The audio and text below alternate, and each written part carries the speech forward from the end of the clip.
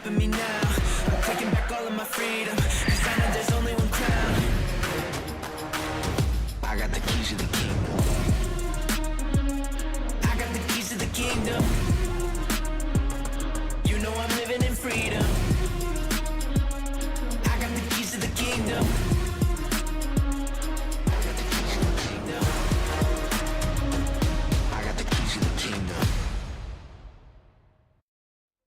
After witnessing the most merciless competition in the round 3, now it's time to go a little bit easier on the teams in the round 4. Welcome, ladies and gentlemen, to BGIS 2024, where I'm going to be your host, Castro Necro. John, alongside with me on the panel is going to be, of course, Johnny. And Johnny, you know, we finally got the top 16 teams from the grind joining alongside, man. Yeah, and it will be very interesting as to what these top 16 teams from the grind bring to the table, because, I mean, the boys that have been part of the BGIS, they are tried and tested now. We all remember how a journey started in round 1. Round 2 got a little bit more intense, but round 3, man, that last week was something else. Of course, top 3 were able to make the cut, and so many known teams were instantly kicked out of the tournament. Yeah. And inside of those known names, trust me, there's a lot of those fan favorite names that are not going to be seen over here in the round 4 itself. And then there's also a couple of teams that have moved on forward towards the wild card, which we'll talk about later. But speaking of the top 16 teams, man, we've got some heavy hitters. Yeah, I mean, these heavy hitters are definitely going to be packing a lot of punches in them, but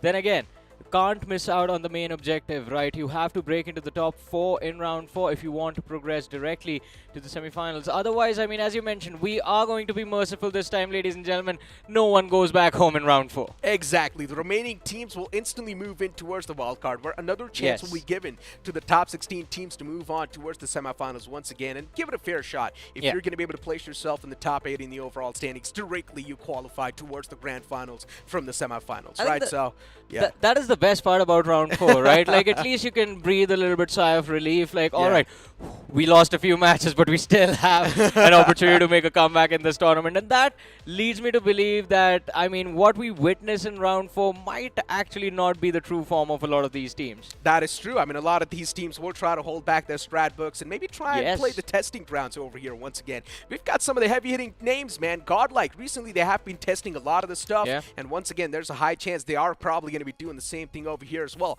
But you know what? Speaking about the format itself, let's move on and look at the BGIS format so far. We started things off from the grind where we had 256 teams. Then, of course, a couple of rounds were played. We're currently in the round 4 itself. And then after the round 4, it's going to be the wild card, semifinals week 1 and 2, and then the grand finals where it matters the most. Of course, this is a big overview, ladies and gentlemen, of how things worked in the BGIS and how they will work. But we'll give you a recap of how things progressed round by round as well. In round 1, we had 1,024 teams divided into 64 groups, which only played 3 matches, by the way, in the opening week. And after those 3 matches, top 7 from every single group got promoted to round 2 directly. But if you were left behind, there was a cumulative leaderboard made, from which the top 32 teams also got promoted to round 2. Exactly. So in general, inside of round 2, once again, we had a lot of teams. But you talk about the cutoff from 1,024, only 480 teams moved in towards the round 2, which was a massive cutoff. But then the 32 teams, of course, joined in from the grind itself. So we had 512 teams in total in the round 2, and those teams were divided into 32 groups. At this time, they had a chance to play 6 games, so you can see a little bit of more fair shot to place yourself in that top 7. More matches, more room for error, a little bit. Breathing space available to the teams. Top 7 from every single group directly promoted, and of course from the overall leaderboard, top 16 teams also got promoted. But once we reached round 3, now this is where things got very intense, because you had 240 from round 2. You have 16 teams from the grind, 256 in total, divided into 16 groups, playing 6 matches. But things take a turn for the worse for a lot of these teams, because only top 3 from every group got promoted to round 4, and then from the cumulative leaderboard, top 16 got moved to wildcard. Exactly. As I mentioned, after witnessing the most merciless competition in the previous round 3, now it's time to dial down the things. And this is what I mean when I say it's time to dial down the things. Round 4, 48 teams from the round 3 itself, and the top 16 from the grind. This time, of course, 64 teams in total will be divided into 4 groups, and they will have another chance to play 6 matches. But only the top 4 will have a chance to directly move on forward towards the semifinals week 1. And then the remaining teams, ladies and gentlemen, they won't be eliminated. And instead they will be pushed on towards the wild card. Yeah, this is our form of mercy that we're showing to these teams now. And as we move on to the wild card stages, ladies and gentlemen, we have 16 teams from round 3. You have 48 from round 4. And of course, 64 teams divided into 4 groups. So over the next 2 days, when the wildcard stage begins, the first 2 days, these teams will play 3 matches. After which, we are going to regroup them. There will be a little bit of a reshuffle. And after the reshuffling is done, again, the 4 groups, over the next 2 days, will play 3 more matches. And from those matches, after all the 6 games are done, at the end of 4 days, top 16 teams, they get promoted to semi-finals week 1, and everyone else, they'll be sent back home. Well, that's the biggest bad news you guys will be able to hear so far. But then inside of the semifinals week 1, of course, 16 teams from the round 4 and 16 teams from the wild card will duke it out against each other. And those teams will be divided into 4 groups. And it's going to be a round-robin format in the span of 4 days. Once again, the top 8 teams, they will have a solid chance of moving in towards the grand finals. And the remaining teams this time, well, once again, don't worry. They won't be eliminated. They will be pushed on towards the semifinals week 2. So you can't say another lifeline given to them. We're going to get them to play 1 more week to decide. All right, we have 8 teams. We need 8 more guys. So 24 teams that get left behind at the end of week 1. In semifinals week 2, those 24 teams will again compete against each other in a round-robin format, ladies and gentlemen. They will be divided into 3 groups, and over the next 4 days, they'll play 16 matches. At the end of those 16 games, top 8 teams once again get promoted to the grand finals. And well, we always keep talking about the grand finals. Everyone knows everything about the grand finals, don't they, Necro? Exactly. Top 16 teams, ladies and gentlemen, will be playing inside of the grand finals. And of course, 8 teams from the week 1, 8 teams from the week 2. In total, you're going to have 16 teams. And these 16 teams will fight it out against each other in the span of 3 days. It's going to be a LAN event, of course. A couple of days ago, we also had the venue reveal. And it's going to be happening in Hyderabad itself. So yeah, that's a good news for every single Hyderabadi that's out there. And as we know, if you manage to place yourself on the first spot, you will be able to get your hands on that prize pool of 60 lakh rupees, which will be there up for grabs for the champions. Of course, and the title of calling yourself the champion of BGIS 2024 as well. That in itself is going to be such a big deal for a lot of these players. But if you finish second, you also get 30 lakh rupees. If you finish third, you walk away with 20 lakh rupees. And we keep talking about it. As long as you make it into the top 16 of the grand finals, you won't walk away empty-handed. And of course, individual prize money being handed out as well. You have MVP of the tournament walking away with 2.5 lakh rupees, most finishes getting 1 lakh, lone survivor getting 1 lakh, and anyone who goes on a rampage, they get 1 lakh as well. Individual prizes as well, there's a lot on the line, and you talk about the top 16, each and every single team will at least get some sort of money in their hand, so you can't say that's great news. But how do you exactly be in the top 16? How do you get the points? But you know what, ladies and gentlemen, we've got you guys covered for that as well. Let's move on and look at this new points distribution in 2024 so far, and this points distribution has brought a lot of spin into things. Of course, the top 8, they will get some sort of points in the hand, but then the latter half of the board, they're going to get none. Exactly, and today is a very special day for this point structure as well. I mean, we were talking about it last week. Round 4 is when we have Weekendy added to the mix again, and this will be the first ever Weekendy to be played with this point structure. So it's kind of a debut of a lot of things, and I think we will get to witness what strategies the teams have come up with, because I mean, it's an interesting conversation there. In the past, we have only seen Weekendy being played extremely slow in the early stages, late game chaos. Well, it gets extremely crazy over there sometimes. But now, with this point structure that relies on teams getting those frags, those finishes early inside of the game and securing those points one way or the other, what is going to happen? Only time will tell. Exactly. But you know what? Speaking of the teams itself, we've got the teams in front of us, and you talk about the teams that directly qualified in from the grind. You've got Team Forever, RIP Mizzo. You've also got Team UP50 and Godlike Esports. Some heavy hitters inside of the lobby, but then you speak of the teams that moved in from the in-game qualifiers. You've got Prime Esports, Zero Recall, Raw Official, Seven Shores Esports, Galaxy Esports, Vomex OMG, Team 8-Bit. You've also got Decent Official, Team Limra Esports, a team that we saw in the past was supposed to be the most consistent under God team. You've also got New Version, TMG, and Metal Esports. Yeah, it will be quite interesting to see how the matchup turns out today, because, again, as you mentioned, we have the top 16 teams from the grind joining us. Obviously, a lot of expectations will be there from them, but let's not forget the other 12 teams that are there in the mix. These teams are the top 3 from their respective groups from the previous rounds, and that means something. The competition in round 3 was extremely cutthroat, extremely brutal. I mean, on the matches that we witnessed on broadcast, for crying out loud, we saw some of the biggest names in the country getting kicked out. Exactly. Some of the biggest names were cracking under that pressure. But ladies and gentlemen, this is what I'm talking about. Vikendi added into the mix, which will be the 4th map being played by this group. But of course, as usual, we're going to kick things off with Erangel. Then the 2nd game's going to be Miramar. 3rd one will be Sanok. 4th one will be Vikendi. And then 5th Miramar. And once again, we're going to close it off on the map of Erangel. What are your thoughts about Vikendi once again, man? I mean, I've already spoken my thoughts. I want to see what the teams bring to the table, especially with the new point structure in play, and what they are going to say, what they will in fact talk to each other, I guess, mid-fights, because Vikendi late-game fights, the communication will be extremely important. You have to be extremely proactive with how you are gathering information and how you want to approach those fights. Terrain is extremely complicated in certain parts of the map as well, so again, it will be quite interesting. I mean, also, the first 3 maps, it depends on where your team is in terms of the cumulative leaderboard, where you are positioned, because again, you will try to break into the top 4 one way or the other, and Vikendi being that 4th map, it can be a game changer for a lot of these teams, especially if you are falling in that mid-pack between the 5th to the 12th position. I mean, if you're in the top 4, it's going to be a big leap directly inside of the semifinals, right? Because you will be having a shot at the grand finals if you manage to place yourself in the top 8. But you know what, focusing on Vikendi itself, I love the fact that you brought up one point, right? Now the teams are focusing on the frags a lot. Vikendi being one of the most passive maps, I want to see that adaptation come through. This new point standing has definitely amped up a lot of those things. I still remember back in 2023, a lot of teams went for the med strat in the map of Vikendi. But now that considering we are also seeing those recent changes and just focusing on the placement points is really not going to cut the deal. I mean, unless you are very consistent in the first 3 games. If you have been in the top 5 one way or the other in the first 3 matches, then maybe you can go on the healing strat back again on Vikendi. It works out, because if you finish in the top 3, you still get like 5 to 6 points in the bag for placements. You walk away with 1 or 2 extra eliminations. You have 7 to 8 points, and as it seems that has been the points per match average that is required to get promoted to the next round. This round, considering it is top 4 teams moving up to the next stage, I think it will be important to get 8 to 9 points per game. So let's see how things turn out. It's all about being able to stay consistent inside of the overall standings, right? It all comes down to that momentum that you find in the initial phase of the game.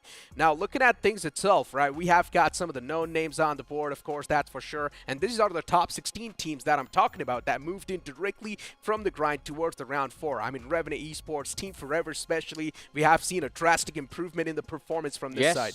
Yeah, I mean, there has been a drastic improvement indeed. But again, I mean, Team Forever, they did really well in the first 3 matches that they played in the grind. My concern was those last 3 games. Have they figured out what went wrong over there? And again, I mean, Godlike, one of the biggest names in the country, I believe almost every single eye watching this broadcast will be pinned on them. So a lot of expectations, and it has been a trend this time in BGIS. The teams where the expectations were set haven't really been able to perform. So, yeah. I mean, the first few games very important for them as well. I mean, hope is a pretty deadly thing to have, and at this point in time for these teams, they probably have realized if they have passed on through from the round 3 itself. Exactly. But looking at Hyderabad Hydras too, being able to crack in the top 16, it was something none of us thought, because you remember back in 2023, man, Hyderabad Hydras, were they struggling? They were completely focusing on those placement points. They were not even going for the fights because they were facing those confidence issues. But this new Hyderabad Hydras, it's looking incredible. And again, they did it during the latter half of the grind as well. So that was something impressive. The first week did not really go there, where we saw them take a tumble, but when they showed up to those last 3 matches of theirs, that is when we saw them bounce back, and that is something that I really like, right?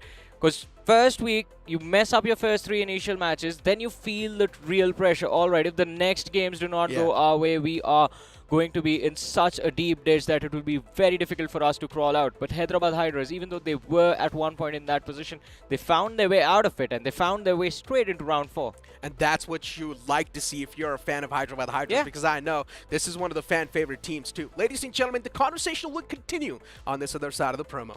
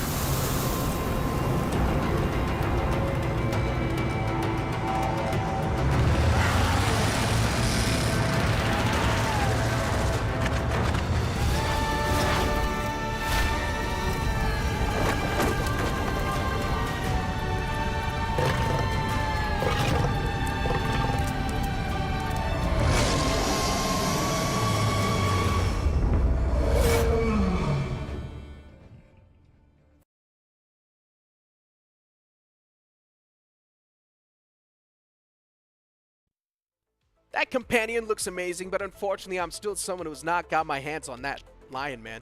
Alright, that's fine. I mean, you don't get everything that you want in life, right? I mean, yeah, that's true as well. Some but teams I still want that. A lot of teams wanted to qualify for round 4, man. They aren't here. You really got to go there, huh? You just got to rub the salt on top of the wounds once again. Let them know, yeah, that you're not over here. Instead, you're sitting at your home and watching this games. But hey, I mean, you never know, right? You'll still be able to make a comeback in the upcoming tournament. So, yeah, there will be enough chances given to you guys to try and make a name and redeem yourself. But focusing on what's going to be on the plate so far. Now, focusing on this group itself. Moving in towards the first game, we know there's so many heavy hitters. Even RIP Mizo is one of those teams that is being really good. They like to focus on the elimination points, and once again, I'm really expecting them to kick things off with an aggressive note. And it's again the same conversation. You have the likes of RIP Mizo, as you mentioned. You have UP50, again, one of the oldest dogs we have had inside of the circuit. You have godlike esports, but then you look at the numbers that new teams, in fact, like Prime Esports were able to put on the board. Zero Recoil, Raw Official is also there in the mix as well. So, I mean, it is very difficult to predict how the matches are going to go and who shows up with what strategies. I think one of the big things, we talked about this during round 3 as well, and we did observe it into action. The first few games are very important to set the tempo, and I think that won't change this time around. The only thing is, after you're done with the first 2 matches, and if things aren't going your way, you have to do whatever it takes to recover on that 3rd game of Sanhok, because that 4th map, now that is the true wild card in the mix. That is the ace of spades for a lot of these undergod teams. That vacancy can help you bring yourself back into the contention for top 4. But I mean, once again, that's the crazy part, though. Performing on the map of Sanhok sometimes can be so random, right? It's so unpredictable, if the circle's not really favoring you over and over again, it's just favoring the opponents. It's really tough for you to pull out those rotations because you never know where you're going to get shot up from. And now we've also got the matchup in front of us, ladies and gentlemen. Take a look at these 16 teams because they will be the one to play the first game of the day. And inside of this group, of course, we have got every single team that's going to perform up to the mark. And now let's speak about the teams that are going to be the undergods inside of this entire tournament, right? You've got decent officials, Limra Esports as well. When we saw this team for the first time on the limelight, man, they impressed all of us, didn't they? Yeah, Limra was extremely impressive, and I like the balanced approach that they have. Not too frag heavy, not really going too passive, just relying completely on placements to survive as well. So it will be interesting to see what their preparation for round 4 looks like. But again, a name that is right next to them, New Version, that is also another team that is very impressive because New Version was one of the consistent performers in their particular group. They might not have popped off every single game here and there, but they were in the top 5, the top 4 every match. Exactly. The same thing can be said for the side of R4W as well, right? One of the most OG clans out there, one of the most OG teams out there, and now they're back over here once again in the round 4 to try and redeem themselves. We saw this team in the past as well play all the way back in 2023, and now that they're back over here in 2024, things can be different. But you know what? Some of the heavy hitters in front of us, ladies and gentlemen, it's going to be a face-off between Team Forever and Godlike Esports. These guys are doing really good for themselves so far, but now looking at the points itself, of course, there's a bit of a difference in the points, but it's not that massive. Yeah, it's not that massive. And also to remind everyone, this is just from 3 games, the latter half of the grind. And of course, that is when we primarily saw Team Forever bounce back into the competition. They did really well for themselves. 59 finishes, 95 total points. And of course, 2 chicken dinners. Alright, this is overall, this is 6 matches. My apologies.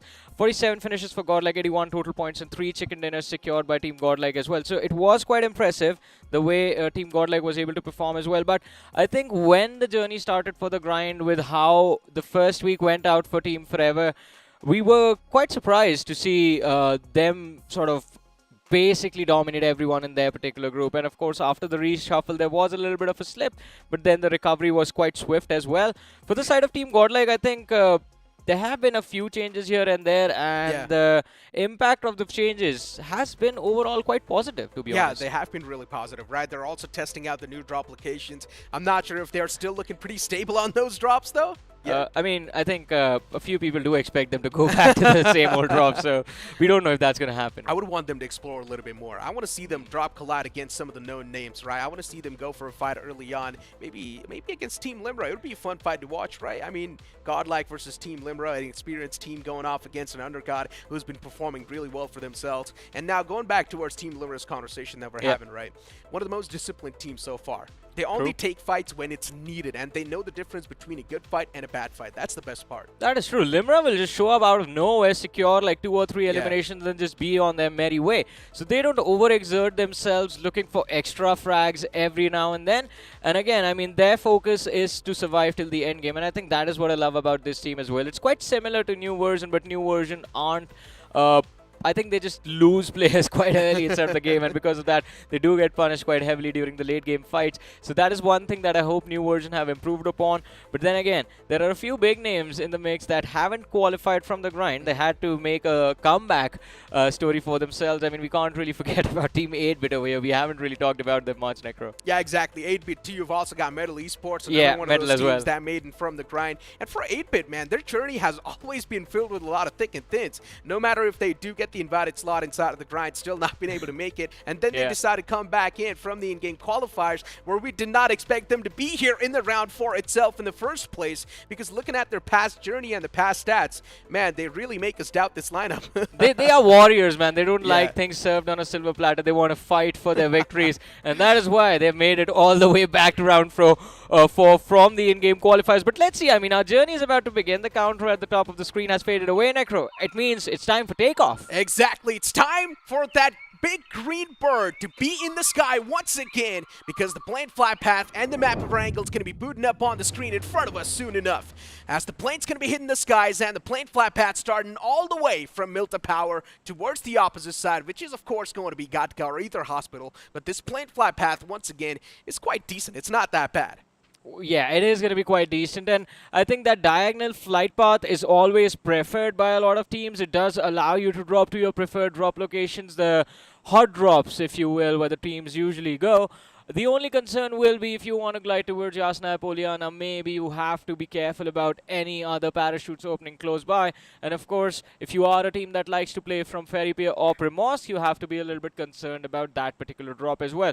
But apart from that, Necro, standard drop locations, you have access to Military Base, you have access to Novrep Noi, Rozok School, Puchinki, Milta is available as well, Yasna cities are available as well.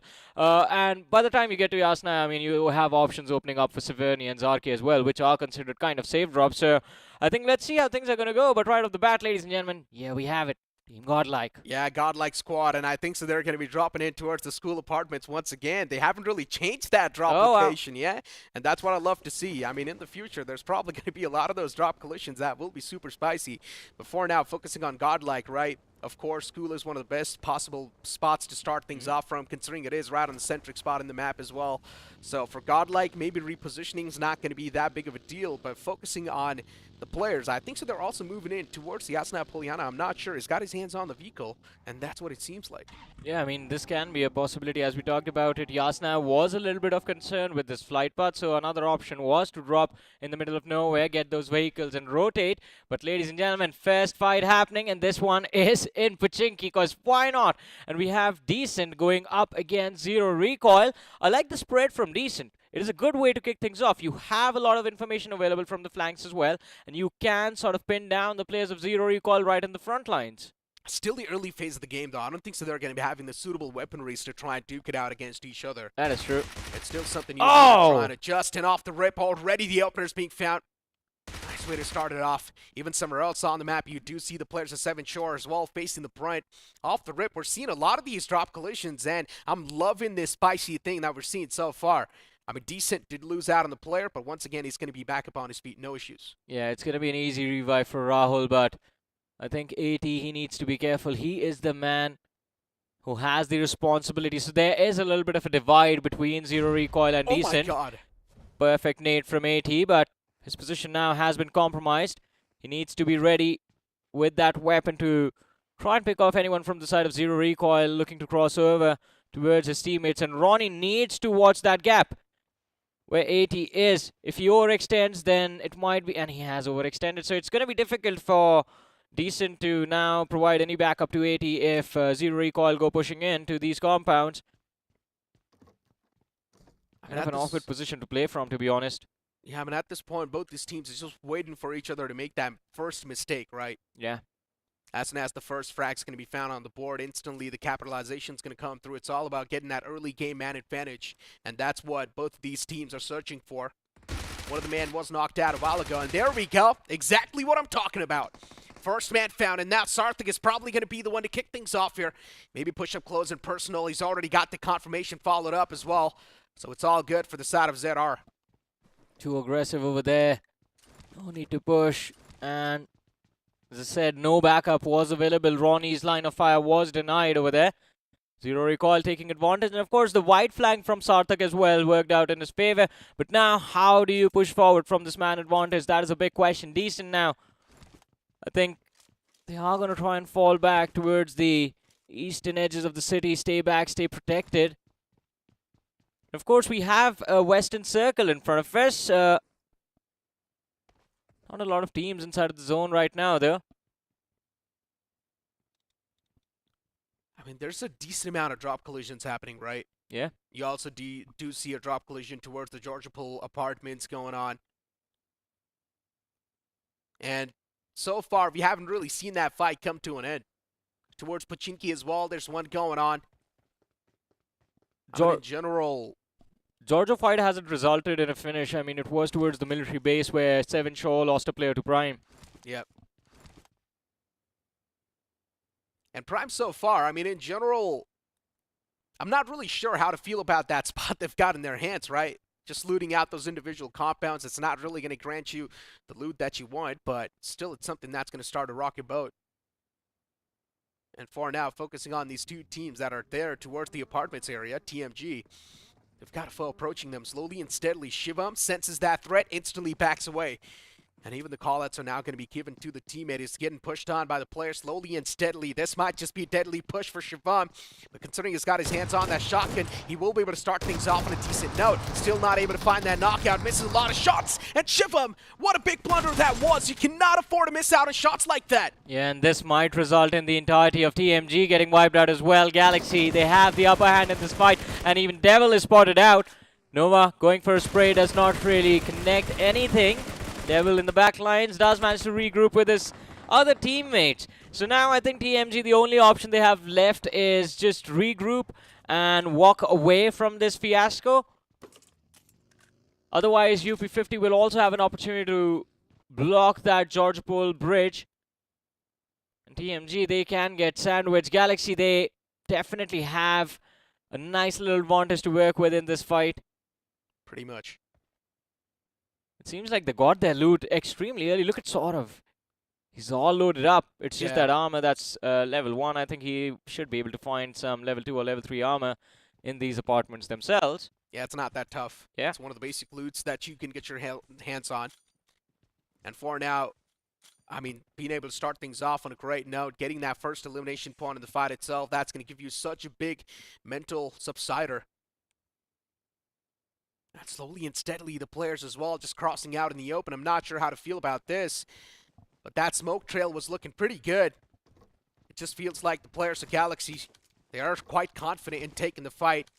And this approach that is there, it is quite deadly, but at the same time, it just feels like Galaxy, they've got the information on the opponent, so that's why they're moving in so confidently. Yeah, Saurav in the backlines was tracking where the players of Galaxy were moving out, so I think they have some information as to which general direction they ran towards, but not details of how they are positioned or where each individual player is going to be. Apart from that, I think I like the fact that we have had 3 drop clashes and 1 finish from each of them. And then the teams went on a small little reset. Aryan, that spray was wonderful, but had he been able to secure a knock, it would have been much better. It would have allowed TMG to re-engage against Galaxy on an even footing, but that did not happen. Pretty much. 3 players from the side of TMG in an individual apartment. While you look at the opponents, all the players just trying to play with each other, which makes a lot of sense, right? Pushing in tandem. I just hope it's not going to be a stalemate because we know it burns through so much of that precious time that you need to loot up even better, place yourself in a better spot inside of the zone, and considering the circle as well, it sort of have those interesting vibes. So I'm not sure, man. I still think it's better to be quick on the feet. Just try and book up a better spot inside of the zone. Before now, focusing on Galaxy. They've already made that push happen against Aryan. His position's capitalized, and slowly and steadily, players are pushing up close and personal, and Aryan's just looking forward to make that escape. Well, let's see, will he be able to escape or not? It is 3 players from the side of Galaxy that are pushing towards him. And he has backup available as well in the backlines. Oh! Hit in the corner. Avoided the line of fire over there. And Aryan, well, he is about to get knocked down. He's forced indoors, gets taken out by the nade. But Devil, that was a big mistake. He has offered a trade to the players of TMG as well. A big blunder from their side. A teammate just comes in, blows up the man. That's such a big blunder, and now TMG is taken down with 2-man squad. That's even worse. Opponents now having a clear-cut man advantage, and all they need to do is just press upon the charges at this point in time. But a great knock from Franklin. And even the Wall of Death is doing that constant damage, so you got to make sure you've got enough meds to patch yourself up. And the main issue for Franklin here is lacking on those. Yeah, I think he might have a few extra bandages, but that can only get him so far. And of course, as you mentioned, it is a fight in which the players of Galaxy have a big advantage to work with. So Franklin over here, line of sight denied, sort of going for the push. The nade works out quite nicely. Franklin knocked out as well. TMG, they're down to their last man. And Devil, he can't really do much. He's in the back lines, and it was his nade that knocked out his own teammate. And now he's going to watch Franklin get picked apart as well. Yeah. I mean, Devil really being the devil for his own team. Look at Galaxy, though. I like the fact that before they secure the finish, they went for that revive on their fallen comrade. So they want to commit to a fight with all 4 players, nonetheless, over here as well. He's got a chance to get that knocker, but he's still not really doing so. And finally, he does so. At least something secured in the backpack, right? Yeah. 1 man blown away. TMG, okay.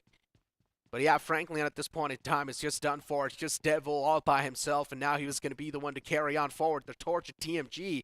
And I'm not sure for how long this torch is going to keep burning. Soon enough, it might just start to fade away. But yeah, it's all about making it inside of the circle, too. And look at in the circle. I mean, Godlike started things off from school. Quite a clean rotation towards the off-centric spot. And now the center of the circle is starting to get filled up with a lot of teams. Look up north towards Ruins. There's 3 teams towards the crossing. DMG, they've already made it towards Everest. But RIP Mizo and Raw Official now, that is a collision you want to see happen. Okay, well, there we go. The man's not able to stay alive for long enough. Galaxy, I mean, yeah, they were quite pissed considering the fact that Ayan was lost out in that previous fight, but yeah, it's fine, though. You know, you cannot really do anything about a player that's just camping in a corner. But focusing on this squad, Godlike on the screen.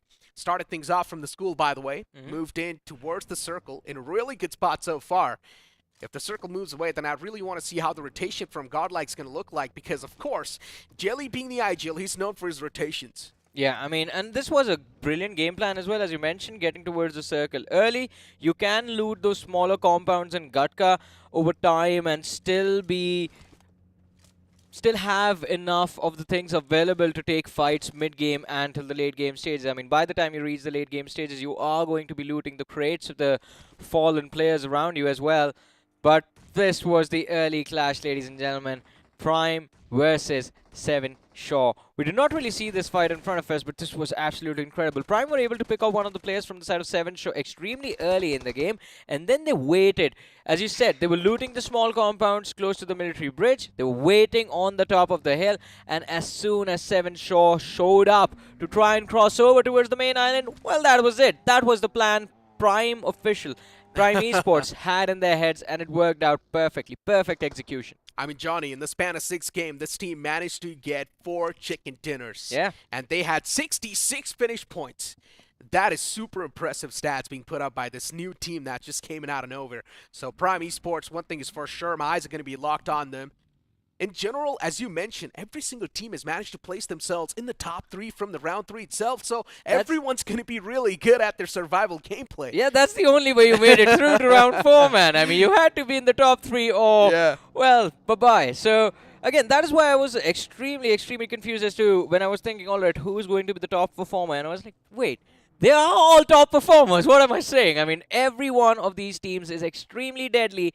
And it will be all about momentum. Can you carry it forward from game 1 to game 2, from game 2 to game 3? And can you be consistent over a span of 6 matches? If you can't, well, we'll see you back in wildcard. That is true. I mean, in general, towards the known teams as well, right? Going through those recent tweaks and changes in the lineup, and still been able to move on forward towards the top 3 was quite impressive too. A lot of these known banners were left out. But yeah, for now, the Galaxy, man, knocked out, and I think so the confirmation is easily going to follow up too. It's the players just trying to straight up ram through and just chip out the damage. It's quite interesting that DMG actually stayed back towards the northern edge of the circle. I thought they were going to move forward with the players of RIP Mizo and Raw Official. I mean, specifically Vomix, right? Yeah. Getting that one elimination point is at least something that's going to get the pressure subsided, right? Yeah. At the end of the day, you are one of the newer teams, and automatically there will be that pressure. Oh, it's OMG. Yeah. And specifically speaking about this team, I mean, we have never seen this team on the limelight itself, right? We never haven't. seen on the bigger stage, bigger screen. So even for them, that can be that added pressure that might just be there, right? Thousands of people watching this team perform on the screens itself. So even that's something that will be there. But RIP Mizo, a team that made a big mark when we saw this team for the first time. Yeah, I mean, that is true. I mean, it has been an incredible journey for the side of RIP Mizo as well. And Chase, again, an incredible player. A lot of eyes on him. Flick Whitey, also one of the performers for the side of RIP Mizo. But look on the radar. You see the players from Team Forever. They're circling them like vultures. I wonder if they have any information about RIP Mizo. Yeah. Even Nirvana is another solid player that this roster has to offer, right? Yeah. Chaser, Nirvana. You've got also Flick. In general, it's a complete lineup that packs a lot of punch. You can't say a lineup that has all the assaulters and then they're trying to adjust towards the roles accordingly. But yeah, I mean, they've got a lot of firepower, that's for sure. Add that with a good IGLing and rotations as well, well, chef's kiss. The next circle's going to be on the board, UP50, right in the smack center with the high ground, too. This can be a date with destiny if used properly. Yeah, I mean, but they are going to feel a lot of pressure soon because their position is quite out in the open. You have a few factories to work with. But I have to say, love the rotation, love the adaptation from Galaxy Esports. That Western highway being utilized perfectly. There's no one blocking their way. And they can still stick around the western edge of the zone and be unbothered for the next few minutes as well. True that. It's been a while since we've seen that Primor circle too, Johnny. Yeah, Primors can query both. Yeah, it'll be a fun one to notice. But I think so it's somewhere going to end towards the shorelines, which will be even more fun. But yeah, Godlike now, even they're trying to make that rotation from that same breaching point where Galaxy breached in from. And there's a high chance we're probably going to be seeing some collisions happen now. Towards Fair Pier, there's so many teams who found themselves at home, but now they would need to leave that comfort zone and move inside of the upcoming circle. It's all about getting that better spot.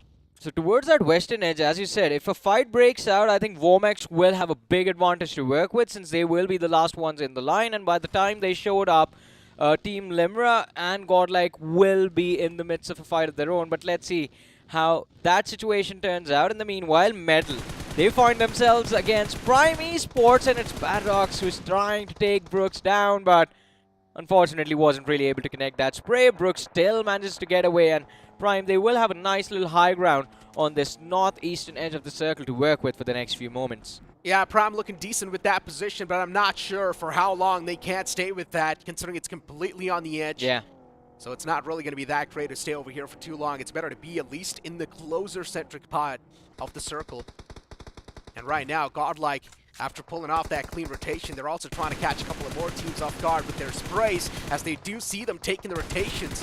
TL, they're taking a lot of shots upon themselves, and the beacon gets blown up. I'm not sure what Poke was doing there. He was stopped for a while. Focus fire from the entirety of Godlike, all on the same car, and there was no way Poke would have been able to go towards the other side of the ridge right in the nick of time. But now this overextension from Jelly, the scan backfired. Did you forget about the backlines, boy? There is Vomex in the backlines, and of course Limra also looking for revenge. They managed to secure a trade knock, but how many finishes do they walk away with from this fight? One more player knocked out from the side of Limra, but Goku is going to be brought back, like always. Dragon is the one doing the reviving. And he's the usual man who's able to stay alive till the final few moments too, right?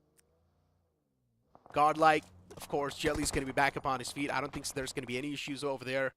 Admino closes on up, gets the revive back up on the fallen player. It's not an issue at all. But yeah, focusing on Team Limra itself, things could have been way worse for them too, man. Goku almost got completely confirmed. But luckily enough, we're not able to get the confirmation followed up. And now even the players of OMG taking shots against the side of Godlike. Yeah, it's not really that good of a position. It's quite exposed. The only thing that's keeping them stratted for now are the smokes. But as soon as the smoke fades away, there's a high chance even their lifelines can't fade away with the smoke. Oh, that is a bit of a concern as well. Jonathan in the back lines. Either he finds an opening or he's going to be the one getting opened up. And if he gets opened up, there's no going back from here. Yeah, this exposes a flank that Warmx OMG can utilize to pick off the other players of Godlike. There's one more man a little bit further away from Jonathan, so maybe that is a backup option in the form of Simp, but now Simp is going to be forced up the hill as well. And they disengage completely. Alright, perfect shot calling done from Jelly, I believe. They want to disengage, they will settle for that one finish and be along their merry way. Yeah, just playing on the outskirts, right? As I mentioned, there's a high chance the circle is going to be ending towards the shorelines, but instead it shifts towards Fairy Pier this time. A complete opposite shift from the side of Godlike, and now I just want to see what Jelly's going to be pulling off. There's a high chance he can move in from Primarchs itself, just hugging the shorelines, hugging the edge lines, or maybe he can try and breach in from the northern side, but there's already a big stack of teams. This is going to be a tough decision for the IGO to make. Yeah, I mean, this is the toughest position to be in, as you mentioned. I mean, crossing through Primorsk as well, you risk the threat of getting shot at from anyone hiding inside the building, maybe a team holding a crossfire, waiting for someone to make that mistake. And of course, as you mentioned, you move up north. And I think it is a viable assumption to expect at least 3 to 4 teams gatekeeping that northern edge of the circle as well. And you will have to fight your way in, which will be extremely difficult. But right now, I feel, I mean, Team 8-bit, that is just brilliant positioning over there. They are holding the shoreline. They have a nice little bridge to work with on the side of the road as well. And of course, look who's behind 8-bit Necro on the map. It's Galaxy ESPORTS. Brilliant rotation. I love this team. I mean, Galaxy with just a 2-man squad, I'm not sure how much damage can they dish out against the foes, but still, the positioning they have gotten is quite good. Imagine if they would have had all the 4 players. One thing is for sure, they would have started to rack up a lot of those elimination points. But a team that's looking quite decent for themselves, it's going to be RIP Mizo. Still in that same compound they had a while ago. They do not even need to reposition, and considering the fact that the circle has sort of shifted on top of them, they're looking pretty comfy. Envy in the front line, shots are taken by Flick YT, but getting any type of knockouts, it might just be too much to expect. Yeah, I mean, a little too much, to be honest. And as you were talking about RIP Mizo, I think as of now, they are safe, but the next shift can actually be the game breaker for them. In the meanwhile, Team Forever, Mafia, that was a gutsy move, driving out like that just for that one finish. And he does manage to secure it for his team, although their position is going to be compromised as the buggy falls back towards these compounds on the northeastern edge of the circle. And of course, it is metal in the backlines that you have to be worried about. You see them on the radar as well. Godlike. Oh. Eyes pinned down on the players of NV. New version. This time they're going to be facing off against a complete new team. And now going off against Godlike. Man, it can't be a massive reality check for these undergods. Jelly's got his side pinned down. And somewhere down line, Jelly knows if they do want to find that clear breaching point, they would need to try and take the fight against NV. Or if there's another decent pathway they can't take, it just can be even better. But decent officials out in the open. I'm not sure what the game plan is for them, but at this point in time, a lot of these teams are looking quite desperate. And that's why Decent, even they're dropping down a number slowly and steadily. Prime was taking shots against them. Galaxy's able to get the steal. I like Prime Esports and what they are doing right now. They're firing on all cylinders right off the bat. 5 eliminations secured inside of this game. And now with that shoreline control, they can look to finish off the players of Galaxy Esports and Decent as well. Decent, by the way, they're down to their last man. But ladies and gentlemen, here we go. Godlike up against New Version. And the push has come to shove. They have the opening knock secured as well. And of course, Jelly in the backlines can find another opening, taking down King or Karan. But here comes Admino. A little bit of distraction for Godlike to work with, but Admino gets taken out, and Godlike now stuck in a 3v3. They find that extra opening in the bag, another knock secured, and now I think this is their fight. It's down to a 2v1. Key is the last man remaining. Yeah, but even Godlike lost out on one player, right? So even that's going to be a bit of a blow. Simp not inside of the game anymore, and the side of NV, they're looking okay. But considering even NV's taken down to just that one last man, so I'm pretty sure that last man just kind of going to try to run away from the fight, but instead he gets caught in return. So yeah, that's it, ladies and gentlemen. The last man gets caught by the players of UP50. Yeah, the backlines are exposed on the other side of the hill, and I think that might be the information that Godlike needed to plan out their next rotation as well. But Let's see, I mean, the front lines towards the circle, all theirs for the taking. The only problem is it's a slope downhill, so you get exposed from anyone that might be in a similar position to the likes of Team 8-Bit.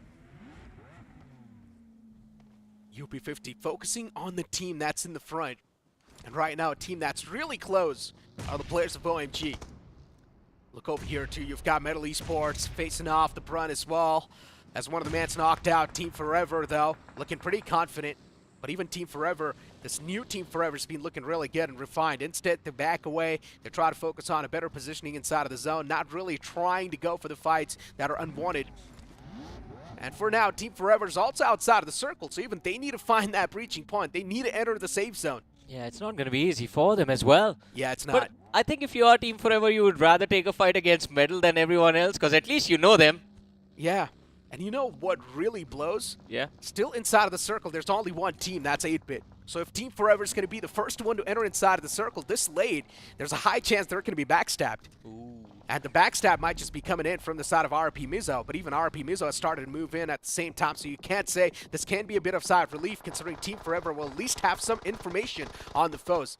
R4W, Superman knocked out, the rest of the players trying to back him up instantly, but they're also in a big sandwich between Godlike and RP Mizo, and for RP Mizo, this is exactly what they've been waiting for. Even Metal Esports, they chime inside of the fight. This is the most brutal position to be in. Raw Official not having a fun time over there. And Jonathan, he wants his share as well. The nade lob. Does he find that frag for his team? And look at RP Mizo. They have lost 2 players now. The backstab from Metal working out perfectly in the favor of Godlike. They have 6 eliminations on the board already. They indeed do. Jonathan looking forward to tossing another nade, and this might just find the closure. Oh, undershoot. Yushu still alive, at least trying to patch himself up slowly and steadily. R4W, I don't think so. There's no bouncing back from here. Jonathan, the nade's placed to perfection. It finds the knockout. One more man up close and personal, and Jonathan still not able to find that mark. But this nade might just seal the deal. It's being tossed to that perfect spot. Yushu once again repositioned at the nick of time, and look at this fight that's currently going on. Metal Esports up against their opponents, RP Mizoram, and RIP, they're doing some serious damage against them. It's all down to Encore. Yeah, everyone's fighting each other, and the only team that is taking full advantage of all of this chaos was Team Godlike until now, but here they come, Team Forever. They show up, they're going to look for those frags, and they found a few as well. Jonathan taken out, Admino not in a good spot, he gets knocked out as well, and Team Forever, 3 to 4 finishes can be secured from this entire fiasco. Omega and the backlines need to take care of Flick, and with that, RIP Mizo, they are out. Metal, they are out as well, and along with them, Raw Official have been eliminated from the game. Godlike, they're down to their last man, Jelly. Yeah. And his position is compromised. My goodness. Within a blink of an eye, some of the known names, they take an exit from the lobby, and look who prevails. It's Team Forever standing on top of their graves. And even for Godlike, the last match taken down, so that's it. At least they cracked inside of that top 5. So they're looking okay for the first game of the day, but still, it's all about being in that top 4 if you want to have a shot at the semifinals week 1. We are down to the top 3 teams of this first game, and nothing has gone according to the expectations as of now. True but that. One thing is for sure, Prime, Esports, and Team Forever, they are built different. They were the best performing teams. Forever was one of the best performing teams in the grind at the end of the day. They were second on the overall leaderboard. And yeah. Prime, I believe they were at the top of their particular group in the previous round as well. Zero Recoil was also not too far away. I mean, to be fair, they did secure 84 points in the 6 matches with 2 chicken dinners in hand. And they are also in the mix with 6 eliminations. The only problem is they're down to 2 players. I mean, in general, every single team that's playing in this group is just really good. It's tough for us to nitpick. But what exactly happened to 8-Bit? They had the best compound to play with. They had the hard cover to play with. But out of nowhere, now we look at the map and they're just not there. They have been vanished. But Zero Recoil, even they're taking a lot of damage upon themselves. And the last man needs to move in the zone, and that's where he will be eliminated. 8-Bit was holding those compounds where we see the players of Zero Recoil. They got pushed by 4 different teams, just like it happened to the players of RIP Mizo. And just like RIP Mizo, 8-Bit wasn't able to handle that pressure. They crumbled under it. But now, Assassin in the backlines, I believe, can be that X factor that can swing the game in the favor of either of these teams, because he's God. My goodness.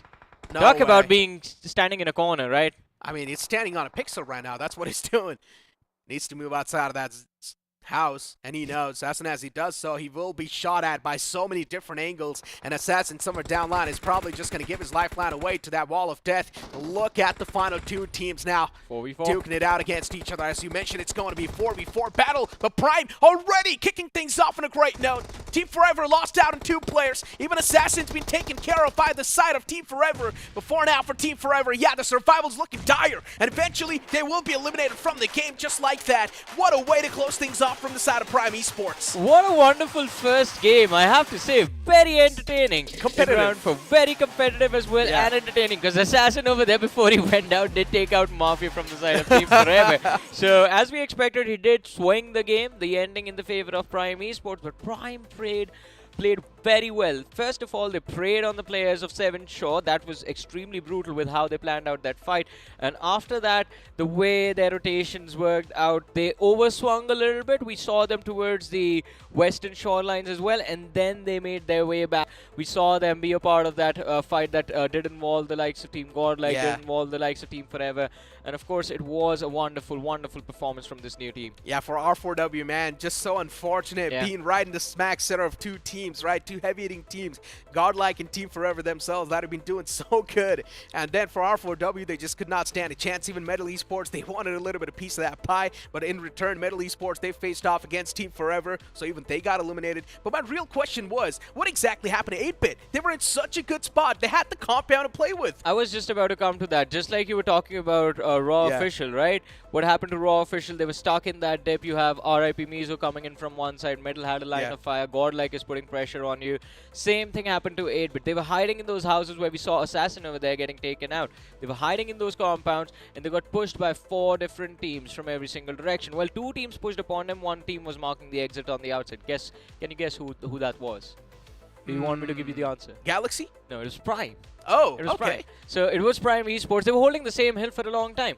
And from that hill, you had a direct line of fire available to those compounds. And in that fiasco, in that mix, even Team 8-Bit were forced to bite the dust. Interesting. I mean, for 8-Bit, as I mentioned, they were inside of that comfort zone for a really long time. Yeah, they were in that comfort zone. But as soon as when it came down to leaving that comfort zone, that's when 8-Bit started to struggle, right? And it's been a big problem for 8-Bit from the start itself, right?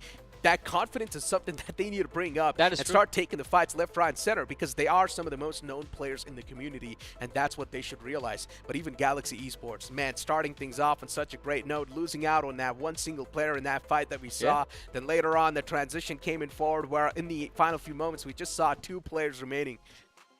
Yeah, it was quite incredible from the side of Galaxy, to be honest. At least they do not end the game on 0. I think that is the best part. Just because, as you mentioned, that first fight, they were able to secure those 4 eliminations from that fight. And after that, they were forced into an early exit. So I think they might have just 1 or maybe at max 2 points for placement. So maybe not even that. But those 4 finishes make sure that at least this game was not nullified. When you come back on the next map of Miramar, you won't be starting from scratch. You have 4 points to show for from this match itself, and if you get a few extra frags on that map of Miramar, then I think the recovery is already underway. And the best thing is that no one gets eliminated from this round, right? So you can't say enough chances will be given to you to try and redeem yourself back inside of the tournament. Exactly. And not just that, now focusing on Team Limerick too, I had a lot of expectations from this team moving in the first game, but things just went complete south. I mean, you brought Limra to the mix. I want to talk about new version. Where did they go? Just poofed into thin air. They were taking the fight against Godlike. I still remember Jonathan tosses that nade, gets the final confirmation too, and then even from the back lines, it was another team taking shots against them. Even RIP Mizo, man, I really thought they're going to be the prime suspects to get the first chicken dinner, but instead, no, even they were spotted in that big mix of teams that were there just going for a fight. And again, I think a big blame for all of this chaos goes to the terrain and how it's designed towards that southwestern quadrant of the map as well. You see those hills, and usually when you see those hilltops, you feel, all right, will give us a vision advantage. We'll see the threat coming towards us. But then again, I mean, the other teams right now are playing those dips, and all of them will focus fire on you. We saw majority of these teams, 3 to 4 teams that were taking control of the hilltop be put in an extremely brutal position out of nowhere. And a lot of these teams, I mean, did end up taking an early exit. A few of them did take early exits, well, because of those drop clashes, but I mean, those are very unpredictable. That is true, but you know what, Johnny? Enough talks about the teams. Now let's focus on the individual performance. It has to be someone from the side of Prime, right? The MVP of the previous game, because Prime had a lot of elimination points stacked up. And the fact that Prime is one of the newer teams in the competition, still been able to start things off at such a great note. And what? It's not anyone from the Prime. Instead, it is godlike Jonathan with 6 finish points wrapped up, and the finish contribution is 60% with the map impact of 10%. Interesting. Hey man, I guess we forgot we had the universal MVP in the mix as well. And he was definitely doing a wonderful job for his team. In a few moments, so we got glimpses of that old Jonathan back again, right? A man who was forced into playing those isolated positions, playing the positions where you would be facing the most amount of threat and still coming out on top. That push along the flank, trying to deny the entry to the players of Prime Esports, by the way. He went all alone over there, and he still came out alive. So I think that is the Jonathan that everyone wants to see, but you were talking about Prime. Brooks makes the list. He's just one finish shy. That is true. I mean, quite a gutsy play from Jonathan. You really got to give it to him. Even Brook is there from the side of Prime. And then later on, I mean, it's just being dominated from the side of Prime, right? 5 elimination points from Brook, then Zoro as well getting 4. You've also got Team Forever's Omega getting 3 elimination points. You've also got Assassin getting 3 for himself. So in general, for Zero Recall as well, that's an interesting prospect in the mix. Yeah, that is actually quite true. And now I'm just thinking, I mean, we see a lot of usual contenders on the list. So are we going to see the usual contenders make it through as well, Necro, by the end of the day? We're going to try and figure that out. But ladies and gentlemen, in the meanwhile, point standings on our screens. And of course, Prime Esports, a big game for them, a big start, 22 points in the first game itself. Godlike Esports, they kick things off in a nice manner as well. 14 points secured, all thanks to those 10 eliminations. You have Team Forever on the third with 13 total points. They did not go that frag heavy, but I think Team Forever, their positioning was brilliant, and the way they were picking those fights was also quite phenomenal. Yeah, I mean, considering it was just a Kickstarter, right? It was just the first game of the day. I would say that's a really great start. 14 points accumulated. Team Forever as well getting 13 points. Zero Recall getting 12. 8-Bit, a team that was inside of the compound. They should have been able to rack up much more points, but only got 5 points. So I can't say you can still give them that breathing room and maybe say that, yeah, it was just the first game of the day. They still need a big side relief. Maybe in the upcoming 5 games, they can do a little bit better. Yeah, and as you were talking about Galaxy Esports, Necro, we see them on the 7th position. Oh, yeah. 5 points secured by them. But let's see, moving on to the second page of the rankings, I think this is where things get interesting and heartbreaking at the same time, because I don't think there was a reality in which I imagined that a team like 7 Shaw would be one of the first few teams to get eliminated in this game. That's a great point that you brought up, right? But the latter half of the board now is in front of us, too. Metal Esports on the latter half of the board. Oh, yeah. With only 4 points accumulated. A big name this time over there. Even Limbra Esports getting no points. I guess sometimes, man, really having hope from some of the names can't put them down. Yeah, man. I mean, expectations, right? We need to have realistic expectations, Necro. I think we need to balance it out within ourselves. But I think it wasn't just Limbra. We talked about new version, even Decent official getting taken out early. But Decent, I like the fight that they were able to pick towards that Northern Georgia Pole area. TMG as well, we saw them in that Northern Georgia Pole fight against the players of Galaxy. Just 1 finish secured by Devil, and of course the little bit of a blunder that was there with the nade as well. But again, considering this was just the first game, whatever nerves you had about the lobby, whatever nerves you had about the tournament round 4, all this and that, now you need to take control of it all, because only 5 more games to go to break into the top 4. I mean, all I can say is I hope that you guys have shaken those nerves away. If you guys haven't, well then, good luck facing off against some of the top teams in this group, because only top 4 make the cut to the semifinals week 1. But as I mentioned, still you will be in that comfort zone, knowing the fact that you're not going to be eliminated completely from the tournament, and then you will be moving in towards the wild card where another chance will be granted to you. Do we get happy about the fact that there is a safety cushion, or do we get upset? It's a little bit of both. You can't say happy for the teams and sad considering the fact that it's not going to be that brutal. Yeah. I mean, that is very true. I mean, because we enjoy the action, and at this point, I mean, you look at the likes of Medal, you look at the likes of Raw Official over there on the second page of the ranking, and you start scratching your heads like, all right, this is how things have kicked off, but what is going to happen? Are they still going to perform like this in the next game after that game 3, game 4, or are we going to see these teams bounce back? I mean, the question still remains, though. But you know what, Johnny? For now, let's move on and look at this nice promo that Crafted India's got lined up.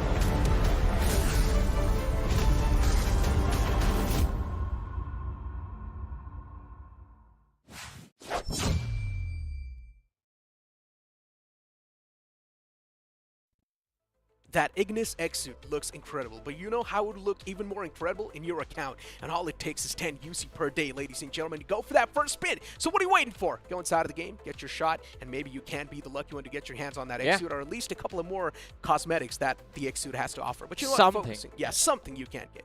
But you know, focusing on the day so far, focusing on the first game itself, started off with quite a weird pace, I'm not going to lie. We saw a couple of those drop collisions. We also saw some individual blows being handed out. We had a lot of those usual suspects that we expected to perform. We're not able to perform, but now at least you can say the vision's a little bit clearer. Prime Esports, they have came in with a complete vengeance. They're over here to just strike down the teams. They do not really care about anything. Yeah, but I want to see how consistent they can be again.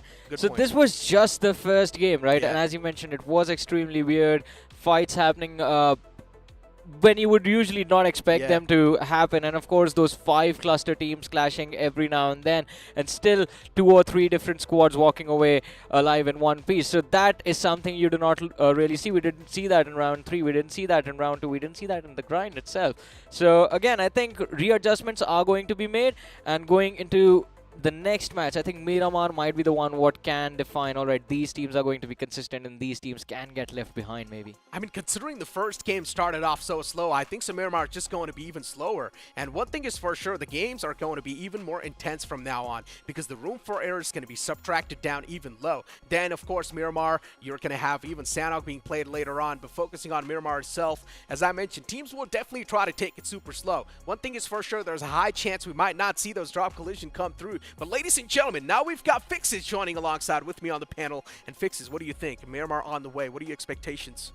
I mean, I was literally on the edge of my seats, rooting for Prime Esports as they marched in to get that chicken dinner. Now, coming back to Miramar and our expectations from it, like you and Johnny have been discussing, it's going to have a little bit of a slower start. But I feel like it is that calm before the storm, because even in Erangel, we could see what happened, right? Imagine a team coming in from round number 1, from the in-game qualifiers, hustling, battling their way through. I think they've been hardened at this point. They don't care who's in front of them. They're just going to go in for those finishes and will get those chicken dinners for themselves. But I honestly think there's a lot more to witness from the other teams as well, considering it was just the first game of the day. The other teams were trying to adjust to the tempo of the lobby. You never know, right? These teams are facing off against each other for the first time in this official tournament. So it makes a lot of sense. It's all about knowing the grounds, and even for Godlike, the rotation that we saw them pulling off was quite good.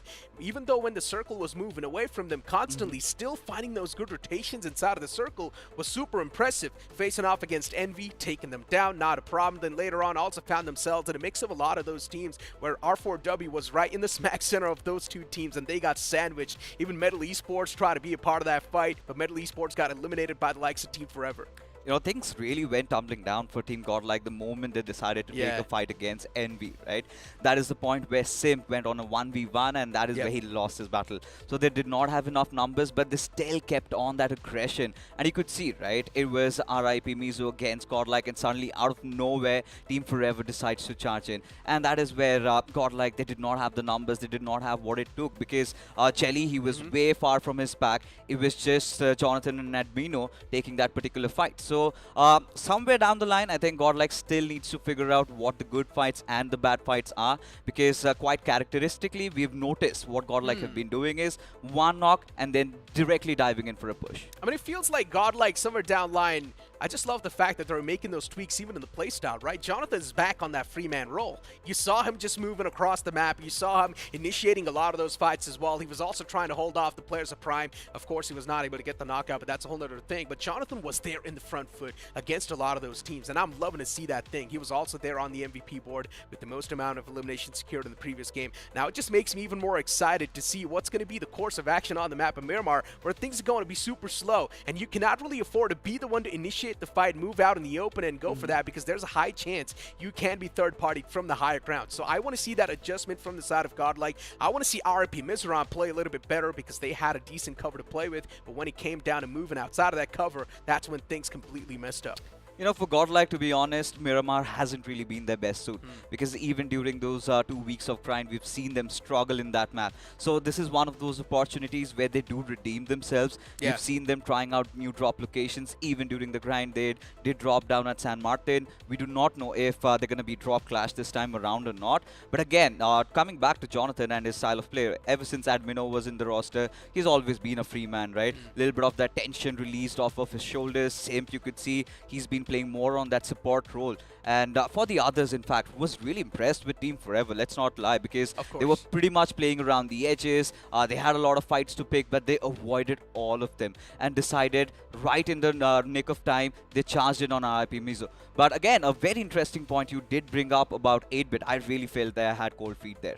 Exactly, man. They had a really good position to play out from, right? And there was also a chance they could make that heat map in their own heads, saying that, okay, there's a lot of teams over here. There's a big cluster of teams over there as well. And according to that, they could have paved a good pathway from that compound, but instead, they got pinned down over there. They were not really able to come out on top in those fights, and it's not something that you expect from a big banner like 8-bit. Let's be honest. You expect them to dominate the lobbies, but unfortunately, maybe you can't say it was just the first game. Maybe they did have the cold feet. Moving on forward towards the map of Miramar, things can be a little bit more settled, but you never know. There's still a big question mark. The same thing can be said about Limbra too, man. Moving inside of today's day, we had so many expectations from Limbra, but what are your thoughts about them? It was just the godlike storm hitting over them. Because right from the very get-go, whilst they were trying to rotate around, you could see, right, Admino just opened it up against one of their players. One of them picked off. You could see Chelly deciding to overcommit in that situation. And that is where the panic button really hit, right? Two of the players being dealt with from the backlines. We also had the players of UP50 trying to chime in over there. But then again, ladies and gentlemen, that was all about the storyline in the previous game of Erangel. Because if you thought you'd seen it all in the first matchup, this one has a lot more to tell.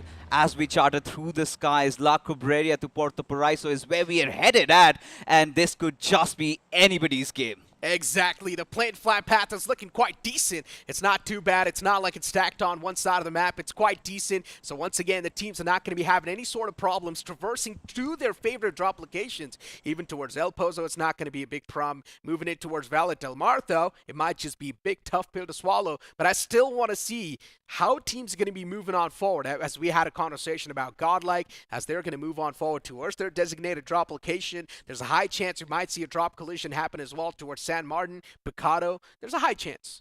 Well, there certainly is. No denying that. But we also did witness a lot of teams taking those early fights in the previous game, right? Decent not having a good time around Pachinki. Even Galaxy really coming, swinging through at those Georgie apartments. He did lose out on one of their players, though. But now feels like Team Limbra and Prime, they might be locking horns around La Cubreria. But when you take a look at Godlike, they're pretty dandy, nothing much to worry about. But Los Leones, one of those cities where we might see some heavy traffic. That is true. I mean, Los Leones is a massive city. I can still believe the fact that Los Leones can easily hold up to 3 teams without even them needing to collide against each other. So you can't say it can't be pretty good for them. It certainly can be. Now, for R4W officials, we've seen this one of those teams, right? Daljeet, Paritosh making their way back in, and again, you talk about the young guns. We've seen Superman. He's been there also. But the first game is something that they really need to get away from. As now TMG, this is one of those teams that we did talk about, right? Yeah. Around those Georgie apartments, had such a tough time, only could get away with one of those finishes. But this time, looking at the circle, a little towards that eastern side, you've got zero recoil. In such a good position. I'm loving this circle already. There's a high chance we might see the circle shift towards those islands fixes. And if it does happen, man, just imagine all the chaos that's going to be there around the shorelines. Teams who want to get their hands on the boats, on the jet skis, and if they're not able to do so, well, then better luck swimming, because if the team is able to cross on forward towards the opposite island, for them, it will be a meal being served on a silver platter. For now, focusing on Prime, of course, the team that won the previous game. Prime Esports, I mean, you cannot really complain a lot about that performance, right? 22 points accumulated already. That's going to put them in such a good mindset. What's there to complain about a team that got a chicken dinner, right? And you talk about those new rising stars, looking forward to them making waves, and Prime Esports, I think they're literally on the top of it. Especially how Brook and Shanks really came out to perform. Especially Brook, really loved him. Those 5 finishes there. kind of got overshadowed by Jonathan getting those 6 to his name, though. But regardless, that was an MVP performance by my books. Because like I said, right, playing through all those rounds, they've sort of been battle-hardened. And at this position, they're showing no mercy. Because coming in today's day, I kind of felt like all these new underdog teams might be having those jitters. But the likes of Prime Esports and again Zero Recoil, they've kept on that momentum. They've kept on the consistency that qualified them through from round number 3 to the 4th one. But for medal, now this is a storyline that I really want to talk about, because round 1 and round 2, we did see them getting those chicken dinners in the first games of Erangel, but this was a massive fall. It was a big dip in the performance, hands down. But still, they've got 5 more games in the hands, right? Counting this one in. So you can't say Middle Esports, they are one of the known orcs. They can't easily try and recover that pace they've gotten. And luckily enough, no one gets eliminated from this round, right? So even if they are left out on today's day completely, it's completely okay. They can make the comeback from the wild card. All they need to do is just be in the top 8. But yeah, for now, looking at, of course, Godlike towards Hacienda del Patron. I mean, this has been one of those spots where Jonathan usually goes, and of course he tries to get his hand on the Murado as well. You know, I really want to see where the experimentation ends for them. It's still round 4. They're testing the waters, still dropping down at San Martin. And knowing Godlike, I'm pretty sure they should not be having a lot of trouble making it into the next round. But then what? In the semi-finals, you're going to have so many of those teams that do share a drop location with them. And then what do you do? Where do you go? Do you come back to Hacienda del Patron? I understand the idea that they've tried to go for a little bit of that split, because honestly, down over here, even with the advanced settings, you do not have enough loot, especially for the entire game. Now, talking about the strong suit for Godlike, it has been all about how good Jelly manages to get those holding spots for them. But considering now the central areas are getting stacked up, which path do they take? Do they play around the edges, or do they still try to brute force their way and defend the center? I mean, you brought up a point about the loot, right? And considering a lot of these teams, they have been focusing on the utilities, that just means they're not really carrying a lot of those meds. And if they're taking a lot of shots upon themselves, we have seen there's a stage inside of the game, every single game that you see in the competitive play, where the teams try to burn through each other's med. They try to take the shots, even though they know they're not going to find the knockouts, but it's still all about making sure that there's going to be some threat being instilled in the opponent's minds. Indeed. No second thoughts about that, and I think we're going to see more of it whilst the game progresses in Miramar, right? Our teams trying to take over those higher grounds and then keep on peppering down, slowly but surely depleting the armor of their opponents. But for 8-bit, this has to be a game where they redeem themselves. And so far as the history has dictated for them, they've always been good in these maps, and now also in a decent position. But I really want to see 8-bit taking a couple more fights, right? Engaging themselves, trying to keep their hands hot, because teams coming in from the grind, 8-bit did have their tries in round number 3.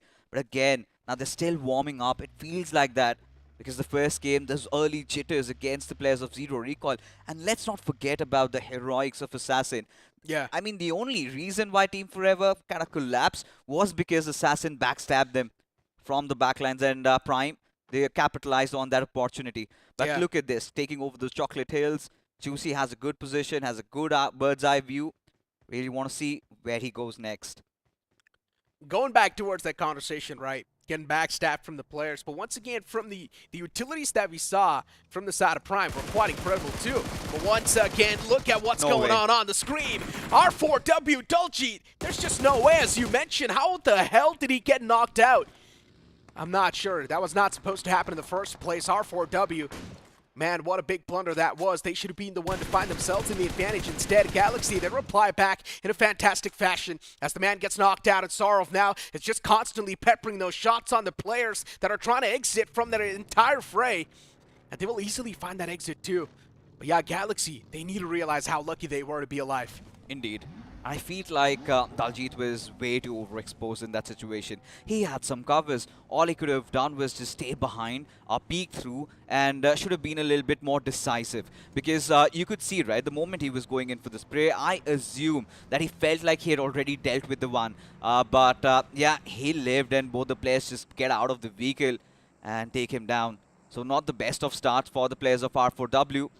Now from here onwards, where do they go? Of course, Daljit being dealt with, one of the experienced heads, being cut off for raw officials. But now, talking about even TMG, this has to be a game where they redeem themselves, right?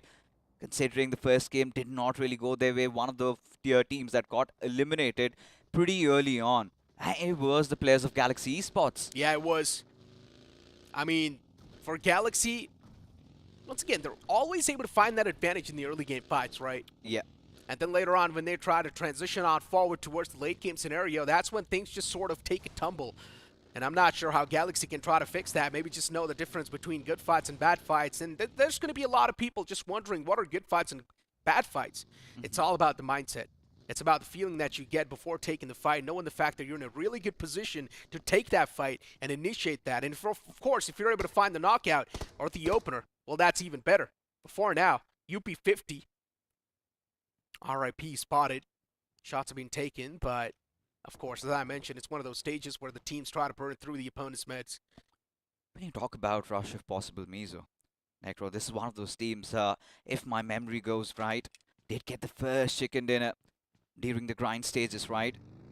It was the 1v3 situation against Team Ikusol, and the boys clutched it out, and we've seen them even in the past have always been the ones who've put their flag up there. But for now, raw officials in a whole world of trouble. As Abi, he was trying to cook a grenade there, but the players of Galaxy just peeked out.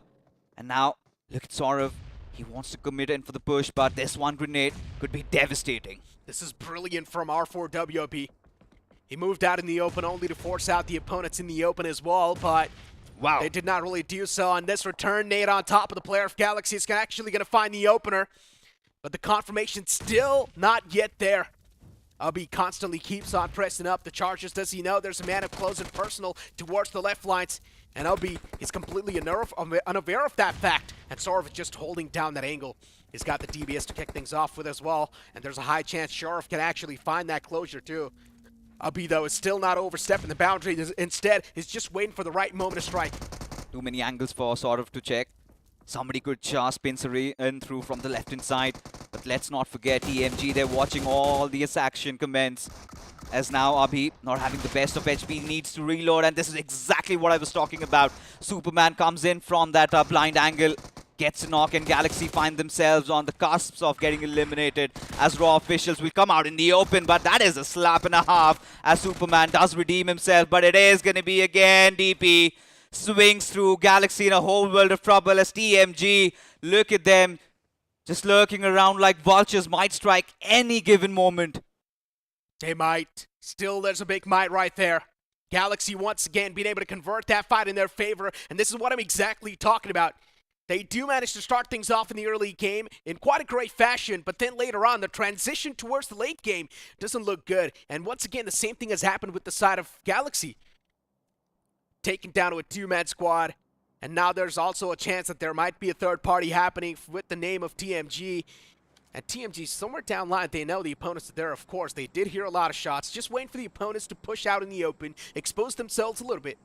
And as soon as that expose is going to be there, probably the first knock can be found as well. 14 in the far fray. I love this off angle that's been created by Franklin. Already finds the first knockout and the confirmation.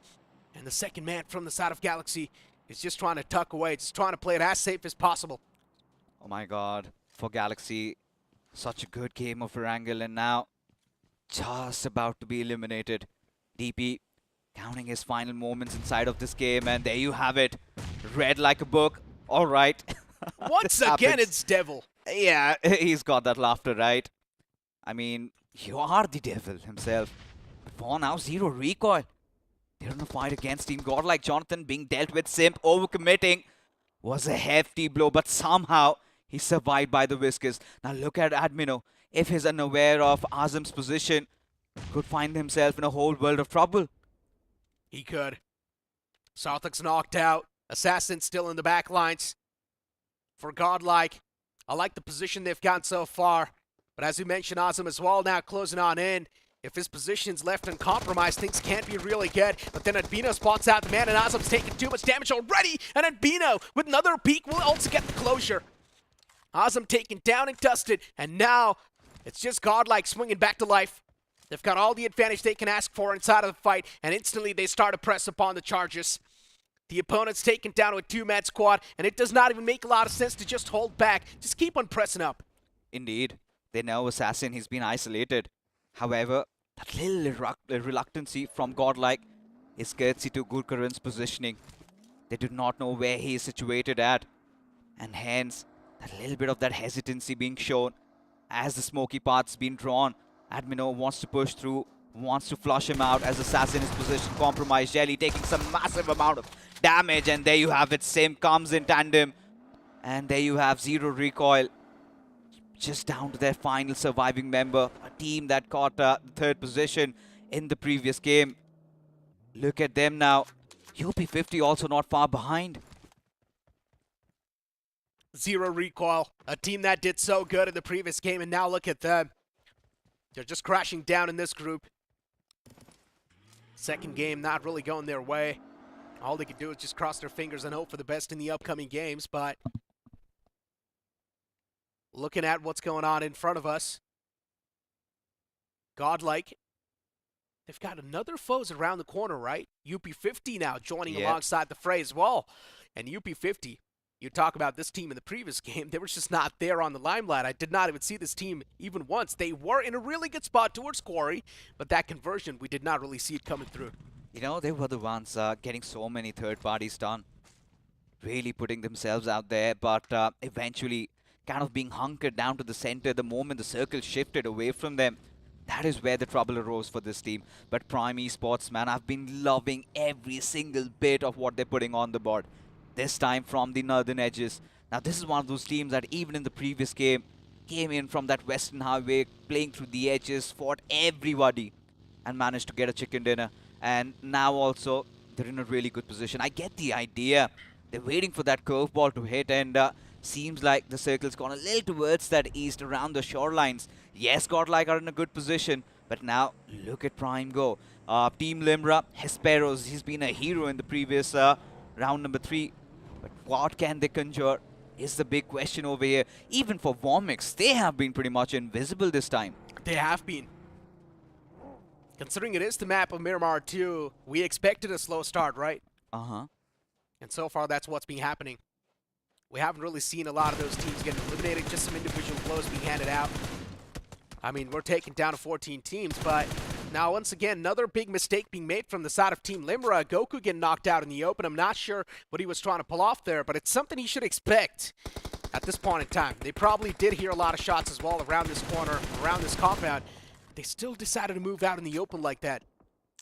I mean, he was just pretty much scouting the terrain, trying to move into a better spot, and gets picked off, goes off guard, goes noticed there as Prime Esports. They've been quite clever, sly as a fox, and they've been hitting hard. For Team Godlike, it all has to be about the defensive maneuver, right? You've lost out on Jonathan. You've got to be very careful with the pushes. And considering the spot that they're holding on, I think Jelly's done majority of his job. It's now down to Admino. And Semp has been having a good run so far, at least in this game, connecting those shots. But look at Encore in no man's land, and he might have a very, very bad ending. Metal Esports, you better not overextend. That's what you're known for. And that's what exactly happens. Encore getting knocked out in the open. No redeeming from this time. Metal Esports, even they get handed out a blow. And I'm not sure how the recovery from this is going to look like for them. Metal Esports, they desperately do need this game in the back. And even if this game is being missed out, there's a high chance they might just give up on that top 4. Because in the upcoming games, the room for error is going to be next to none. And you focus on the side of Prime. Well, I mean, this team's confidence is going to be on the rooftop. It certainly is already. Having control over the Chocolate Hills. They're feeling quite comfortable over there.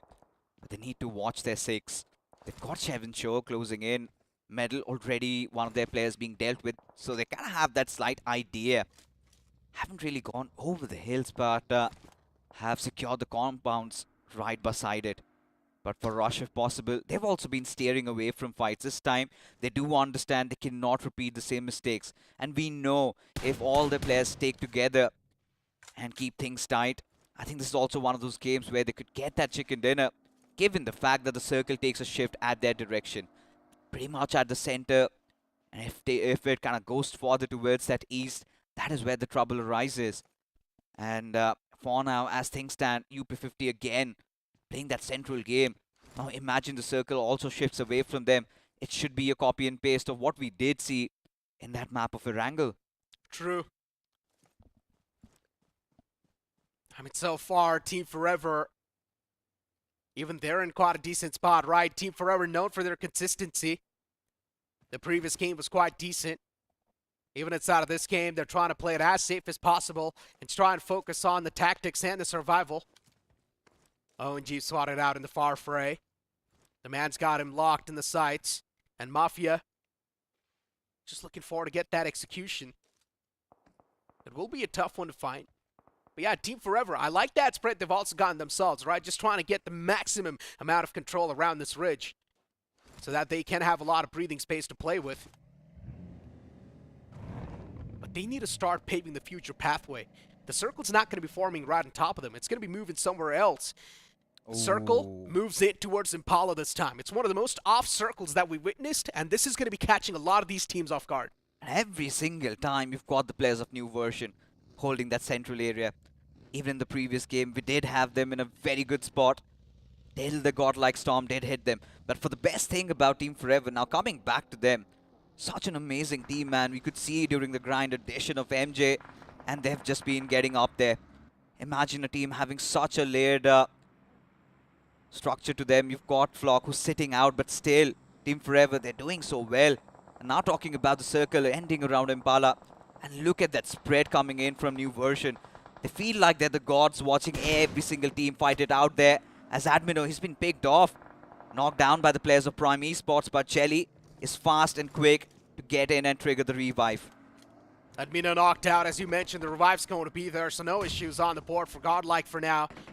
I mean, at this point in time, Godlike cannot even afford to lose out on any of their players. Prime Shanks up close and personal towards Simp, and I think so Shanks is looking forward to open the fray up as well. Simp instead just backing away towards his teammate. It's time to reunite, and I like that play as well. It's quite mature. Look at this, Evan Chop capitalizing on Team Prime, being a little bit of that situation, two of their players isolated, and Brook, he's almost taking his final breaths over here. Toxic will deal with him. Okay. There you go. Toxic living up to his name. Little bit of that BMing. We love that. But where does that leave the players of Team Prime? Just Shanks surviving. He's conquered the ocean. Can he conquer the desert of Miramar? That's the big question. But with very limited supply and just that one last member surviving, I like this little bit of that disengagement coming in from Team Godlike, deciding to reposition themselves. But let's not forget Genji. What is he doing inside of that vehicle? Good question. It's trying to be one of those sneaky plays. I mean, just trying to stay inside of the vehicle, hoping that no one's going to actually check that vehicle too. And it might just work out. It's one of those plays that is quite off, but sometimes it does tend to work out because teams do not really tend to check those vehicles that are isolated in a spot. And for now, for Genji, is looking quite good. He's got the entirety of Godlike right next to him, and the man's just waiting for at least one of the men to step out in the open. As soon as that happens, he will be able to get that opener, instantly reposition. But look at RIP once again. Chaser knocked out in the open. No going back from this. RIP, the entire team is trying to move inside the circle as well, but they're just getting a lot of damage being dished out upon themselves, so they cannot even directly move inside of the zone. But they need to do something. The idea was right for Rush if possible, right? They wanted to keep that lower ridges to themselves, but while doing so, they got picked off. Now UP50 having such a good position for themselves, and look at the circle shift at them. Now this is exactly the spot I would like to have the players for Rush if possible. At this point, oh my god, Lord just giving his position away, and he might be in for some smacking because Mighty, he spotted them. I think so the players already know his position. They saw an entire team just rotate out in the open. A lot of shots were taken against him. And yeah, Lord is out in the open, but he's also got no chance. Considering the fact that if he does try to get back up on his feet and try and move in towards those silos, he will instantly be taken down. So Lord just needs to keep his position anonymous at this point in time. Just make sure he's not really moving a lot. If he does, then his backs will be exposed. But for now, 8-Bit Even they chime inside of a fight against the side of Team Forever, and I do not really have that good of a feeling about this. And Mac gets ran over. Team Forever, of course, being brutal as ever before. Oh, poor Mac. He was the one trying to provide the support fire. Was spotted out, and Team Forever dealt with the threat instantly. And now 8-Bit, they're in a whole world of trouble. And the big question is, what does Mighty do from here on? Omega, having spotted him out, Team Forever still need to infiltrate themselves inside the circle. And in order to doing so, they have to deal with the players of 8-Bit. One already being dealt with, and suddenly 8-Bit, they had a good position to themselves, but look at them, all scattered apart. Look at Juicy. He's got that little bit of that high ground advantage, but can he provide that cover fire, Necro? That is the big question. Looking at the map just makes me even more tensed. There's so many teams inside of that city, a big cluster of teams, and as soon as the circle moves away from that city, man, just imagine the chaos that will be there. Majority of the teams inside of the circle, they are in the zone for now, but there's a high chance the circle is going to move away from that spot. Decent, even they're taking a lot of damage upon themselves from a couple of those teams that are around them. Team Limra is there in the front lines too. Envy in a really good spot as well with the high ground. 8-Bit Juicy's there too in the back lines with the high ground that he's gotten to play with. Zero recall, they have been completely eliminated from the game too. And for now, focusing on this fight, RIP against the side of Seven Shores. Both these teams had the same game plan to play with, but eventually it's probably going to be the side of RIP to come out on top, as they've already managed to find the opening. The man's inside of the smoke for now. It's just constantly going for the spam as well, and Flick YT just blows up that vehicle. He gets the knockout. The confirmation is not that far away. Indeed it isn't. As Toxic, he needs to retaliate back, and for the players of Rush if possible, you've got Flick. He's holding on, the captain, he's thrown his hat into the ring. And now he wants to get some nice juicy finishes for himself. As Toxic, still alive though. But for how long? Aru already down on his knees. And Rush if possible, they will have to execute this Rush in order to make sure they've got things at bay. Need to recuperate a little bit, but Aru does not have enough time, as this grenade could be devastating. And indeed it is. Flick leading the charge, has managed to find the knock though, but look at UP50. They're making those moves out there. They really want to get inside the circle and Rush if possible. Lord, he's got some HP to work around with. Couple more grenades, and that could be it. Seven Shores. Toxic, the only player left alive. And his teammate is begging for that revive. But there's a high chance as soon as he goes for that revive, spam might just come through the smoke. RIP, even the backs are looking quite exposed. They need to be very off the back lines too. There's another team right there. The circle once again shifting towards the city, so that's a good news for all the teams that are playing inside of the city. But there's still a decent amount of teams being left out from that zone. A push comes through. Seven Shores once again starting to face the brunt. It's quite a dicey spot to come out on top from, but RIP, they're taking a lot of damage themselves. M4 versus M4 up close and personal, and this time it's going to be Aru to come out on top in that fight. RIP, what a big blunder this is. This indeed is. Where are the remainder of the players? Nirvana all out in his open, and he gets picked off. But look at the circle shift. Team Forever have such a good position. Now everybody has to move in like flies. Look at Godlike. They're trying to carve their way inside the zone. Siam already being dealt with. Medal down to their final member, Paradox. But how long can he survive? As now even the players of Decent are trying to make a move. And 80 looking and ramming at Paradox's door. Still survives another day. But no. Paradox having been dealt with now. Team Limra also trying to close in. But look at Godlike. Jelly, the final surviving member. They've got 8 finishes already, but how much more can they salvage for themselves? Exactly, the Wall of Death is doing some constant damage against the players. Luckily enough, Jelly was the only man to breach in the safe lines, so it was looking good. And now Jelly's got a couple of more teams in the front lines to take care of, but I'm not sure how well he's going to be able to deal with that threat. Jelly slowly and steadily trying to move in from the outskirts, but eventually he gets caught with a spray. UP50, of course, they're going to put an end to his misery. And now you've got Decent up against the likes of TMG. TMG, Aryan is all the way in the back lines, but the two players up close and personal, they can cause a lot of issues. And look at the likes of Team Limra all the way outside in the blue. They're taking a lot of damage. The man is trying his best to patch himself up and move in the safe zone, but I'm not sure for how long he can keep himself alive, considering he's quite in the open. Hesperos, he's been a hero for this team. Even in the past, his heroics have saved Team Limra. And they've made it to round number 4. But now this time also making it. But this time, he goes notice. New version have some slight idea. But look at Franklin. Like dollar bills. just sprays across, and Mikey already having been dealt with now. He's going to get that finish. Even goes untraded. Karan not having the best of HP. And is that Hesperos? Yes, Karan deals with him, but eventually also falls. And TMG, they've been having quite a brawl. Already a lot of finishes gained, but Team Forever, talk about consistency, man. This time, also in the top 6. Exactly. Team Forever just really good when it comes to that positioning gameplay. Somehow always find themselves in a really good spot inside of the zone. Nice. But look at UP50. Nice nade from the side of Kana. Able to find that opener. And now for Team Forever, MJ, yeah, he's got no other choice than to move out in the open because he also needs to move inside of the zone. Team Forever, Omega is also in the open fields. I'm not sure how well he's going to be able to play that position, but always getting pounced upon by a foe that's quite close. He jumps down, gets the knockout onto Obase, and Juicy almost could have found both the players. But now Team Forever taken down to just that one last surviving player. From having the most advantage inside of the final few moments, now taken down to a one-man squad. And now Omega is going to be having so much pressure being shifted on top of his shoulders. Let's not forget about Toxic. He wants to get inside the circle. Yeah, Omega might have the best position, but it's usually lonely at the top, as the saying goes. But for UP50 and TMG, what a nice comeback from their side.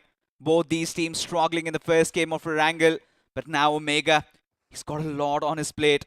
The big question so far is how does he deal against situations like this? There's now still 4 teams alive. Toxic, he could be the one who could throw a spanner into the works of the players of UP50 because nobody is paying attention to that one lad. And these grenades, Omega needs to be very watchful. And Toxic, in fact, from the backlines, reveals his position, gets that one finish. What a game for Seven Shawman. Yeah, just gets that one single strike, and that's going to be good enough to shake the entire lobby. Now we've got the final 2 teams, ladies and gentlemen, in this stage 8 of the game. As UP50, they're looking forward to face off against TMG. It will be a 2v2 battle. Just to find out who's going to be the one to come through victorious, but unfortunately for UP50, the Wall of Death is forcing them outside of their comfort zone. They need to move inside of the circle, and this is where the players of TMG, they might just have the advantage, but UP50 looking forward to pounce on the opportunity, but instead they get denied instantly. It's going to be the players of TMG this time to start things off. A team that pretty much got eliminated in the very first positions of in the map of Erangel and suddenly has redeemed themselves and now are in the race of the top 4. This is what we're talking about. The intensity of this game of Miramar was surmounting. It was gigantic and I loved every bit of it. Now TMG, they were like vultures, we could see, right? Initially those few fights, I think it was Galaxy and Raw officials. That is where they decided to third party and had put themselves in a really good position, enter inside the city, and we have seen this time around during the BGIS, the circle always tends to go towards the cities. They were holding on a beautiful spread, and towards the end they had their workout out. I think the biggest challenge had to be Omega, considering he had a little bit of that high ground, but Seven Shaw, Toxic, I mean, that was some really nice gameplay from the side of Seven Shaw. That is true. I mean, Seven Shaw's been able to sort of spoil the day for Team Forever was definitely something that none of us saw coming. But hey, Toxic out in the open, of course, getting that knockout or getting that finish on the final player of Team Forever was, of course, quite unfortunate, putting an end to his misery. And then later on, UP50 as well could have had a solid shot at winning the entire game, but unfortunately, the Wall of Death started to move in, so UP50 needed to leave that comfort spot, started to move inside of the zone. Even that's where they got screwed up. Once again, 8-bit for them, not that good of a game. I had a lot of expectations moving in towards the map of Miramar, Indeed. But unfortunately for 8-bit, they were not able to survive that cluster of teams. But then can you really blame them, though? There were so many teams inside of the city. It's really tough to come out on top, man. Let's be honest. You know, to be honest, 8-bit, yes, they did not have a good game. They did not have the info on the players of Team Forever. And the moment they were kind of unnoticed, I think one of their players getting isolated over there. Yeah. I think it was Mac. Suddenly a full squad of 4 arrives and Bentley just runs over. But then again, I liked how Juicy threw a spanner to the works of Team Forever, right? They had all their players alive and suddenly Ovace just whiffed that shot. In fact, that whiffed that fight against Juicy. Yeah. As a result of which, one after the other, they just went tumbling down. But still Team Forever kind of keeping up with that consistency. I'm liking where it's going. But even for new version, again the circle center, but still could not get much. I mean, Juicy was able to hand out some serious damage, that's for sure. And yeah, Toxic just getting the knockout and the confirmation on that last player. And then over here, too, as I mentioned, it was a 2v2 battle against the side of TMG and UP50, where TMG had an easy work for them, considering they were inside of the zone. They were in that comfort spot. All the players UP50 needed to do was move in from their comfort zone. And as soon as they tried to do so, they were quite exposed, and TMG took the opportunity of that. Focusing on that Juicy play once again, though, dropping down from the top, getting those 2 knockouts was a big one, because I genuinely thought that Team Forever should be able to be the one to secure that elimination. I mean, in that situation, you could have noticed, right? One of those things. Always initially did have that M4 on him, and the moment he tried to switch to that DBS, that little delay, right? That is where Juicy had the upper advantage. And considering for 8-bit, I think they're overthinking too much, because such a huge drastic spread was really not needed. But still, the damage was done. But again, coming back to the final fight, right? The fight between TMG and UP50, considering both these teams were playing around the center, did not have a lot of butyl to work around with. Now imagine, Necro, even if one of the players of UP50 had a molly or even a grenade to flush out their opponents, I think this fight could have easily been theirs. I mean, it could have been a complete different scenario then, right? I mean, this late inside of the game, teams really do not expect the other teams to have any sort of utilities in the hand in the first place, right? They know everyone's exhausted everything in the couple of fights that just happened before. And somewhere down line, it all just comes down to the firefights, right? And the position that you find yourself inside of the zone. If the late game circle is sort of favoring you, well, then all good in the hood. If it's not favoring you, well, then good luck coming out on top. And that's what exactly happened with UP50, right? They had that ticket booth to play with. As soon as they moved outside of that ticket booth, they took too much damage, considering they were in the open. And TMG, all they needed to do was just play peekaboo around that ridge, and that's what they did. That's how they got the elimination point secured. But as I mentioned, right, a lot of these teams we had expectation to perform from. You can't say Limra as well, not able to perform once again. And Limra is supposed to be the torch of consistency, and so far we haven't even seen them on the board. And this is, again, the stakes really getting higher. Yeah. And we're talking about the upper echelon of round number 3 making it into round number 4, right? They've been grinding it out, and yeah, those jitters are there. They're kind of starting to overthink. But there was one of those fights that we really need to get back to. It was Rush if Possible Mizo taking on Chevin Shaw. And in that particular moment, really loved how Rush if Possible kind of had the good position to themselves. But Nirvana really not being a part of that fight, eventually to be getting picked off from the backlines. And it was a recovery and a half from Aru. You remember, right? Toxic and Aru both trying to survive. They were getting knocked out time and again. And still, Aru towards C and just that clutch against the last surviving player. I think that was really nice from Seven Shore's side. But for Rush if Possible, again, not a good start into the game of Miramar. They lost out on one of their players whilst they were trying to rotate. 2 bad games already, and we would love to see a comeback from their side. I mean, in general, they were just looking really desperate when they made the move right side of the circle. They were quite exposed. One of the player, actually, Chaser was the man who got knocked out in the open in that mid-rotation. So in general, we knew RIP is sort of screwed. Rush if Possible, there's no way to Rush if Possible from this spot. So all they could do is just hold down that ridge, cross their fingers, and hope for the best. Still, the fact that they were able to survive for that long is quite impressive, in my opinion. But you know what? Fixes, enough talks about the teams. Now it's time to focus on the individuals. Who do you think is going to be the MVP from that previous game? Is it going to be Omega? Is it going to be Juicy, who managed to pull off that individual play? Could be Franklin also. Yeah, even he could be there. It's so confusing, right? Considering we saw a big cluster of teams. It's really tough to keep track of all the eliminations that were happening on the board. But here we go, ladies and gentlemen. It's going to be, once again, someone from the side of Godlike. Admino on the board with 5 elimination points and the finished contribution of 63% and the map impact of 8%. I really like how Godlike took that fight again, 0 recoil, right? 3 of the players having been dealt with. Jonathan, yeah, he got picked off pretty early on. But despite that, Godlike, they're still trying to get those finishes on the board. Every single game, we're seeing them rack up around 7 to 8 limbs. And yeah, I was talking about Franklin, such a crucial player, such an important piece. And this time, they have retaliated back. And Juicy, those 4 finishes, I mean, the captain himself stepping things up. Loved it. For the players of Team Forever, like we said, it was a consistent game heading on from Mirangel to Miramar. I do picture them already in my top 3 right now, but Aryan and Franklin, kudos, man. TMG, once again, just looking forward to be as consistent as possible, right? Now, in the previous game, it is understandable. It was sort of a dip in the performance, but now getting that chicken dinner, you can't say it's another big start that TMG, they have gotten themselves. And TMG is another one of those teams that you do not really expect to be in the first half of the board, let's be honest, right? Because when you look at the entire bracket, you see so many stacked lineups, but now that TMG is coming here with a complete bang and a surprise, I want to see more of this team in the future now. We certainly have to, and really cannot take it away from them. They Yeah. still made it from the top 3, right? In round number 3. So can't really rule out any single team. But, you know, would love to see how the standings are right now, this current matchup.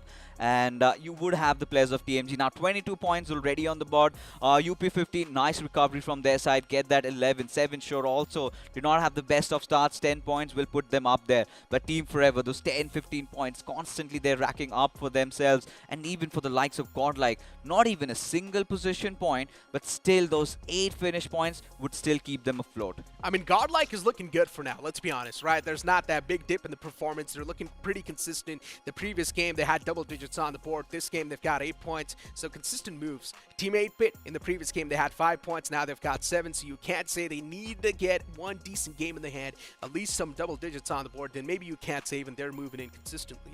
New version, decent officials. Decent is always there. They're getting the limelight, but unfortunately, the conversion's not looking that fluid. They need to do something. They need to start refining their playstyle. 7 Shore Esports, the fact that they're there in the top 3 in the point standings is also quite surprising to me.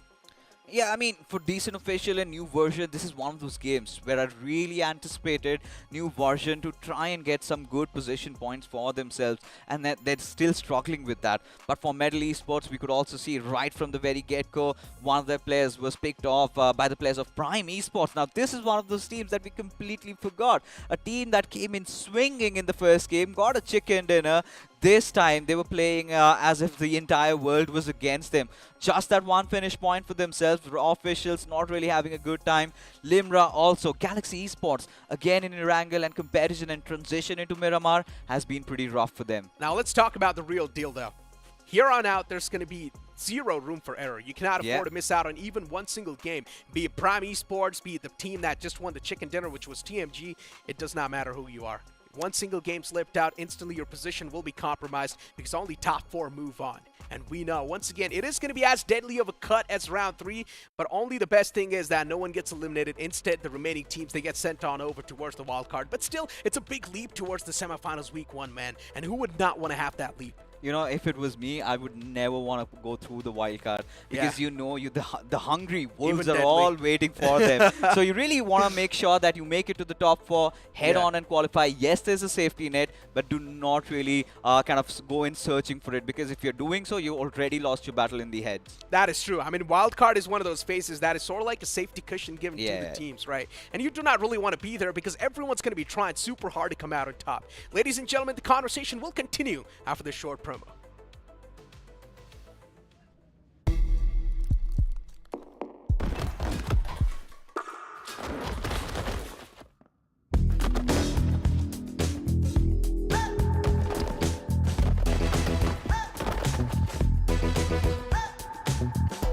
Make sure they know with the new Royal Pass. Get epic skins, catch unique emotes, collect exclusive rewards. Don't be default, wear your cred. Battlegrounds Mobile India. I mean, of course, the Royal Pass, it's a safety bet that every single person can take. And once you spend that UC, also you can get it back, right? That's the best part you love about it. Oh, of course. Who does not love about that? Because you get the 720 UC back. You get to customize your own skin. You can add those splash of colors, like it the way you want it. I mean, Necro loves black, right? But I like some colors. So, of course, I have done so. And you get those amazing Tommy Gun skins and all of that. But now, 2 games done and dusted. Heading on into the next matchup, ladies and gentlemen, one quick look at the schedule. It is going to be the map of Sandhawk. Necro, I and Johnny, we've been unanimously talking about it. Always has been a table turner. And the way things have been brewing up over the day, right? As Necro, he's going to be taking a little bit of that breather because Johnny, he's been screaming out. He wants to get back in here because it's the map of Sandhawk. It is some nice action heading ahead. Because now, Johnny, welcome back. Now, Miramar was an absolute twist into the storyline that we're trying to brew up, right? The teams that got the first and second, third position were really struggling. Prime Esports could barely get 1 point. Even for Zero Recoil, they could barely get 1 point. It is just the players of Team Forever that have kept on with the consistency. But tell me about your thoughts with TMG getting that chicken dinner. What a comeback has it been from their side? I mean, yeah, it was incredible. I was watching the game, and at least for the first 3 zones, I felt like, all right, maybe Prime again in the prime position to win it all. But all of a sudden they disappear and they're down to their last man. So that faded away pretty quickly, and then TMG holding on to their ground till their last breath. That was incredible. And of course, as you mentioned, a lot of comebacks initiated right off the bat in game number 2 itself. I mean, what did we expect? This is round 4. We have a war on our hands right now. And of course, as you said, I think one small correction. I believe Godlike also did put up decent numbers on the board. I mean, the first game as well was quite decent. So they're maintaining that middle pack run of theirs. And we all know the aggression is what they are known for. So hopefully, Sanhok, a map also known for aggression, is where they show us, well, their true capabilities. And you really got in a nice pointer out there, because even during those weeks of grind, we could see Godlike really having a successful run in the map of Sanhok. Yeah. I think they kind of secured 2 chicken dinners out there, and in every single week they had one to themselves. So they've got a perfect record going on for themselves. And yes, like you said, getting those finishes, struggling a little bit of those position points. Well, Sanhok is a map where they can fix it all. Hey, if we take a trip down the memory lane and go all the way back to BGIS 2023, I know it was a little bit of a different lineup for the side of Godlike, but you remember the first Sanhok? Yes, they were running around the map, hunting everyone down.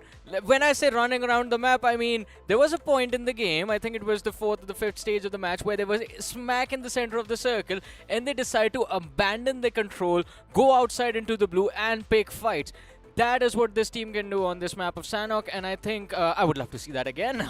We would all love to see that photo happen, because Godlike, again, they've got a lot of that fan base coming in, tuning every single day, rooting for the players. So far, things have been going all right, but in the rainforest, a lot of those unexpected things tend to happen. True. They have accomplished their fears, at least in this matchup. But this is just not about Godlike. It's all about those new dreams that are in the making. It's all about those new teams that are trying to make waves, ladies and gentlemen, as the flight path trajectory heads all the way from Lakavi towards Tatmok, and you could already see a lot of those teams taking a plunge. Yeah, I mean, for the first time, I think we get to say, like, all right, this is a flight path where on Sanhok, you might have some trouble if you are looking to go towards Sami, Nakam, and Tambang. 3 locations that I have observed have been quite heavily utilized in all of the matches that we have witnessed on broadcast in round 3, in round 2, and in round 1 of this year's BGIS. So that is, I think, one new change that we have seen a lot of undergod teams take into consideration, that these off drops can actually work out quite well for you. But right off the bat, one big drop clash. I mean, it is Paradise Resort after all. For a reason, there are big fights happening in that position. But Kambang, over here we have TMG going up against Galaxy, a rematch of what happened in the game of Erangel a few moments ago. Oh, I like this new rivalry. Kampong this time is one of those areas that they have selected for themselves.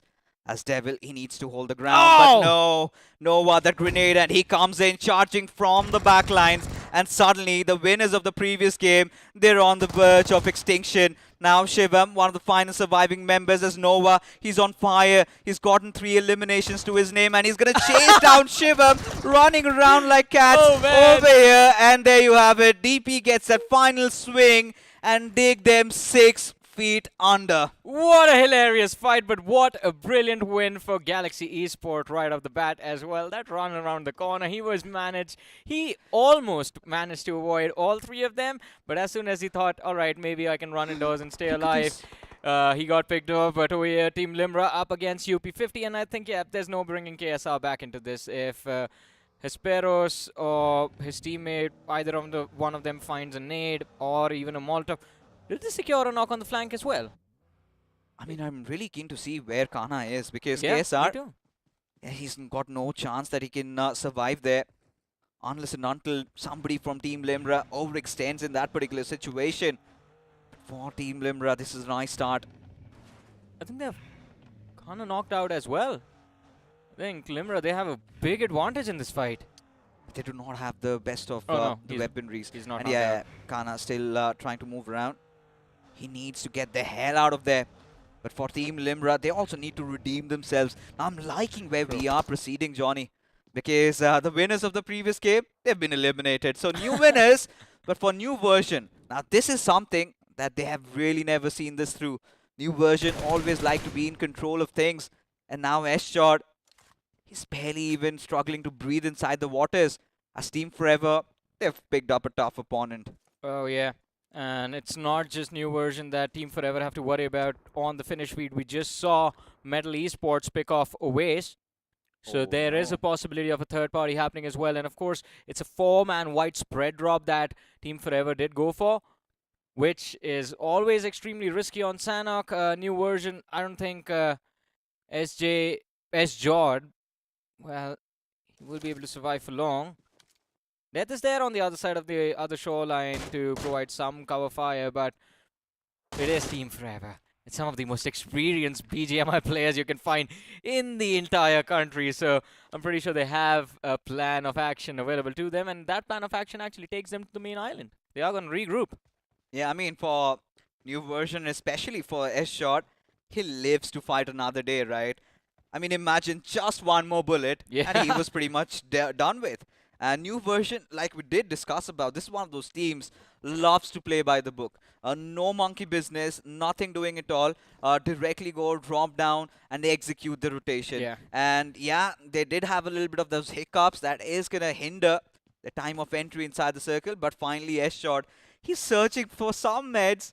It's a first aid at the very least, but talking about the circle, Johnny. Now, this is one of those zones we've also seen in the past could go around those quarry areas. Raw officials have a really good position, and I really like that fast movement coming in from Team Metal. Oh, but look at this, Team Forever. Midst of their rotation, they do get spotted out by the players of Zero Recoil, although it is that Lamborghini. It's quite quick, so they do manage to make that escape. You wanted a Lamborghini, right? Sorry? You did want a Lamborghini. No, I wanted a Bugatti. Just so I could I mean, go in around. real life? Yeah, I mean, if I can get it in real life, that would be better. In real life, I would take the Lamborghini as well. I would take the coupe in real life, my man. That is exactly what I was trying to get there. You know, I would have loved to hear you say, you know, having both would be even better. I mean, one would be fine for me. I am not that greedy. So if anyone wants to give me a Lamborghini, you know where to reach out. But again, you know, coming back to this particular matchup, so Team Forever having lost out on Owace. Now they're also starting to feel a little uncomfy because considering how they started things off the first two games, they did amass a lot of those points, right? Still sitting around 25 to 28 points, which is quite decent considering you've got top 4 qualifying. So for now, Team Forever, now this is where they get truly tested. But for Prime Esports, man, I've been loving this team. And I would really want them to make a comeback in this matchup. Yeah, but I mean, if Necro sees what is happening right now, I'm pretty sure he's going to be upset. He's not a huge fan of teams rotating in a single car. And of course, it is Sanhok. 3 players in a car. That is a lot of noise you're making going around. Luckily for them, you see on the radar, there's no one close to them. And of course, one thing I wanted to point out, 8-bit, brilliant way to start off their game. So they took a 4-man widespread as well, their initial drop. They had 1 player towards the eastern shoreline of that Ruins Island, 1 on Ruins, 1 towards Tambang, and 1 just underneath the player of Tambang, where all 4 players can play as a duo, individually split into 2s, but they will have a lot of area cover to go for a loot and information. So they have a lot of information to work with, but the pressure will start to develop upon them in a few short moments. This is exactly what I really want to discuss with you, considering Team 8-bit, right? They go on for those splits in the early games. It's understandable.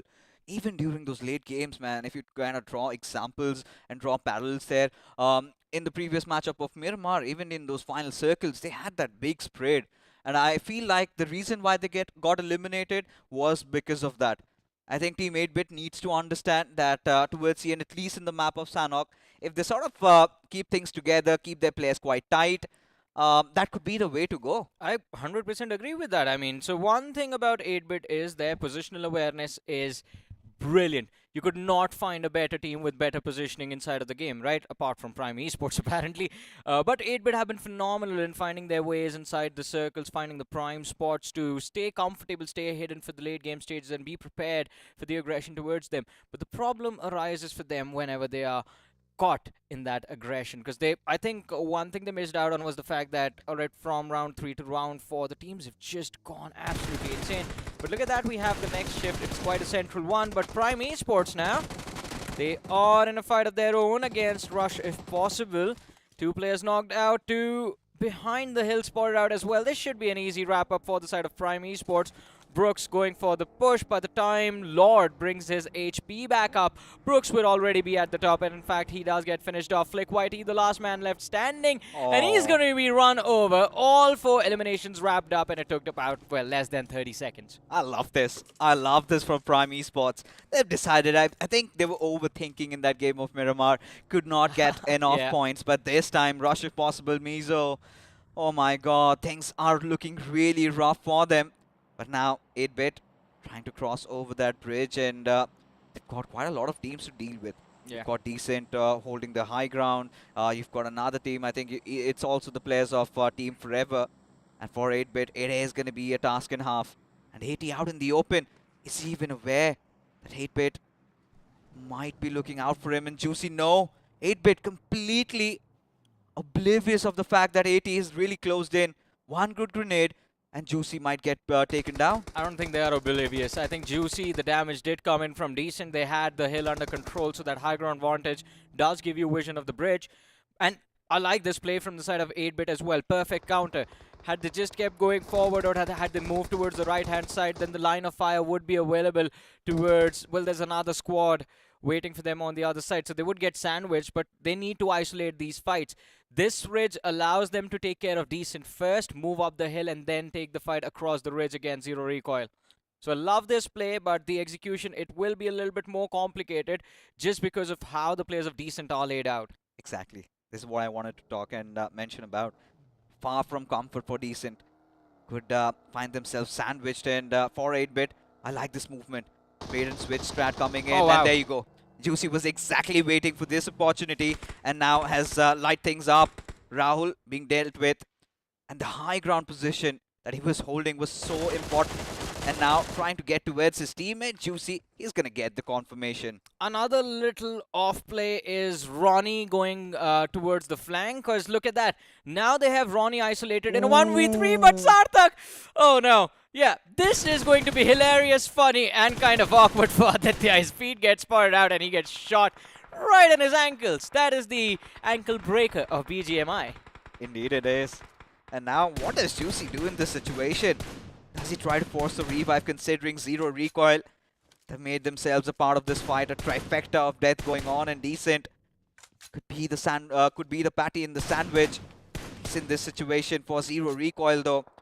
Started off really well in Erangel. Miramar game did not go the way they wanted, and Ronnie, I think, is pretty much a dead man walking. There's no way on earth that Woni could get back to him, get that revive, and reset that particular fight. But Aditya being dealt with now again.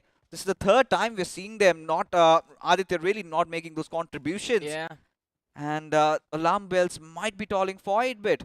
I mean, he's a buddy of mine, but I have to say that was not a smart play right there. He started to fall back the exact same direction where he got knocked out. I mean, I understand he wanted to get close to Juicy to get that revive in, but it was a tough call about how you make it happen.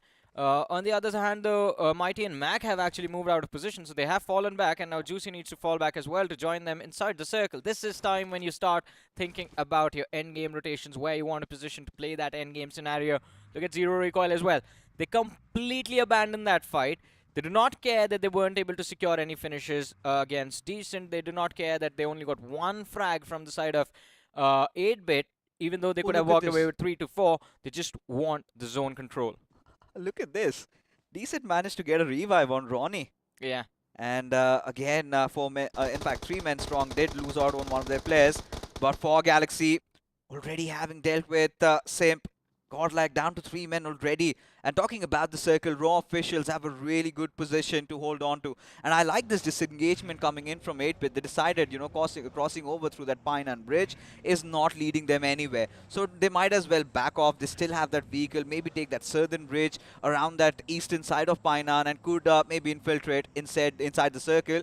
But you still have Team Limra. And now even zero recoil. They've joined the fray. Makes things even worse. But for new version also, big task ahead of them. You've got UP50 and UP50 trying to cross over, but look at S-Shot's position. I think that is also something we need to talk about once the map is in front of us. But for Godlike, all right, some of those heavy losses, and this time they haven't really gotten themselves on the board. Well, that was a quick in and out from new version. do not really stop for anything in their tracks, just crossing the bridge, making it inside the zone. But how did they find cover? We will find the answer to that question in a few moments. You were talking about UP50 fixes. Well, here they are. Swimmers across the river, and seems like 7-shot Devil. He has been spotted out. Saka instantly goes prone, lines up the spray, and it is perfect. Finds the opening, and I think it should not be too difficult for them to secure this finish as well, considering the other 3 players from the side of 7-shore are, well, not quite close to that fallen man over there. Now for 7-shore, if you talk about this one team, Toxic, he's done so much for his squad, especially in that previous game of Miramar, right? And for 7-shore, really living up to their name, still playing around the shorelines, but now could be the gatekeepers because 8-bit might be coming through. You also have UP50 for 8-bit. Oh my god, the timing has been all over the place. An 8-bit run into a similar setup just like the one before between Decent and Zero Recoil, but this time it will be 7-shore and the players of UP50. And this is the one thing that I've noticed in this game of Sanhok. A lot of these teams are letting a lot of knocks slide. They are letting the players be. You secure a knock, you reposition, and, well, look at this. Devil, he has gotten a revive. A few moments ago, we saw Ronnie being brought back into the match where there was no business of him being allowed to survive any longer. So mistakes aren't going punished as heavily as you would like them to be. Yeah, I think the reason is pretty obvious, right? You try to overcommit, try to get the elimination, and suddenly you get third-partied.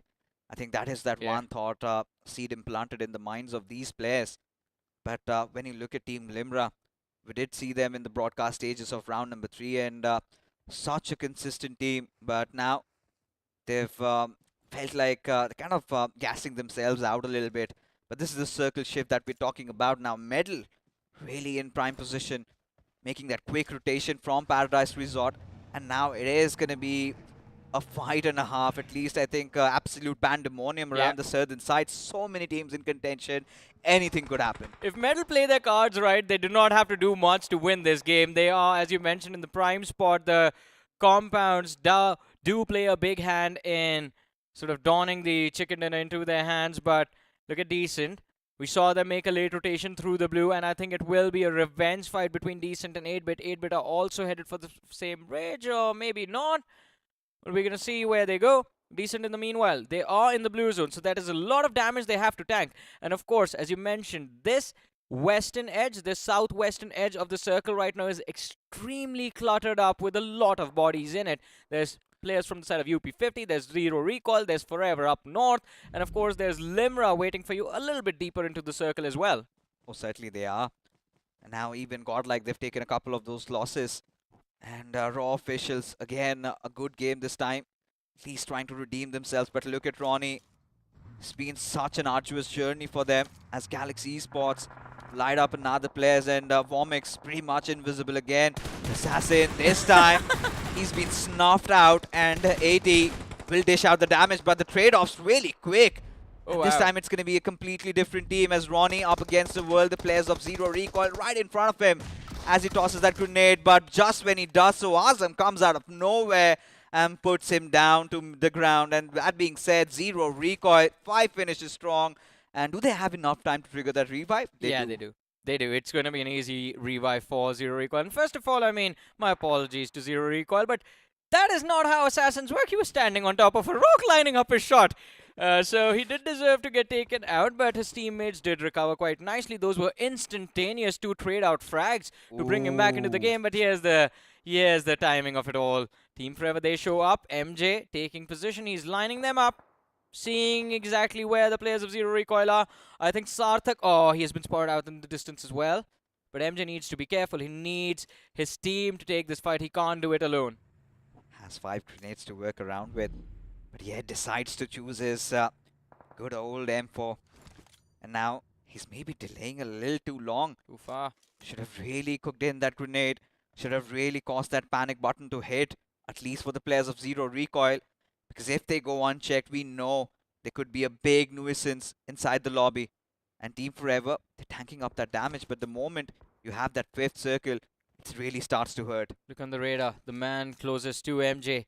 He is constantly looking in this direction, but that nade Well, Assassin, he is going to be dropped down to 50 HP. I think the next one might do the trick. He gets forced out of cover, but he has backup in the backline, so MJ can't really commit a spray to this fight. He will have to settle for that damage from the nade and basically be a nuisance to the players of Zero Recoil, pushing inside the circle as well.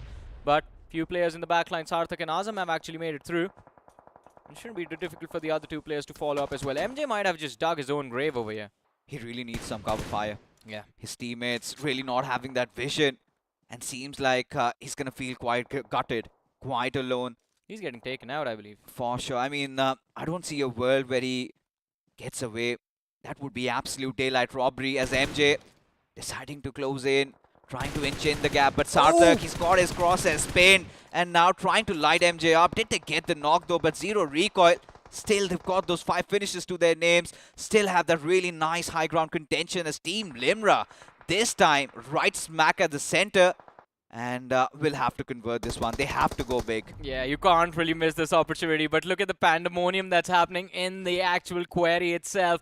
A lot of teams stuck on that low ground, and Godlike is one of them. Admino, he's the last man standing for his team, and the biggest threat up on his head is Brook in the backlines, who will close in a few moments and can pick him off at any given time. And he realizes all that paranoia is kicking in for Admino as well. Oh no. Jelly, even he gets, well, turned to jelly over here. I think the idea was giving all those meds to Admino. He needs to go for that healing battle, but 6 first aids aren't really gonna make the cut. Yeah, indeed. And this time Godlike do not have enough finishes to their names. Just 2. And Admino needs to salvage at least 6 to 7 more to still keep the board afloat for Team Godlike. As Raw officials really throwing a spanner to the works of Godlike there right now on the peripheries, right now on the edges, and pretty much have been snuffed out. I think Medal knows exactly where they are, and Team Limra also quite aware with the position. Oh, but Raw official, they are getting destroyed as they try to peek around the corner. And there's no escape from Medal for them. A direct line of fire available to the players of Medal and, of course, Team Limra as well. But 8-Bit he might be the last man standing, but he is mighty indeed. Gets pushed upon by the players of Team Forever. Secures the knock, converts it into a finish. 2 points secured by Team 8-Bit, but that is definitely not going to be enough. And Omega, he is definitely looking for that revenge frag. But this is going to be brutal for the side of 8-Bit. 3rd game in a row. A little bit of an underwhelming start to the day. Oh yeah, but for Team Forever, this is also one of those games where they really hope they could have gotten those numbers up, as Admino took his final breaths, and not really the kind of an exit you would want to see from Team Godlike, as MJ finally put down the ground. Had to be Azam, and now Omega all by his lonesome. The lone wolf, he has to survive. He has to carry the torch for his team. The big question is for how long? With so many vultures still flying around him. You've got Team Limra, you've got Team Zero Recoil, and now UP50. They want to toss their hat into the ring, and it is against the players of Team Limra. But before that could even happen, the zone engulfs everybody. Oh, but look at Azam. He shows up out of nowhere.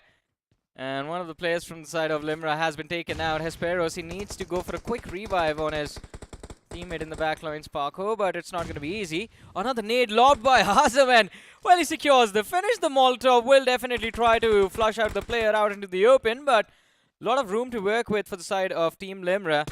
And Zero Recoil, man, what an incredible performance in this game. I did not think they would make it further than the, as you called it, fixes the trifecta of death between Zero Recoil, Decent, and 8-Bit. But look at that. They still have 3 players standing in this game, and they have 10 eliminations on the board already. Clawing and scratching their way through inside the circle and beating everybody up. 11 finishes. First game of Erangel, we saw them get that top 3. Second game did not go their way. And this time, they're back for revenge. They're hungry for more. 11 finishes already secured to their name. And certainly Team Limra, now they have to come out in the open. And Assassin, he's ready for it all. Delivers that knock, lights him up, as Hesperos has no other choices but has to go for a healing battle. Yeah, Limra, I think their game will come to an end. 9 first aids available to Hesperos, but that won't be enough. Medal in the meanwhile. Siam, ladies and gentlemen, getting taken out by the blue. Omega gets taken out by Sarthak, and this is it. Zero Recoil. Their win secured, but they can't wait for it. Running into the blue for that final frag. Both of them get taken out. And Esperos, 2 extra frags given, and he repays their favor in kind, gives an extra point to the players of Zero Recoil. Now that is camaraderie right there.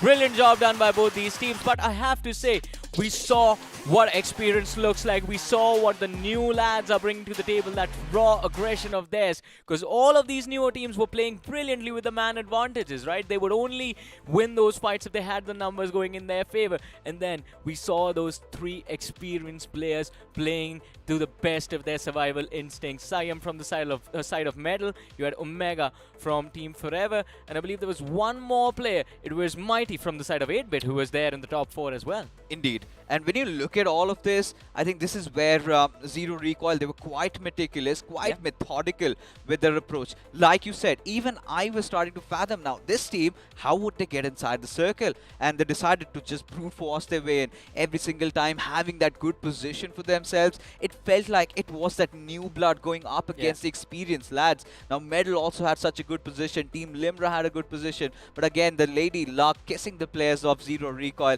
I think that fight against Team Forever, that had to be quite pivotal for Zero Recoil, because had MJ gone unchecked, he could have dealt some massive damage. Exactly, and this is what Zero Recoil are doing right now. This is a trick straight out of Forever's book. I think Oasis has revealed the tricks of the trade over to everyone with how Team Forever played in the grind and how they are playing out today. Because if you notice, normally, ideally, teams have 2 options when the zone moves, right? You either try to push in or you try to play the edge, delay your rotation as late as possible, and then once you are sure that your backlines are cleared, you try to move forward. We'll come back to that discussion, but before that, this was... I love this moment. I mean, they gave him 2 points. He gave them just 1 in return. Don't know why he ran out over there. I think could have stayed in the indoors, stayed a little bit salty, right?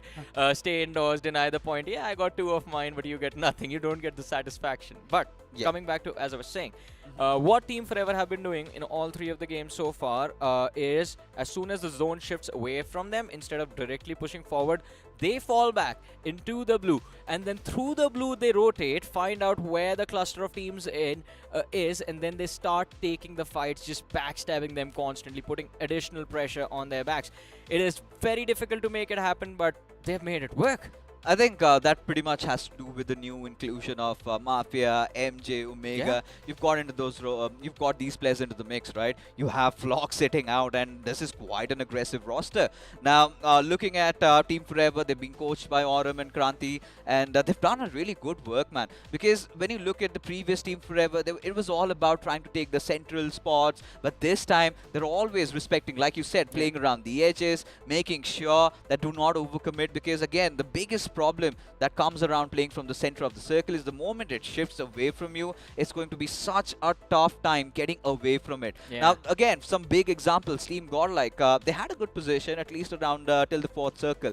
The moment they decided to enter inside the circle, it was Prime Esports. They were the ones who were dishing out some hefty amount of damage. Even the players of Raw officials took a couple of the players of Godlike down, and they had no other avenues to escape. What they did, had to go eventually inside of quarry. Now, the moment you enter inside the quarry area, it is pretty much digging your own grave. It's so difficult. It's barely, in fact, it's nigh impossible to really come out of it, and even that's how Godlike fell. I mean, exactly. Once you are in that dip, there is no coming out of it unless the circle is a quarry circle.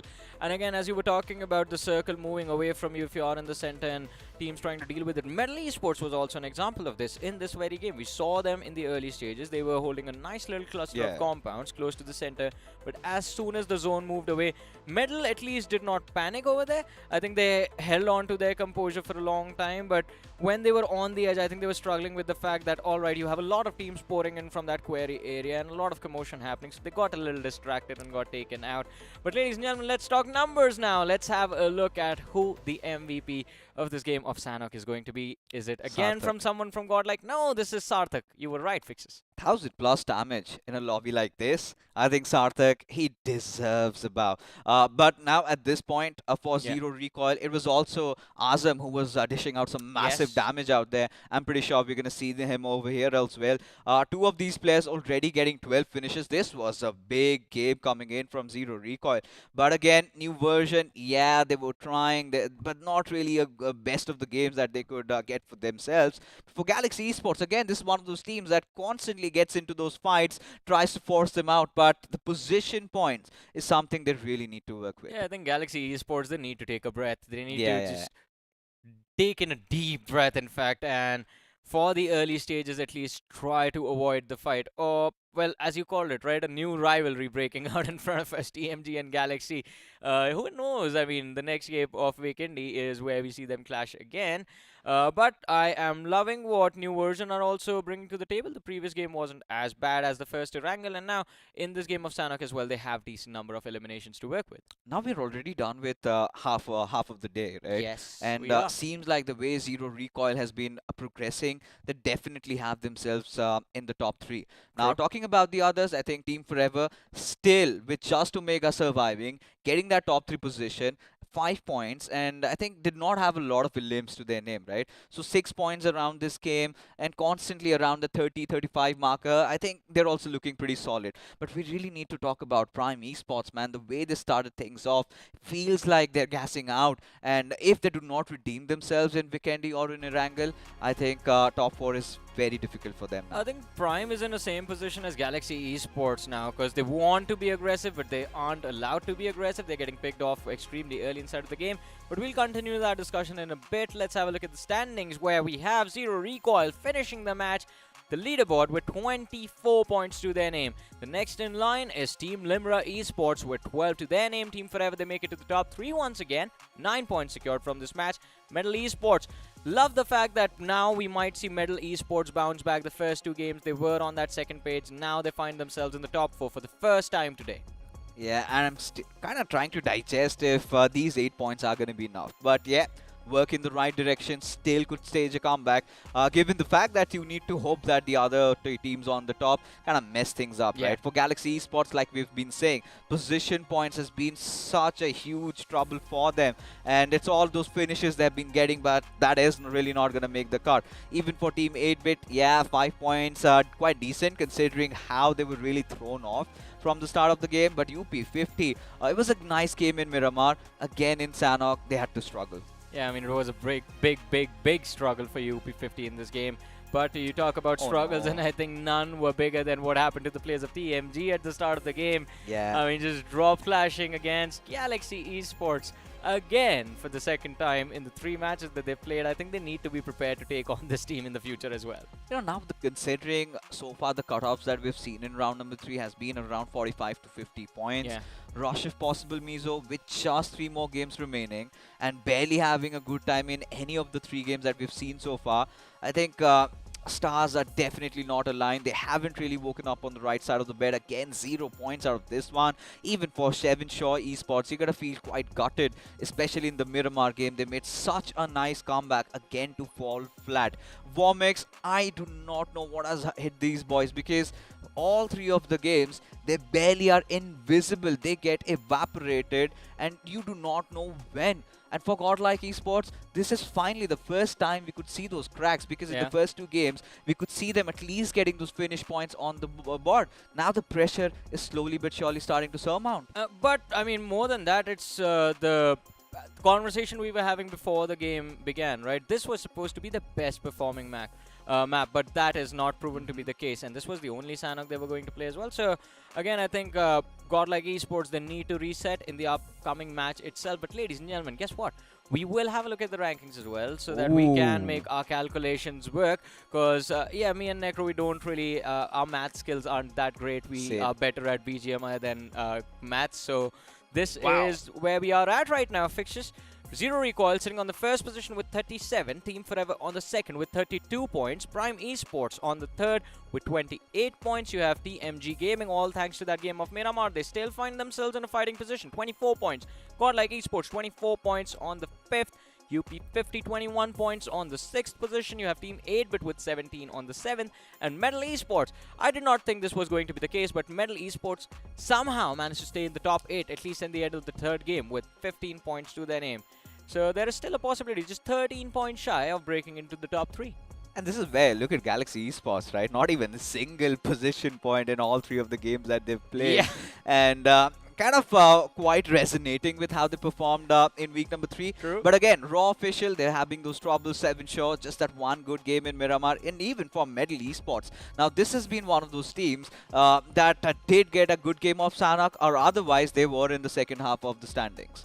And again, I think going into this match number 4, it is important for the top to protect themselves. TMG, Prime, Godlike, and UP50, they need to watch out going into the next few matches, because these are the teams that the other teams are lining up for. If you are 14 points shy, if you're 15 points shy, if you're 13 points shy of that leaderboard, there is, and I always like to say this, there is an opportunity, hot drop right on their heads, wipe them out early, take out the competition as quickly as possible. I love that when Johnny says it, because, you know, we would love to see that aggression really coming up, but, you know, our folks at Crafton have always something new for you guys lined up, and do check out this amazing promo. We'll meet you on the other side.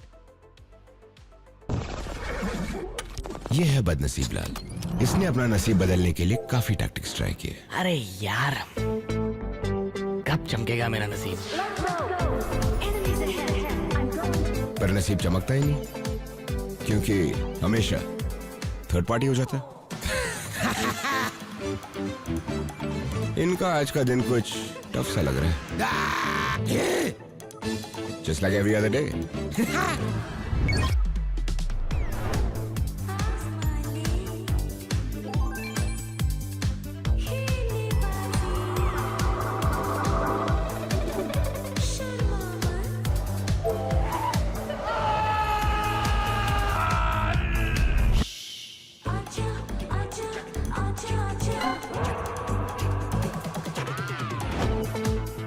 Gold spin में item जीतने के tactics तो बहुत होंगे. तू मेरी मान, बस स्पिन करता जा. अरे मिल गया! तुझे भी नसीब चमकाना है, बस स्पिन करता जा और फ्लेक्स कर गोल्ड स्पिन का all new luminous muse suit, upgradable weapons and epic sets. पहली स्पिन कर 10 यूसी में और बस स्पिन करता जा. Let's get spinning.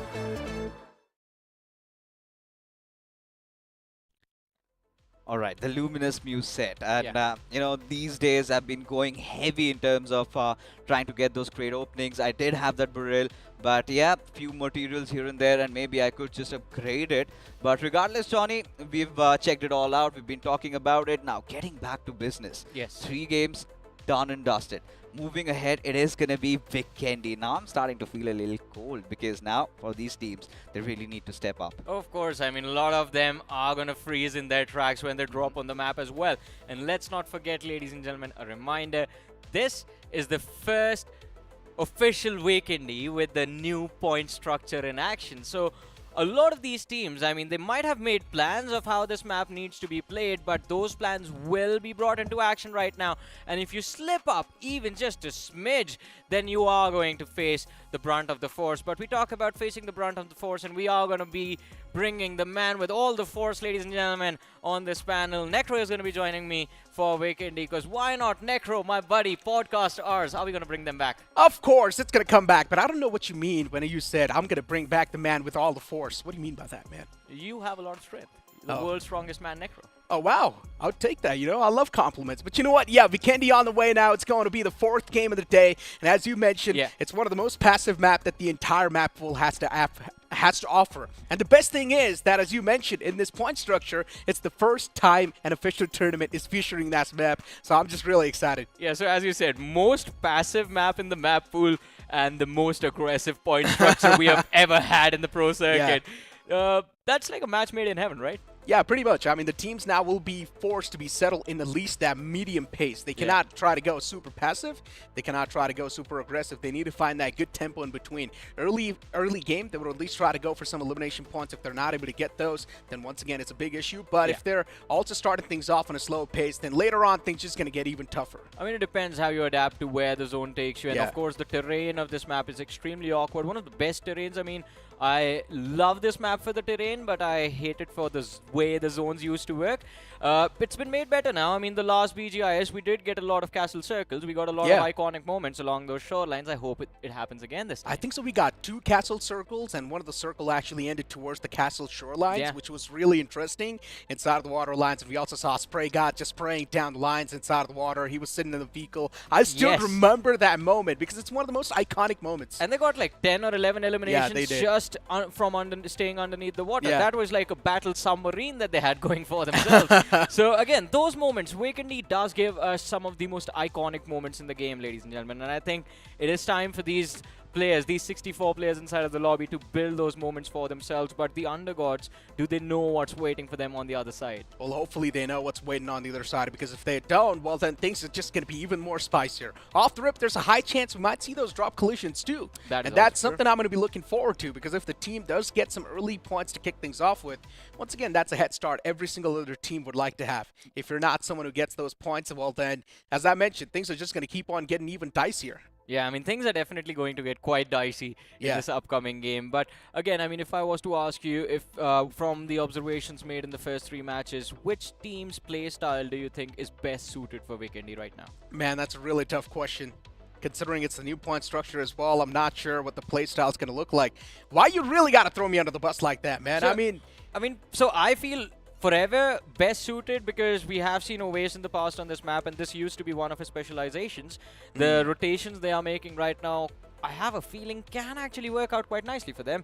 But that is just speculation right now, right? Yeah. I can't see the future. I'm not an oracle, ladies and gentlemen. I don't know what's going to happen. I mean, once again, it is the map of Wakendy, though. The rotations do not really matter. The first 3 stages, they're just going to be barely moving. So you're pretty much going to be inside of the circle, right? So rotations, they barely matter on this map. But here we go, ladies and gentlemen. Wakendy, for the first time in 2024, and BGIS is on the board as the plane flat path starts all the way from the southern side towards Cosmodrome. And this plane flat path, once again, is looking quite balanced. Teams are not going to have any sort of issues. I feel like Spider-Man when he gets taken out by Thanos. Mr. Stark, I do not feel good. Because look at that, the spread across the board. And right off the bat, we have a circle towards Goroka, Coal Mines, and Port Vosto. Now, this is going to be an interesting game. Goroka Hill, that mountain, one of the most complicated terrains across all 4 competitive maps. That hill, I mean, you know why I love the Stalba Kameshki hill, right? It is built in steps. Goroka, it's just the same, but the flat areas are a little bit slimmer, so you do not have a lot of footing to work with. But we'll talk about it a little bit later, ladies and gentlemen. Next, we were talking about drop clashes. Look at Walnova. We have Prime colliding against RIP Mizo. Oh, this is going to be interesting. Both the teams now in the struggling phase, right? Especially for RIP. Things have been looking really dicey. And rush if possible. There is definitely a possibility they can make the rush happen, but unfortunately, Chaser gets knocked out once again. So far, Chaser hasn't been able to perform, and he's one of those players that is sort of like the powerhouse inside of the team. And if Chaser's not able to play well, you clearly do see the entirety of RP slowly and steadily just tumbling down, and that's not a great news. Look at Zoro. Some parkour moves and play it off by this man. He does hear a lot of footsteps, too, and at this point, it's just a cop and robber chase. Yeah, they were chasing them for a long time, and Zoro finally gets shut down. But Chaser, he's been brought back into the game, so RIP Mizo, there is a little bit of a reset that they have going for themselves, although Prime, they still hold the advantage in this fight. But considering this is an early fight, Necro, look at what is going on right now in front of us, because Shanks, he does not have a lot to work with. Oh my God! One mag, and that is enough. Chaser again on his knees, and this time there might be no escape. Oh, the second weapon's even deadlier.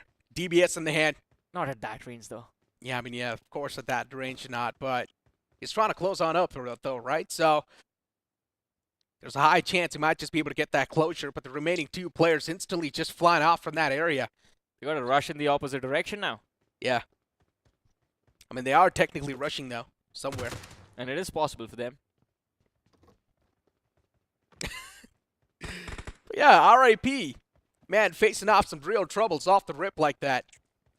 It's definitely something that's going to put them in such a bad mood, and already things are looking really bad for them. Lord is well knocked out. Now at this point in time, RIP, they're done for in the game. They know they're probably not going to be the one to move on forward inside of the top 4. At this point in time, they can just try to play the spoiler and have fun. But again, I mean, is this really that heartbreaking, is it? Because, yeah, you keep your hopes and dreams eyed out on that on the qualification straight away to the semifinals week 1, but we did point out, Necro, we are showing mercy to these teams right now. You do not get directly eliminated, you get put into wildcard if you lose. So for RIP Mizo as well, there is that option. Even if they perform their worst in round 4, they still can go to that wildcard stage and make a comeback to the semifinals directly. I mean, the comeback, though, still will be really tough, man. Inside a wild card, everyone's going to be really sweaty. Yeah, you got to be in the top 16. Top 16 is still easier than top 4, man. Yeah, I mean, you got a point. But still, though, man, it's just going to be really sweaty. It's really going to be sweaty. Wild card for the span of 4 days. In the first 2 days, teams will just duke it out, considering the groups will be randomized. But then later on, the groups will be reshuffled based on the overall standing. So True. That reshuffle might just be something that might throw a lot of these teams off guard. And I was going to say, we have seen the impact of that reshuffle earlier in the grind as well. We have. Some teams were able to perform really well. Some teams were not. Yes. So in general, it really comes down to you as an individual team and a player. Yeah, I mean, that is true. Then again, I mean, it's all in the future as of now. Position for RIP not looking good, although let's talk about Godlike now. So they've kept themselves in a brilliant position in the overall leaderboard as well, not too far away from qualification. And I think what we were discussing right before we jumped into the game, I think that might have been the intention from the side of a lot of these teams, just drop clashing the big names at the top, trying to see if they can pick them off and then steal their points from this match. Yeah. Godlike, they are quite close to the players of Galaxy Esports, and I have a feeling Galaxy Esports a little bit too well adjusted for the early game aggression. I mean, Galaxy Esports is looking like they're ready to grab this chicken dinner. Yeah. But unfortunately, they need to move inside of the zone, so that's when they would need to leave that formation they've got so far. And Galaxy, it is one of those teams that has been struggling so far. They're not able to find that quick footing on the ground. In the overall standings, this team's not doing too good. And off the rip, what are we seeing in the elimination feed? Team Forever facing the brunt. One of the mans getting knocked out. Forever, they are taking a fight against, I believe, Raw Official, is it? Quite close, yes. Seems it is like Raw it, Official, yeah. Mafia knocked out. And I don't think they're going to be able to bring him back. Yeah. Obvious in the backline's too far away from his team, so Mafia is getting finished off. And, of course, another update was the fact that Prime Esports did find out the last surviving player from RIP Mizo. They did pick him off, so RIP, Rush if possible, Mizo, they are the first team to take an exit in this game of Weekendy. Back to the lobby. Go back to the drawing boards and try and figure out what exactly went wrong for Rush if possible. Godlike already starting things off on a great note. First knockouts being found. And Galaxy, now they're going to be in a bit of a state of discomfort.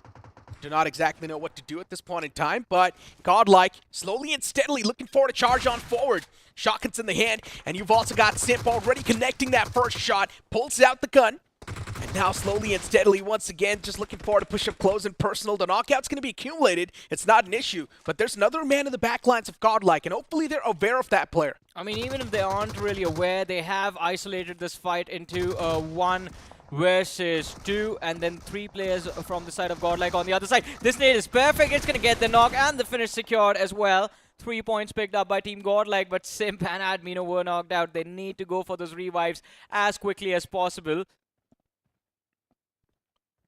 No, finish him off. He's giving away all this information to his teammate. That's fine. Godlike knows 3 players are taken down and dusted. They can't really do a lot. You never know, Necro. We have always seen those nades just lobbed right in the feet of these cluster of players whenever they're going for a revive. Yeah, I mean, you got a point. I'm extremely paranoid. We're just talking about Galaxy, that formation they had in the early phase of the game. They were ready for that chicken dinner, but yeah, just getting obliterated like that, it's really going to be hurting these players. And it's one of those teams that has been struggling throughout the entire day, so I don't think so they're just coming back from this now. And again, I mean, we were discussing the new Weekendy in action, how it will come into play. And of course, One standard thing about Wakendi was everyone rushing close to the center of the circle in the early circles itself to try and gain control or at least set themselves up for that mid game.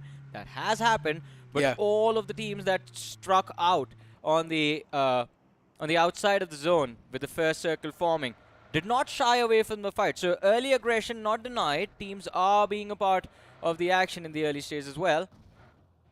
And TMG, well, they've been left all alone up north. Looking at the screen so far, R4W. All the 4 players playing together. It's like a well-knit unit. UP50 getting pushed on by one single man from that team, and even he will be dealt with. Galaxy, man, what a bad start. Oh no. 4th game of the day as well, down and dusted, but for UP50, they lost out on that one single valuable player, and this is going to be that stinger they will not be able to recover from. I mean, yeah, you do not get points for finishing your own teammates, man. That was Sarkar's nade that got that frag. Although the point, I think, will be handed over to Galaxy Esports because the knock was secured by the opposing player.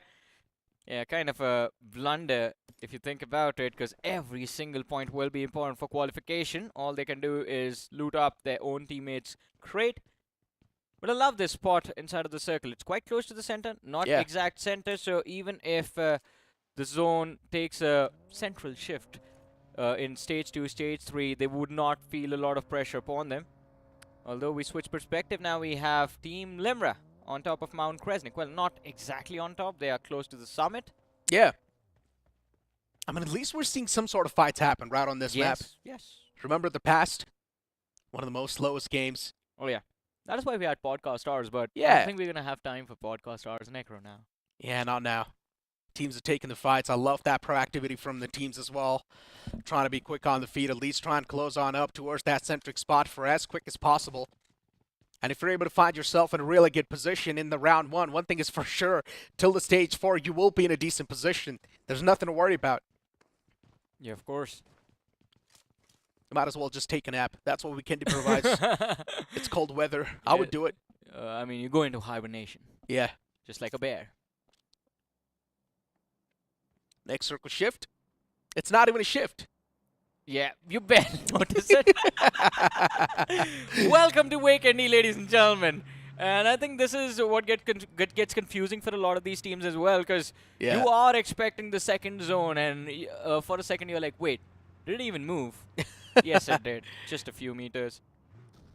But if you speak of it as a team's perspective, this is actually a really good thing for them, right? At least from Stage 1 to Stage 2, they do not really need to adjust too much. Even in Stage 3. Yeah. Stage 4 is where things get complicated, and trust me, they get very complicated in Stage 4. Yeah, I mean, considering there's barely any move inside of the circle, there's already so many teams. It's like a big cluster of teams in the center. Exactly. And as soon as the circle moves away from that centric spot, that's when the real chaos starts to happen.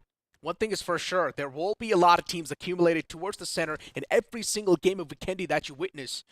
And then in the final few moments, it will be a chaotic ending, to the point where it's even tough to keep track of what exactly is going on the map. Yeah, I mean, sometimes you see Stage 5, Stage 6 in Weekendy, and you still see like 8, 9 teams alive, and then the next second, all of a sudden, all of them vanish, and you're like, all right, why are we down to 4 teams all of a sudden? But we'll continue that conversation. In the meanwhile, it seems like there hasn't been an awkward clash between Prime Esports and the players of Womex. And while Womex, they have decent cover available for themselves, they want to engage this fight. Prime, they want nothing from it, instantly falling back. They get in that Zima, and they are up along the merry way. This vehicle always reminds me of a small family vehicle, right? It reminds me of Mr. Bean, especially in that lime green color. But yeah, I mean, all the 4 players in this one single vehicle. It does not even have that speed to back it up. No HP one single as well. spray. Yeah, I mean, it is a family vehicle. Can be obliterated in seconds if not taken care of properly. You gotta protect the family. You gotta. And the only way you can do so, if you've got Dominic Toretto on your side. Yeah, you gotta go fast and furious. But unfortunately, that car doesn't allow you to do so. It's neither fast nor furious. Decent. You know what I'm a fan of on Weekendy though? Snowmobiles. I love the snowmobiles. The only downside is they leave those tracks that last for a little while extra. Yeah. Teams can't track you down sometimes, but still it's something that the teams do not really care about. They don't really care about the trails. It's just the exceptional scenarios when the circle is way too small, and if you need to figure out where the squats can be, and that's where you can try to sort of mark the tracks. But so in the heat of the moment, you don't even think about them. Yeah, I think exactly. That's the thing. You don't even care. We've got Team Prime in front of our screens, and right now the players, they're positioned in quite a great spot. It's all about the execution, though. You can be pinned down in that same spot for a while, for the upcoming maybe 5 or 10 minutes.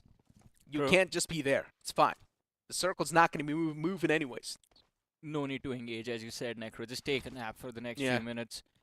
And I think at this point, if you start shooting, you make a lot of noise, you give away the information about your team, your individual players, and that can actually come back to haunt you. Because look at where Zoro is. He's not inside any cover. He's out in the open. And if he starts taking shots and Warmix actually closing on the back lines, then Prime lose out on one player without the opportunity of finding a trade.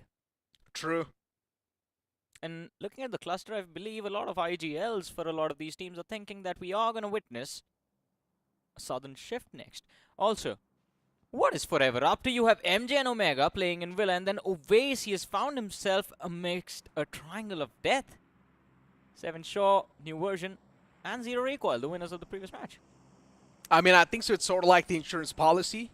The players do not know if the circle's going to be moving up north or down south.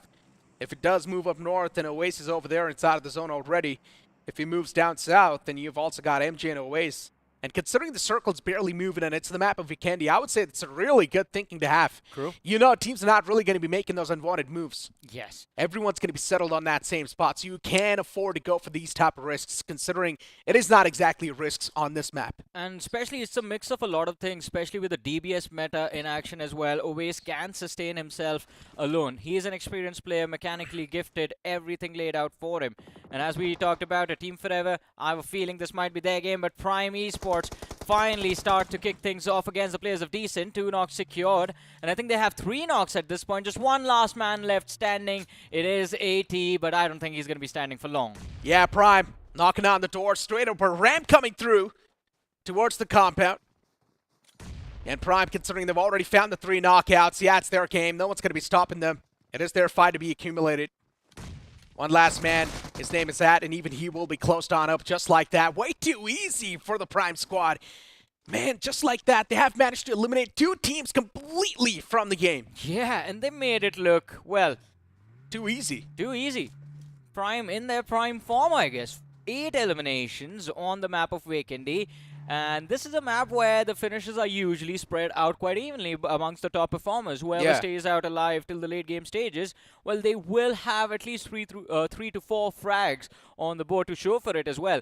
And Prime, I think if this cleanup crew just works this hard till the end game, I think they can make sure that they have like 25 points in total if they win the chicken dinner, that is. Yeah.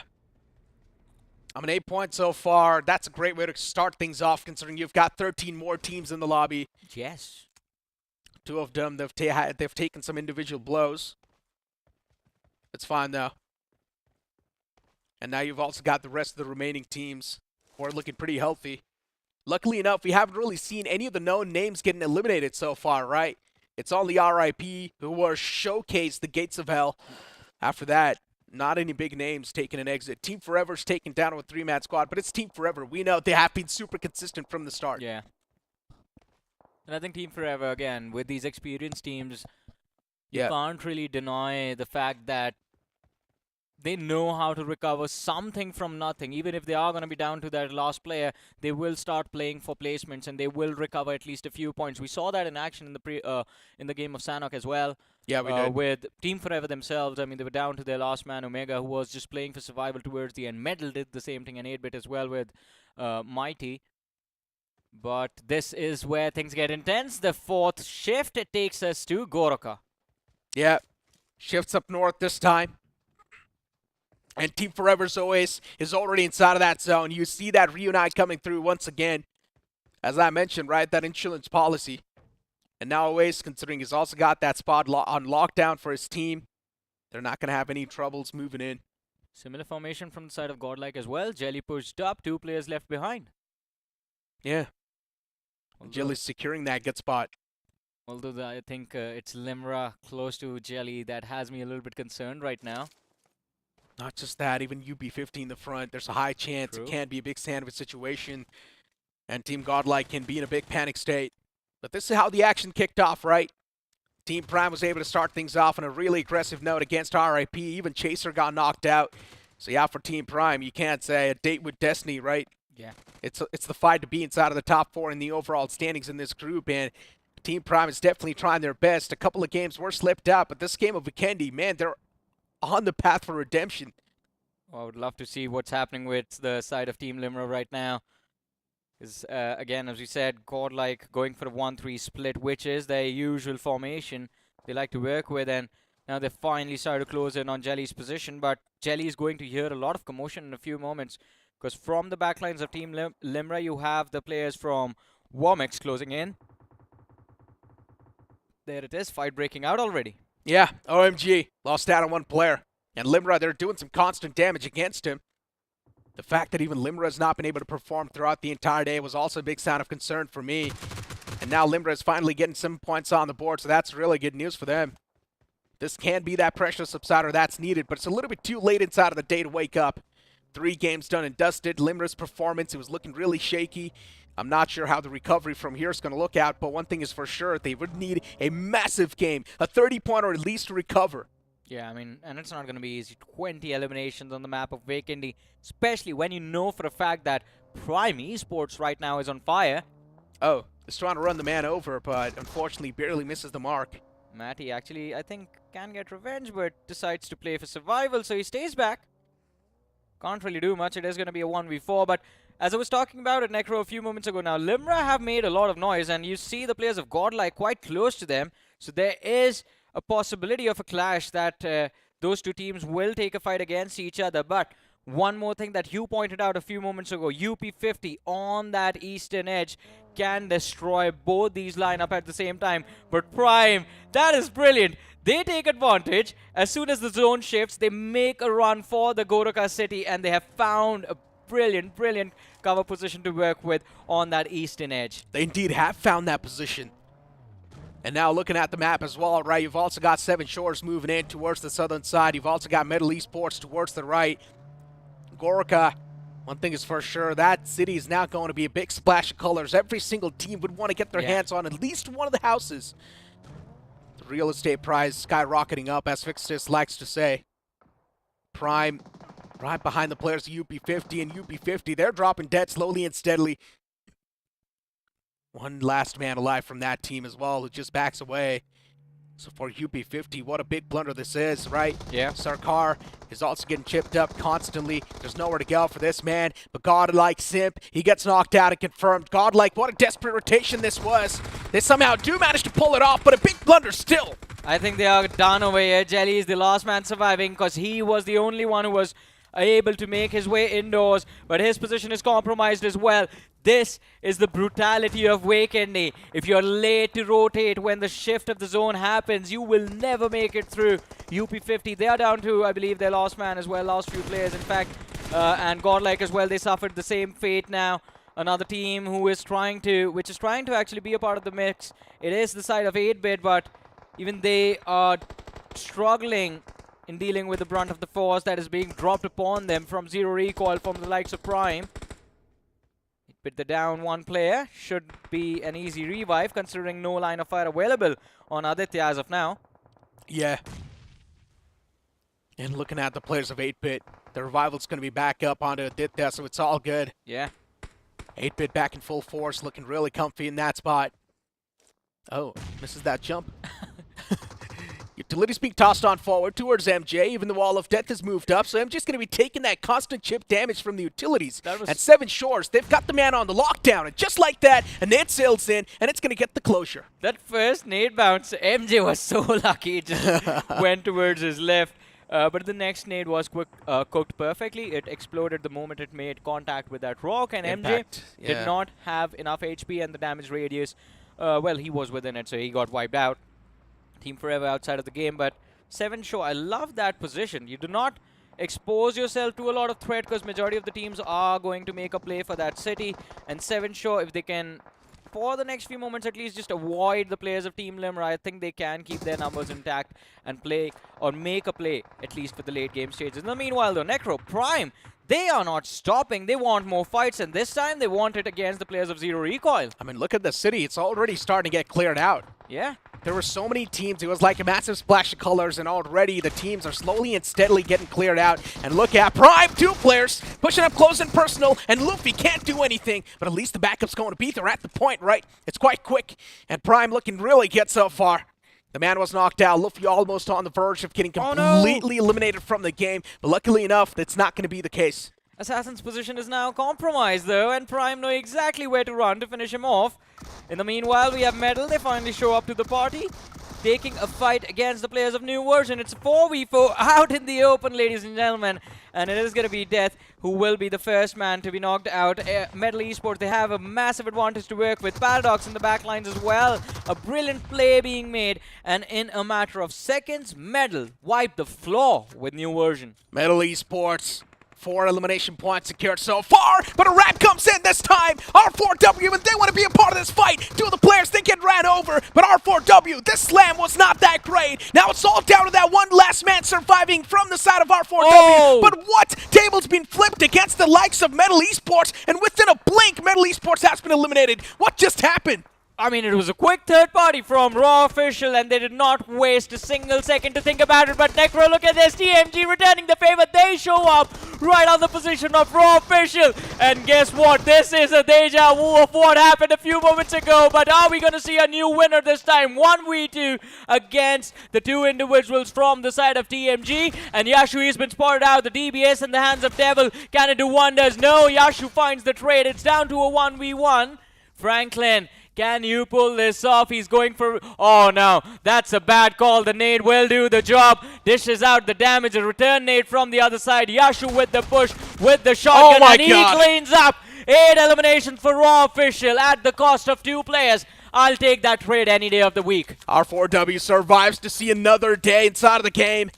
I'm not even sure what exactly was going on in this same spot. Metal Esports, it felt like they were the one in the advantage. Yeah, one player got rammed on over, but still, for a moment, they had the man advantage in that fight, and then later on, everything just came tumbling down. R4W, they just started to spring back to life. Yeah. And now this fight over here was also super confusing. The opponents that made the third party happen, they were not supposed to lose on this fight in the first place, but they still somehow lost. Oh, man, oh, man. I mean... just small errors in decision-making over there, resulting in Raw Official still staying alive in this game. But look at this, another surprise was waiting for us, Necro. 8-bit, they've managed to protect their numbers, they've managed to protect their position as well. And now all they need to do is not go down to the players of Prime Esports. Yeah. UB50 as well, look at Sarkar. All the way out in the blue, is taking so much damage, and he's only got that one last first aid now left over. You better start running, my friend. The zone's not that far away. You can definitely make it to the safer lines, but it's also chunking out a lot of damage. Yeah, I think he will make it. Yeah, he will make it, but he does not have any other meds left over, right?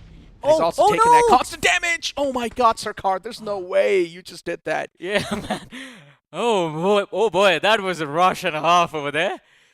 But at least he makes it to safety. And as you mentioned, I don't think he's going to find first aids in those houses as well. They might have been looted up already, because there were a lot of teams in these compounds when we began. I think it was the 5th stage of the game, like 4 or 5 different teams already present over here, and all of them were constantly fighting. So either he finds those first aids in those fallen crates, or maybe he's just going to have to survive with those bandages. But look at this, 7 Shaw. They managed to close in on the position of Team Limra. And Hesperus, oh, he stayed behind Poco. He goes for the push, so maybe he can be the distraction, and if Hesperos does not get cleared up, he can pick off a few individuals from the side of 7 Shaw. He's hiding in the corner. Here's the footsteps, reveals his position. Yeah, that is a big blunder. DBS in the hand. I mean, he can hear a lot of footsteps around the corner. He's also caught a lot of damage upon himself. But this time it sails in, and 7 Shores, there we go. The opener they were looking for, Team Limra, once again off to a bad start in the final few moments. You've got the top 6 teams alive, and now Poco's definitely trying his best to do something. But I'm not sure what he can do exactly. 7 Shores as well. They've lost out on 1 player's knocked out for now. Another net sails in. The confirmation will be there. But, yeah, the same thing has been returned to the opponents as well. 7 Shores just playing tit for tat at this point. And 7 Shores themselves are now taken down to a 2-man squad. I'm not sure what they can exactly do to recover from this position, as the wall of death is already closed on up, and this time it's going to be doing more damage. We're down to 5 teams, 11 players still alive. Yashu has managed to hold on to his composure. He's managed to survive. He has 12 fair states to work with as well. So I think maybe a top 4, top 3 finish, depending on when Prime engage and when Jelly gets taken out. Wait, how is this man still alive? Good question. Jelly inside of that house. Godlike once again, just trying to keep that consistent pace up. All thanks to Jelly.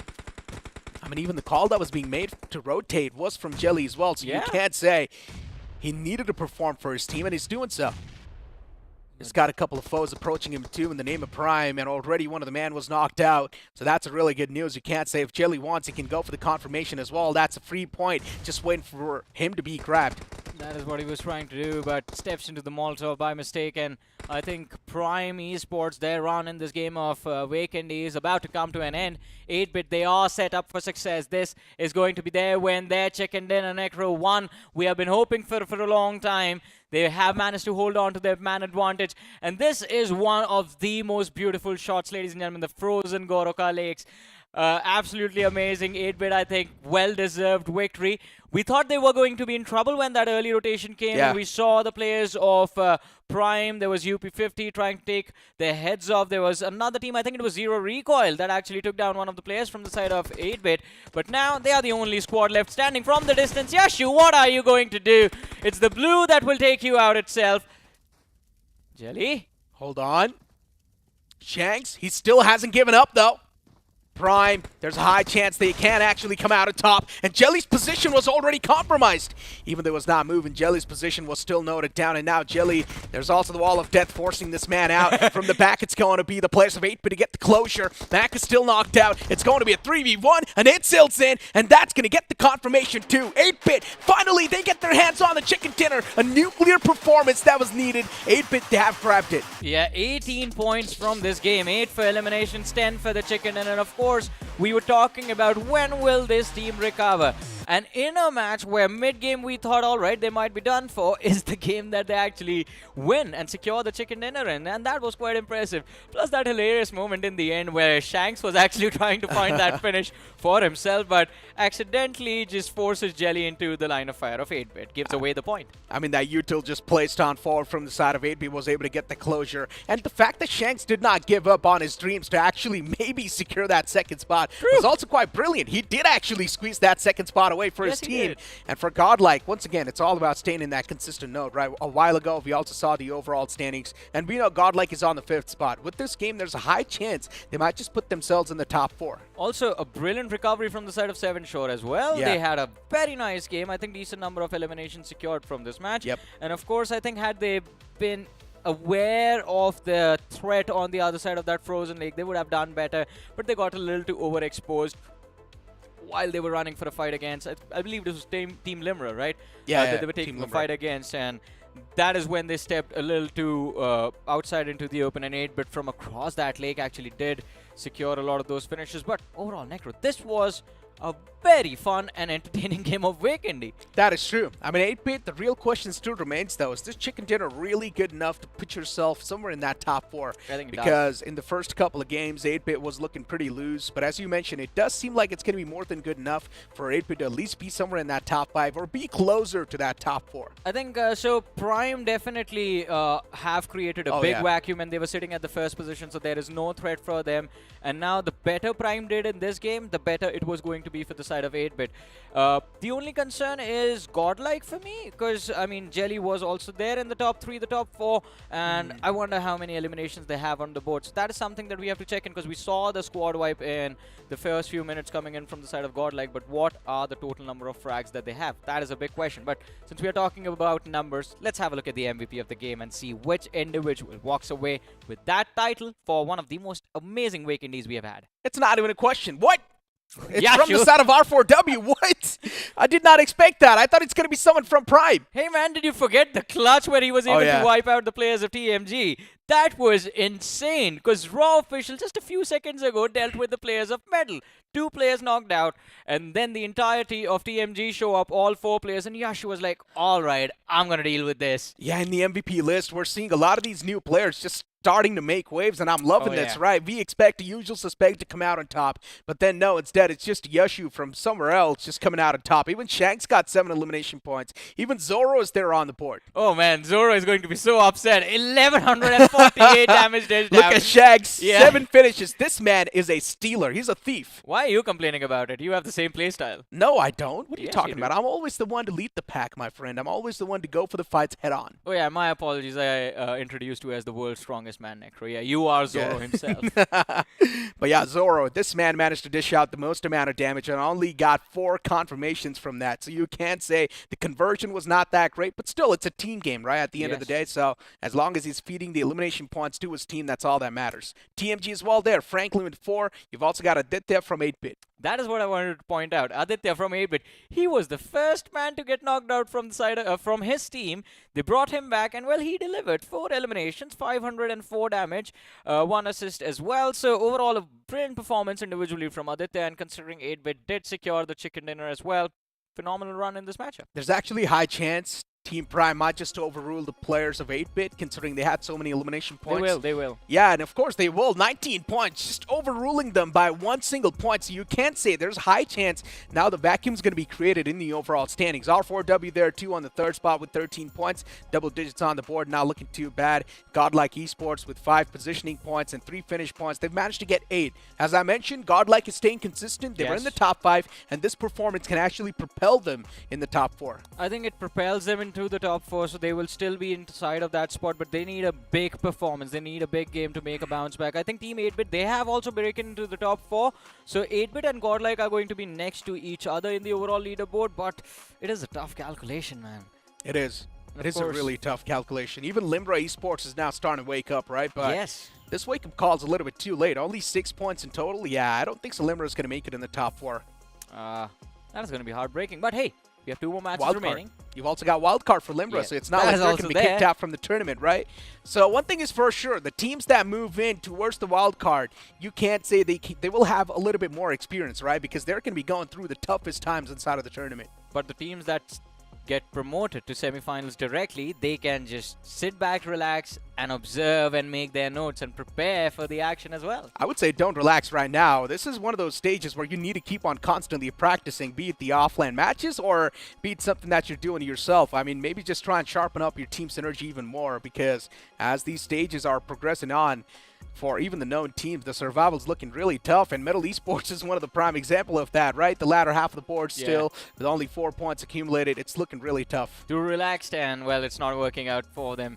And, of course, the biggest surprise, Necro, for this game, I mean, is Team Forever, finishing with no points on the board. For the first time. How did that happen? For the first time, Team Forever not really living up to their name, right? Team Forever's known for their consistency, but this time, unfortunately, it's missing out. It's fine, though. Maybe it's just the change in the pace that this map brought. They were on the 2nd position in the overall rankings. I wonder how massive the drop is going to be. And the funny part is, you said Team Forever's playstyle sort of suits this map as well. My bad. It's just completely opposite, where Team Forever's being eliminated from the game. But you know what? Now it's time to move on towards the overall standings. I love the fact that our producer's being really kind and showcasing the overall standings this time, right? Yeah, I think it's just us not being good at predicting where the teams are. We've just been horrible with maths, ladies and gentlemen. But hey, oh my goodness, what a turn of things. Zero Recoil, look at them take the 2nd position on the overall leaderboard. 47 Oh my for god, Prime. Team 8-Bit on 3rd. Zero Recoil, 41 on 2nd. And Team 8-Bit, as you mentioned, 35 points. But Team Forever not too far away. And even Godlike, there's just 3 points between 8-Bit, Forever, and Godlike. And then you have TMG with 29, UP50 with 24, and Raw Official.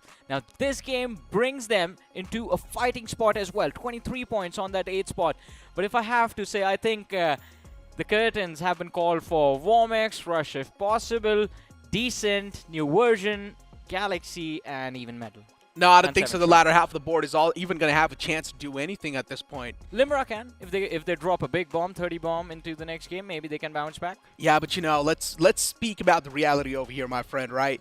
And looking at the past stats, I don't think Limera's going to be able to drop that 30 bomb. It's way too far away from them. You were the one who was supporting this team the entire time in the previous round. I did, man. I did. I mean, Limera, they came in with a lot of bang with them, but unfortunately, they were not able to pull off anything inside of this lobby. Yeah, I'm not sure what exactly is going on with Limera, but I'm just going to hope that maybe in the future stages, which will be the wild card, Limera can do a little bit better, because I don't want to see this team getting kicked out from the tournament. Exactly. I mean, same goes for Limera and New Version. I would not like it if either of these teams get kicked out, because we saw a lot of potential within these teams in the previous round. The players individually are extremely skilled, extremely talented, and you could see the signs clearly visible that, all right, maybe with a little bit more experience, as they make more mistakes in lobbies like this, they're going to have a lot more learning experience given to them. But that's a conversation for another time, ladies and gentlemen. We have a lot more to discuss, but all of that after this promo.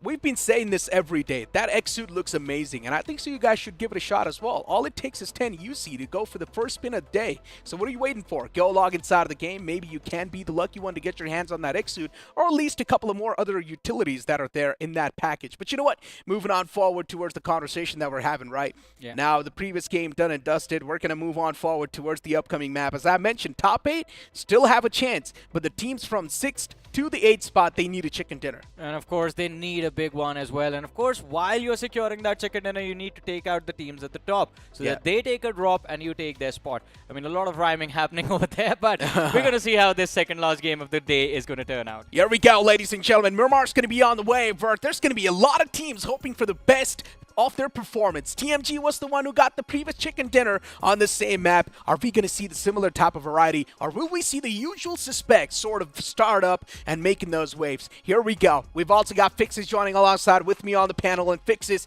upcoming map is going to be Miramar. What are your expectations looking like? The temperatures are soaring already through the roof. Gotta agree with that, because in Vikendi, I did not expect this to happen, right? Prime Esports out of nowhere redeeming themselves back in. But when you look at the storyline, talk about 8-bit, that is a comeback and a half. Now, everything. We've got almost around 8 to 9 teams contending for the top 4 spot, and this is going to be exciting. Last 2 games, bring it on. There's 8 teams still in the race for that top 8, but maybe for top 4. But maybe you can't say from the spot till 6 to 8 they need a chicken dinner. If they do not really get a chicken dinner, well then good luck on securing that spot, because Godlike is being really consistent inside of their performances. The same thing can be said for a couple of more teams that are there in the first half of the board, right? But in general, for the teams on the latter half of the board, as I mentioned, I had a conversation with Johnny, it's done for. They do not really have a chance to make it in the top 4. Now, wildcard is only going to be their savior. Yeah, we did talk about that safety net. For sure, Wildcard's going to be there, and somewhere down the line, that kind of raises up the ante, right? They realized what fate awaits them, and who knows, they might just go all out. Because we just saw 8-bit getting a chicken dinner in this one, and that pretty much got them into the top 4. Who knows, somebody from the lower table kind of bounce back in, but that is all for speculations, because now, ideally, TMG is supposed to be making a comeback. Even for the players of Zero Recoil, they're still somehow latching on, holding on, but the big question is, now that the heavy hitters are back into the fray, how long can they hold on? The real question is, if Team Forever slips out in the upcoming game as well, that 3rd spot will be taken away. So Team Forever cannot afford to slip out in that game. Once again, the previous game was 0 points. That's why they got taken down to that 3rd spot. And now the 4th spot as well is not that far behind. And you know, Godlike is also looking really close. They're actually tied up with the team on the 4th spot. So for Godlike as well, it's going to be fair shot. This game in Miramar is pretty much going to be the dictator of who's going to be in the top 4 after the last game. Now, when you do compare the previous game of Miramar for Team Godlike, did not really go the way they wanted, right? They were getting those limbs for themselves, but it was always that positioning that they were struggling with. This time, Jelly somehow managed to, pull off the impossible, still a top 3 finish, not too shabby. But then again, when you're looking at what's ahead of you, right, it is going to get much more difficult. Right now, like we discussed, those teams that are struggling, languishing at the bottom, they're going to go through a few punches. Are they ready for that? That's the big question. I mean, at this point in time, you better be ready because as you mentioned, there's a high chance, or even I'm saying this at this point in time, there's a high chance we're probably going to be seeing a lot of the spoilers being played from the teams that are there on the latter half of the board, right? We might see some targeting happen as well. And if we do see that, it's just going to be spicing up the competition even more. Here we go, ladies and gentlemen. The map of Miramar is going to be on the screen as the map boots up and as the plane flat path is going to be starting all the way from La Cabrera towards Patrona. This plane flat path is towards the left side, so that means teams, if they do want to move on towards the extreme right, towards LSR, it will be a tough stretch. Indeed. And when you look at this flight path trajectory, Necro, and kind of makes a little bit more breathable, at least for the players, right? Sort of dissecting the map. Yeah, of course, Impala, it's going to be a tough stretch, a longer one at that. And for now, we've seen the previous circle kind of go around that city, but this time I really want something happening around El Pozo. It's been ages since we have covered that circle because we have seen a lot of zones around Monte Nuevo. We've seen a lot of those zones coming down south around Los Leones. Maybe a circle around the northeastern side. I think that is definitely going to throw the teams for a toss. Maybe. I mean, in general, you speak of how the previous game of Miramar was. Ending towards Impala was one of the most off circles that you've witnessed so far, right? A lot of those teams got caught off guard, and in the final few moments, the winner that we saw as well, I mean, it's something that I personally did not expect. TMG just coming out on top, surprising all of us. While we thought there was a high chance even Team Forever was probably the one to come out on top in that game, but yeah, that was not the case. Juicy just fell down from the top, got 2 players knocked out from Team Forever, and just shattered their hopes and dreams to get that chicken dinner. But still, Team Forever's in the top 3. All they need to do is another consistent game in this one, and at least they're going to be sort of in that good cushioning, you can say. I really feel like Team Forever can make it, considering how they've been consistent throughout the entire day. Really could not see a lot of those issues happening. Their rotations have been on point. The survival game really strong. Yeah, there were a few hiccups. Of course, the weekend did not go the way they wanted. But this time, the circle is sort of set up for them. Would really love to see them how they defend this one area. But again, when you talk about UP50, this is a team that performed exceptionally well in the map of Miramar. They will have to redeem themselves. But talk about redemption. Raw officials, man. Especially how good Yashu was in that entire situation, in that entire kerfuffle.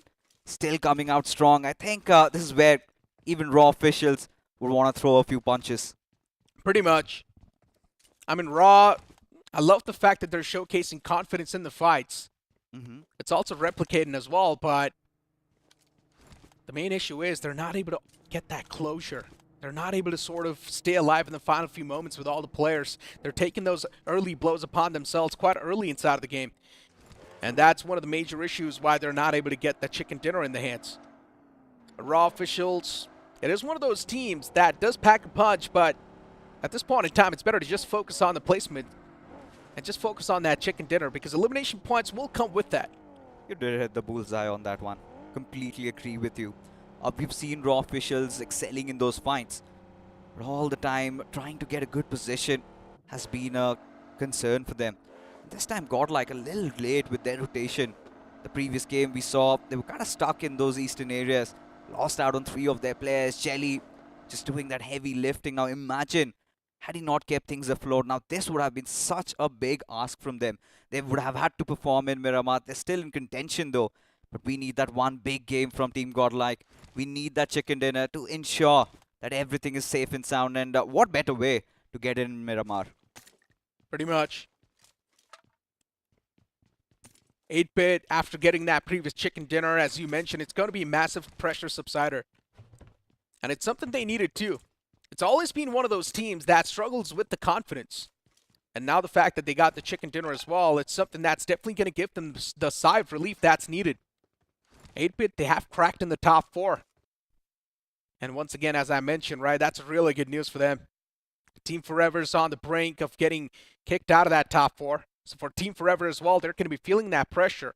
In general, all the teams in the top 4, it's time for them to be consistent. They cannot afford even one single game to be left out. The fact that Team Forever lost out in that previous game was a big blunder. Oh, indeed it was. No second thoughts about it. But, you know, if we could have the map feed in front of our screen, some really interesting movements have been made. Godlike again, they've changed their drop location. They're dropping down at El Azhar and starting to fathom why. Going outside the circle, it's going to be messing up with their timings. Are they going to go for a rather safer play in this? Yeah, I don't even understand the point of moving in towards El Azhar. They've never done this in the past. Maybe they sort of spotted out the players of Galaxy? I'm not sure. Yeah. Galaxy, they have moved in towards Hacienda del Patron, and maybe they just sensed that threat coming through, so they rotated all the way towards El Azhar. But yeah, it's definitely quite an interesting point that you brought up, right? Godlike, once again, just trying to experiment around, focus on the new drop locations. And in general, these type of things can also keep the opponents guessing, but as long as you're prepared for these things, it's fine. If you're not prepared, well then, you can't sometimes fall on top of your faces. This is where I'm starting to wonder, are they going to try and play aggressive in this one? Because, yeah, they will have to play from the edges, that scissors approach that I keep talking about, brute force your way in. And looking at Team Godlike, they have got the pieces. They can try to take that risk and go ahead. But we know the intensity of this lobby. The moment you engage in a fight, a third party is going to follow you after. I think the biggest examples were all those fights we got to see in Vikendi. The monstrosity definitely out there. None of these teams really wanting to back off. But coming back into the play, UP50, this is again one of those teams that we need to talk about. The previous game of Miramar secured a second position finish, and this time, placed around Picardo, they must be feeling a little safe. Must be. They're still on a move, though. I'm not sure what the settling point's going to be for that team, but probably just try to rack up that high ground, get that better spot in the hand. Once you do have the high ground, you will be able to get that constant intel flow that you need. There's a decent amount of teams around the players of UP50 as well, so you can't say there's a decent amount of threat around them. But so far, a lot of these teams are still outside of that safe zone, just going for that loot, including Godlike too. Yeah, we're really coming down to almost the conclusion of the first circle. We've barely seen any fights. Not even a single body dropped. But for UP50, like you said, right? Pretty early rotation from Picardo. He's trying to inch in close, again play that central game. If there's a curveball hitting, if there's a hard shift down south, I think UP50 might be cussing themselves. But look at this. They want to pick a fight. Eyeing out for the players of Team Forever. MJ out in the open, already his body visible. But where do they go with this, Necro? Because again, they're on the lower grounds, and the moment they try to push up, they might get countered hard. I mean, at this point in time, still there's a lot of that breathing space, right? You can easily reposition if you want. There's a lot of these open grounds as well that you can try and traverse through. DMG in front of our screens for now. One of those teams that actually did win the previous game of Miramar. And now it's out of this game. I just want to see how the rotation is going to look like. They would probably want to replicate what just happened in the previous game of Miramar, but yeah, it will be a tough one to pull off considering TMG, they've lost that win of the sales. Indeed. It's all about getting that momentum, and I completely agree with you what you just said, because for TMG, the previous game of Miramar, if you remember, it was all about having that central spot, right? The circle shifting away towards Impala. That is where they were situated at. Did not have to do a lot of those things there. But this time, I think it is going to be a big ask from them. But then again, you've got another team, Zero Recoil. They have been exceptional, quite stellar this time around. But look at Rush if possible. Just in those peripheries, right beside the players of Team Medal. And now Sayam, he's got his hands on that level 3 gears. he's going to feel a little happy about that. Look at that P90. It could be an absolute game changer. It is a shredder. An RP chaser is down underneath while his teammates back up. And it's probably going to be the one to provide that support fire. But Chaser, the duel's being isolated against this man. I'm not sure what Chaser can do to try and bounce back from this spot. Nade's being tossed in the outskirts. It's going to dish out some damage, but it does not really get the knockout. No lethal blows being handed out just yet. And Chaser, yeah, just repositioning himself over and over again. So far, deep inside of the game, we've finally found the first pick. And that too is one of the players from the side of R4W. But yeah, Chaser constantly just tossing in anything that he can get his hands on. And he's also getting surrounded by the entirety of Galaxy. Another player closes on in towards this building, and Chaser's taking too much damage at this point in time. He can't do a lot, and he will be eliminated from the game. You know, for a moment, really felt like they wanted to put some fight into that, some life into that. But for Rush, if possible, Mizo, it's been such a tough day for them. Quite rough in the office, and really will have to rely on the wildcard as the sun slowly sets on the horizon. It just gets worse from around here. Nirvana, he's got that high ground, but what are you going to even do with it? When you're losing out on numbers like that, why are you going to be trying something really different, something you've not done before in a lobby like this? Keep your packs tight, and things could have been better. But for Team Godlike, though, did see a couple of moments ago Sim getting taken down from the play zone, and this has to do something with that LSR drop. The timing's quite off. Starting to ponder if they do have enough meds on them. They should be able to. They've taken a lot of time to loot up, so I think they should be able to. Oh, there you have it. Look at Prime. Here we go. Spawning out the players of Galaxy. Already the first knockouts there. And Shanks now is just looking for to press upon the charges a little bit more. Utility being tossed up as a trail, but it's not going to find anything. Yeah, some damage is being dished out, but it's not really enough to get the closure. Another nade being tossed in from Shanks this time, and it's actually going to find the knock once again. And what am I watching, Shanks? What a spray that was! The man just went for a pixel peek and instantly just loses his head in return. Oh my god. They're absolutely juiced up at this point, aren't they? Team Prime Esports, Shanks, and we've seen even Brook get those deliveries, and one after the other, they've made this into an artificial red zone, showing no mercy, showing no fear. They go charging in. Nova, he's got a very big task at hand, and Shanks, his instant closer. It's all about flushing him out, and there you go. Zoro gets that knock on Saurav, and Nova also falls down. Courtesy to Shanks. Way too easy for Shanks. Taking down the two players just like that. Man, solid stuff. And for Team Prime, I'm not even sure what they're on exactly, but they just feel really energetic. On Prime. Just beaming down teams, left, right, center. RIP is one of those teams that can actually be the bigger foe, but I'm not sure how well RIP can keep up against the players of Prime, considering their pace is looking really quick. And for RIP, this entire day has been really rough. Well, indeed, that has been. No questions about that, no second thoughts, and Nirvana barely by the skin of his teeth surviving there. Flick will come to his aid though, but RIP, they're starting to feel the hit. They know that Team Prime is right beside them, and if they are careless even for a moment, look at this. They're out on the hunt, and maybe they found their next prey. Look at the players of Prime instantly repositioning inside of the map too. Trying to move a little bit closer, just trying to create that off angle. No and way. RIP, they're taking too much damage. Another man knocked out.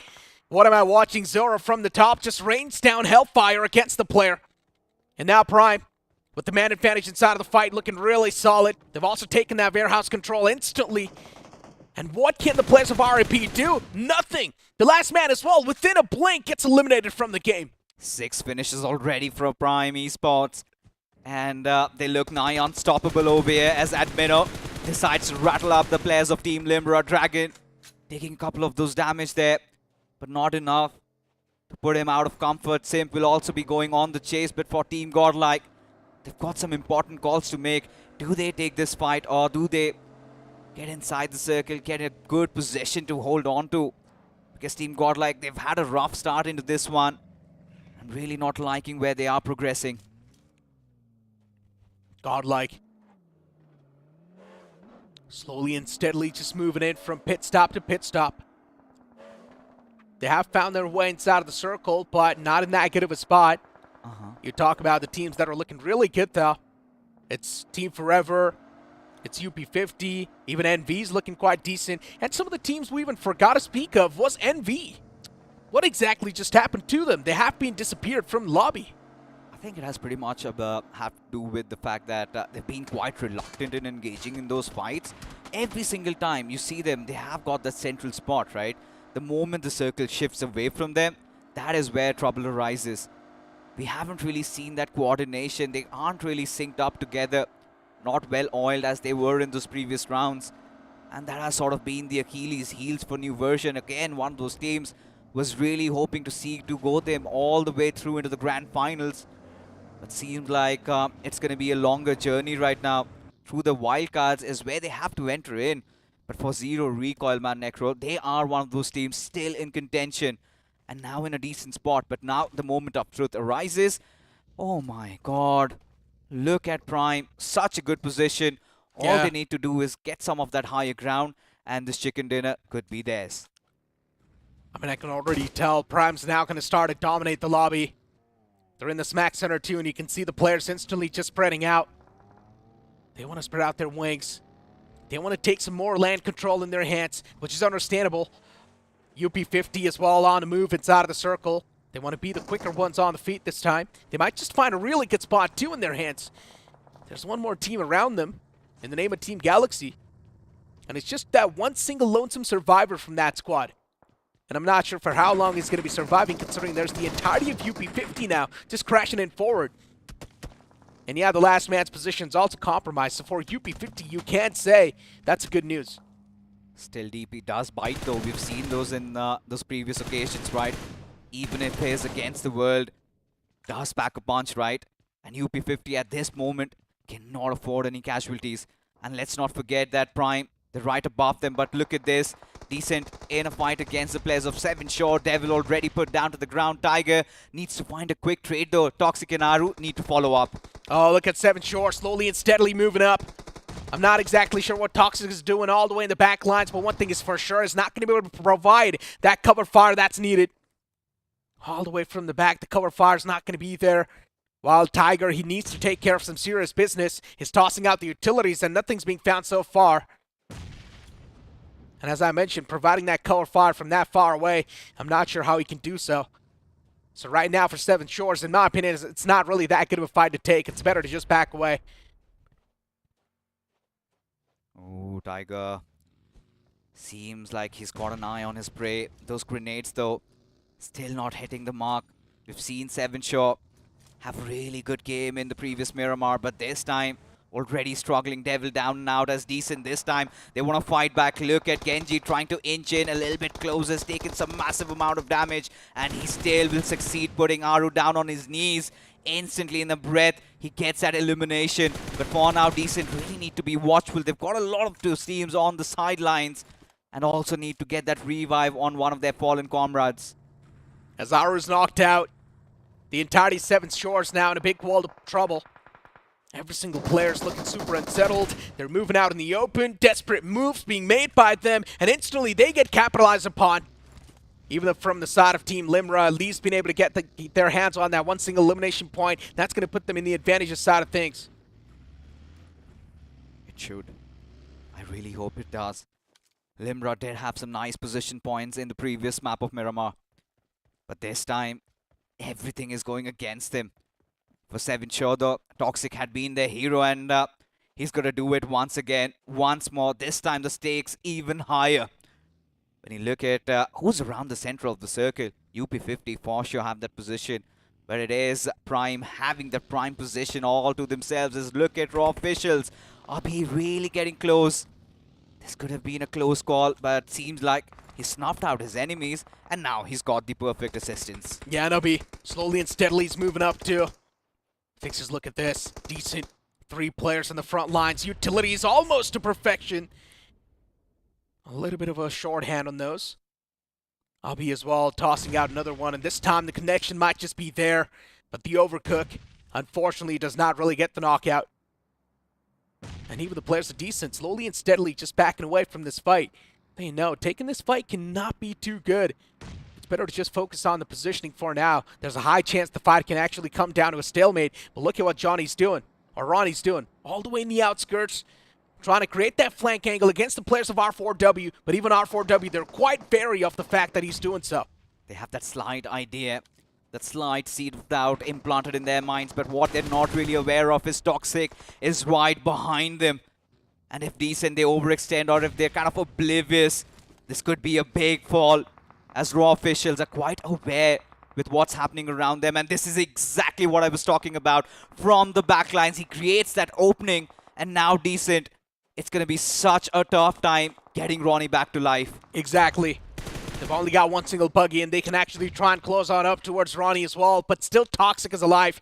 And as long as that man's alive, it's a big threat just lingering in the back lines. It cannot really take a sigh of relief. And slowly and steadily, even the players are decent. They're starting to collapse. The utilities, they're just barraging through at the perfect spot. It's doing that chip damage. The same thing can be said for even from the side of Decent, as even they're tossing in the utilities to perfection. Another nade being tossed up. The fact that Rahul is still alive, this man's got to thank the stars.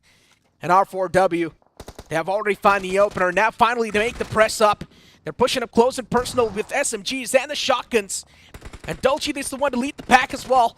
He is able to spot one of the players, and finally he's able to hand out the knockout as well. Throws his stat into the ring, and he gets that success, as now the numbers slowly but surely dwindling down on Decent, as Genji, the last player surviving, but R4W, they've taken quite some heavy hitting over there.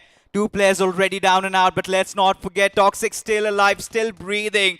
Could make this a gas chamber for both these teams. Could absolutely flip those tables from the backlines. Look at this man go. Yeah, Toxic moving from out in the open. His position's uncompromised. But as you say so, R4W, they spot the man, and they put an end to his life. R4W from the top, looking pretty solid, but still the enemies in the front, they haven't been taken care of just yet. Decent, they have been able to put that constant pressure on the side of Raw. Before Raw, there's still a big question mark going on in the heads. They do not know how to deal with this team, but Decent, they just back away from this fight. They show their backs. I love this. I love this from Raw officials. He's still knocked out, and Dalji just decides to put him in that vehicle and make a run, get inside the circle, and maybe then try to trigger that revive. But look at Decent. They've somehow managed to disengage and get into the circle before the players of Raw officials could even get inside. And this is where Raw officials, such an important game for them. They're also in the race. They want to qualify, and you could see that desperation. You could see all of that in front of our eyes as Zero recoil. They're taking some massive amount of damage, man. Assassin barely surviving, barely holding on to his life. As Azam, is he already down on ground? Yeah, he is. And even the confirmation is there instantly. Look at Zero recoil. Even the Wall of Death is now going to be doing some more damage. And Assassin gets knocked out as well by the play zone. This is just a big blunder from the side of Zero recoil. The recovery now seems like it's next to impossible as TMG, even they're taking a lot of shots upon themselves. They're out in the open. At this point in time, you got to make something out of nothing, and that's what TMG's trying to do, but that something is not enough to provide them that cover. The vehicles are getting blown up, and with that, the entirety of TMG, there's a chance they can be eliminated from the game. I don't like this. I don't like this from TMG at all. Absolutely clobbed it down to that one spot, and Gurkaran, all it takes is one good grenade, but he's getting shot from elsewhere. As Anonymous still maintaining that anonymity, but look at Godlike, they've got a rotation and a half, catching the players of Team Prime off guard. But now Shax has to say something about this. Wants to get that trade, but still, Brook, it's not going to be difficult to get him back to life.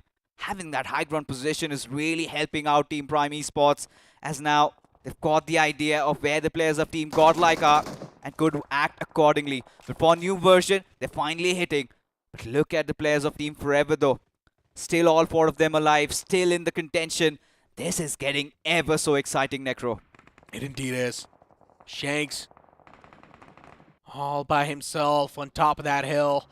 He's got the teammates around him before now, looking at this fight as we move on towards this fight. Galaxy, I mean, this one last man was able to stay alive for a long time, but eventually now he's getting pushed up on. I'm not sure how well he's going to be able to defend that fortress. He's trying his best to do so, but yeah, Kana comes in with that closure to the face, and just like that, UP50, they prevail in that fight. But moving on forward towards the same fight that we're talking about, right? Of course, Team Prime in the prime spot, they're looking really good. They're dominating through this entire game. and I don't think anyone's going to be able to stop them. It's going to be really difficult. 8-bit also wanting to fight back. They've got the foothills position quite locked in as UP50. Look at this. Godlike just deciding to ram in on the players of Team Limbra. Jonathan already down and out at Minnow. Also knocked out on the ground as Limbra. They fight back. They answer in kind as now Sim, the only survivor. And look at this, not even a single finish to the names of the players of Godlike as somehow Bombix decide to charge in out of nowhere. Team Limbra in a whole world of trouble. Gokul, he's going to keep things afloat. Oh my god, what just happened? Team Limbra, from having a chance to win this game, now almost on the verge of being completely eliminated from the game, but Limbra, they have still managed to find that recovery. They do defend that spot. Luckily enough, Team Limbra is still inside of the game, up and running, but as you do look at the upcoming circle, it's shifted out in the open, in low man's land, and if you do want to make it inside of the zone, you would need to expose yourself completely. Team Prime from the top is just raining down hellfire on anyone that's underneath them. They just don't care. They want to pick those fights. Look at that. Zoro already running his swords through the heart of his enemies. Team Limbra pins it down to that one tiny little spot. And those grenades from Luffy, they're going to get the job done. 15 freaking finishes already for Prime Esports. And they want to stop at nothing at all. Maybe New Version could be the next on their hit list as Death almost on the verge of dying. Yeah, Prime's looking really sharp. And even the players out in the open, they're taking a lot of damage from the Prime itself. Prime from the top, as I mentioned. They're like the Grim Reapers in the lobby, just dishing out so much damage against anyone that stands across them. And even Team Forever, once again, looking forward to end things on a consistent note. They're there in the top 5, but moving inside of the circle means leaving your comfort zone. And that's when Team Forever can be eliminated from the game, too. Metal Esports on the left lines. They're, of course, going to try to put in some insane hurt as Team Forever. If they do try to move out in the open, things are going to be really tough. What on earth did just happen? Did Prime and Metal collectively just wipe out New Version? That's what it seems like. For a moment, they were all alive, and now they're all done and dusted. But look at this. Team Forever still alive. 8-bit still alive. Metal also fighting tooth and nails, somehow to find some ground. We've been talking about this. Only the top 4 make the cut, and Mafia, that is some bold moves. But how long is he going to breathe over there? It is going to feel quite claustrophobic as now Team Forever, they also bow out. Metal Esports. I mean, you can't say they've got all the 4 players up and alive because there's a revive coming through onto Kyoya. And for Metal Esports, this might just be the game they've been searching for. Team Prime is the only biggest foe in their way, and considering even the circle sort of shifts right on top of the side of Prime, this can be a big sigh of relief for them. And Team Prime, they've managed to get 17 finishes so far. I don't think so they even need a chicken dinner at this point in time. They've already gotten so many elimination points. And you talk about the vacuum of points. Once again, it's Prime making that happen.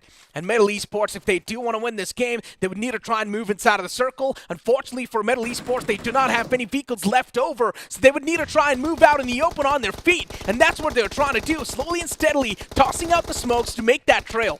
Now this is much more doable. Yeah, of course, they've got to make a run inside the circle, but they still have those numbers. And Siam is somehow carrying the mantle for his team, trying to build that smoky path. But this is where now the odds are stacked against the players of Prime. Yes, they went out swinging, but now just survived by 2 of their players. Somehow Prime needs to find that opener. Brook already dealt with. Shanks almost on the verge of collapse. Now it all comes down to the nimble shoulders of Zero and Luffy.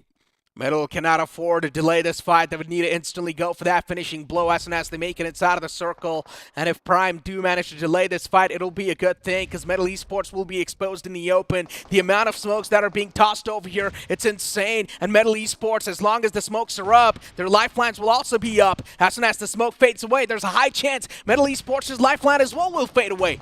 It's going to be a 2v4 on the board, but Metal Esports, they lose out on one of the players. Sam knocked out with a beautifully placed nade from Prime. Another nade sails in inside of the smoke, but this time it's not going to find the closure. Instead, Prime Esports, they're trying their best to at least try and hold off the players of Metal Esports on the bay. They want to stop the players of Metal Esports pushing up close and personal. Oh my god, this could not get any worse than this for Team Metal as one after the other. The advantage has been completely shifted. It is now just Kyoya in that 1v2 situation. Siam just blew himself up and now things have gone all tumbling down. Kyoya out in the open still fights back though, and now it is down to a 1v1. Prime is playing this so perfect. As you mentioned, it's taken down to a 1v1 for the chicken dinner. Metal Esports desperately needs to win this game in order to have some sort of stand in the points flow.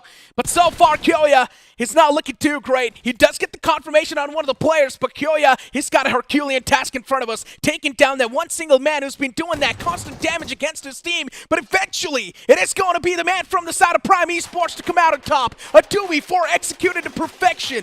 But even for Team Metal Esports, it was a big disadvantage considering they needed to move out in the open. 21 finishes is what they have accrued. Prime Esports, this is history in the making. What are they made of? I mean, in a lobby like this, when everything is getting so much more fierce, so much more exciting, they hit the deck and they hit hard, I say that to you.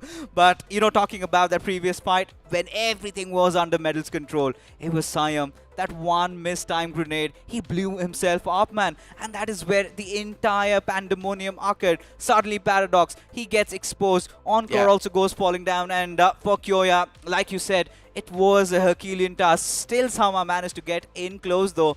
But Prime, they were kind of swinging left, right, fighting with everybody they could have had their hands on. And if I'm not wrong, they literally wiped out 1/3 of the lobby. That is true. I mean, Prime just getting so many elimination points. That too inside of the round 4. Yeah. I mean, this is way too late inside of the tournament, my friends, and you're already dropping down 21 bombs where you've got some of the teams or the top 16 teams from the grind moving in.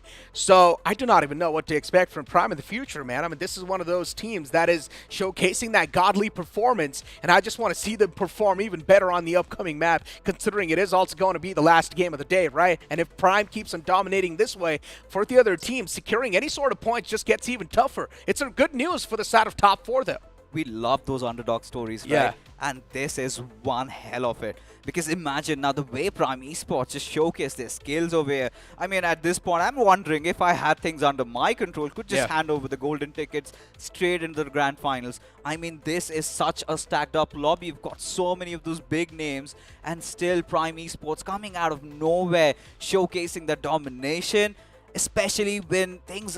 You just have one more game to play. So now we've got that one slot completely secured. Yeah. But when you look at the grand scheme of things for Metal Esports, suddenly back in the race once again. Yeah. Pretty sure around that 4th to 5th spot, they've got a game on their hands. Yeah, there's definitely a high chance that Metal Esports can move in forward towards that 4th spot. But what exactly happened with Godlike?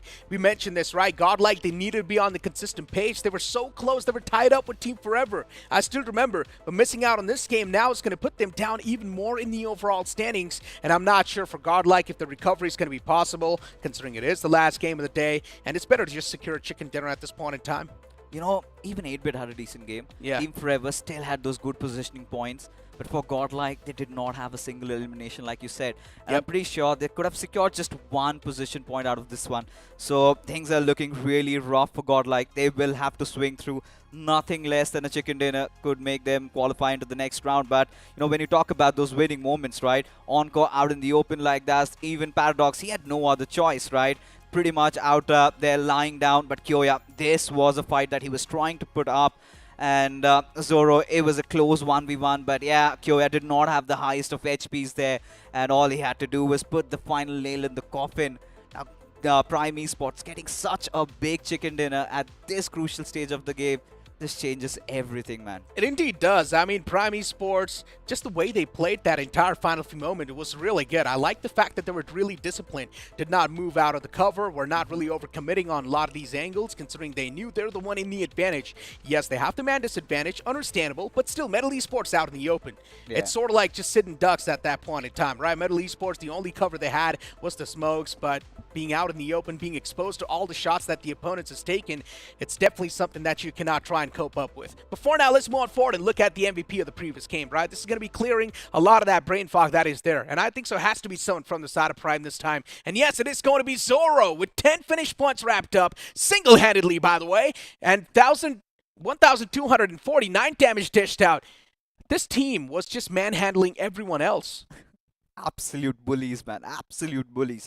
Now, when you talk about few for more facts and figures, right? So far from Prime Esports, what have we seen? It was usually Shanks or it was Brook getting into the list, right? In those usual suspects. This time, Zoro, he swings his sword through and ensures that he gets 10 to his name. I mean, Prime, they're fighting against each other. Yeah. See, there you have it. Even Luffy with those 5 finishes. And that is preposterous. Now, for Siam, he did put the fight there. And for Metal Esports, now, this was a lifeline of a game. but their Erangel game so far has been strong, Necro, and they will have to do the inevitable. But for 8-bit also, I mean, Mac getting those 4 finishes, 8-bit also in the race for that top 4. 1 position already secured, fight for the tier 3 still on the line. I mean, as you mentioned, 8-bit been able to stay consistent. Metal Esports as well back in the race. Even Godlike is going to be really close. This last game is going to be the lifesaver for a lot of these teams, and it can also take the life of a lot of teams in the top 4. There's a high chance 2 teams from the top 4 right now can be kicked out if the teams on the top 8 do manage to play decent and get a solid game in their hands. Ooh, this changes everything. Look at Metal Esports. 14 points. I think last we saw them was somewhere around 19. Yep. And 8-bit getting that 12 points where Godlike, they're not even in the first page. I think 8-bit, they've gotten a good lead for themselves. Team Forever still keeping things together. 5 points this time around, not too shabby. Even for the players of UP50 Esports, 4 points, decent. They still have a fighting chance. But like I said, nothing short of a big game from Team Godlike. Otherwise, we're going to have to see them in the wildcard.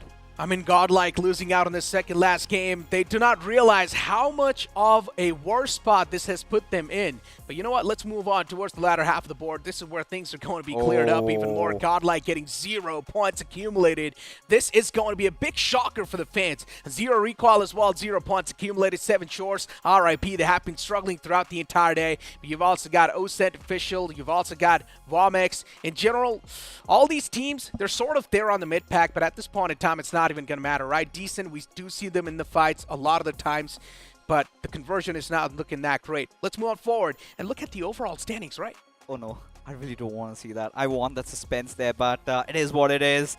And this is what I was talking about. 0 recoil. Somehow, they've got that life support on them. 41 points. Again, a very bad game of Erangel. Not the way they wanted, but still holding on. 3rd position. Team Forever, 37 points. And Metal Esports, that is a bounce back and a half. But looking at TMG and Godlike, oh my god. Look at from 5th to the 8th spot. It's not that big of a difference, Fixes. 32 points in the hands of Godlike, and look at Team Forever. They've got 37 only. Metal Esports, they've only got 33. So for Godlike, if they do want to topple on forward, all they need is double digits on the board, and it shouldn't be that hard. But you never know. Things can start to get even worse because in the last game, if all the teams in the top 4, they start to perform. Imagine 0 recoil back in their true form. Things can be even more tougher to crack in. I really feel like anybody till the top 10, if they get a chicken dinner with some decent amount of finishes to their names, they could still make it to the top 4. Metal Esports, by the virtue of that previous good game performance, they also have themselves in the race. Now Team Forever, now the pressure is starting to creep up, right? They're not getting those finishes that they did in those previous games. They have been consistent, sure. But now you could see that defensive nature really coming out. The pressure, they're starting to feel it. And the same goes for Team Godlike. Past couple of games, even in the map of Vikendi, they did not have a good run. It was just Jelly getting those position points for themselves. And previous games, 0 finishes. This is where, you know, they're really heading into a rocky map, considering the fact so many teams down there. Even we saw the players of Vomex get a little overwhelming. They were starting to engage themselves in those fights. Who knows, with all those teams down in the bottom, they decide to go all out. Somebody drop clashes in Godlike. Oh my god. Anything can happen. Yeah, anything can happen at this point in time. As you mentioned, there's a high chance we might see the targeting happen too. I mean, you've got nothing to lose anyways, man. You directly move on forward towards the wild card anyways. So if the teams do win, they can definitely go for the drop collisions and just try and spoil a couple of teams' game. Because as you mentioned, there's so many chances teams can make the comeback till the top 10. If you do manage to get a chicken dinner, definitely the comeback can happen. But let's talk about the realistic expectations, right? I still think so top 8 can easily make it, considering all they need is a 2-pointer on the board. But ladies and gentlemen, the conversation will keep on continuing. Let's move on and look at this promo for now.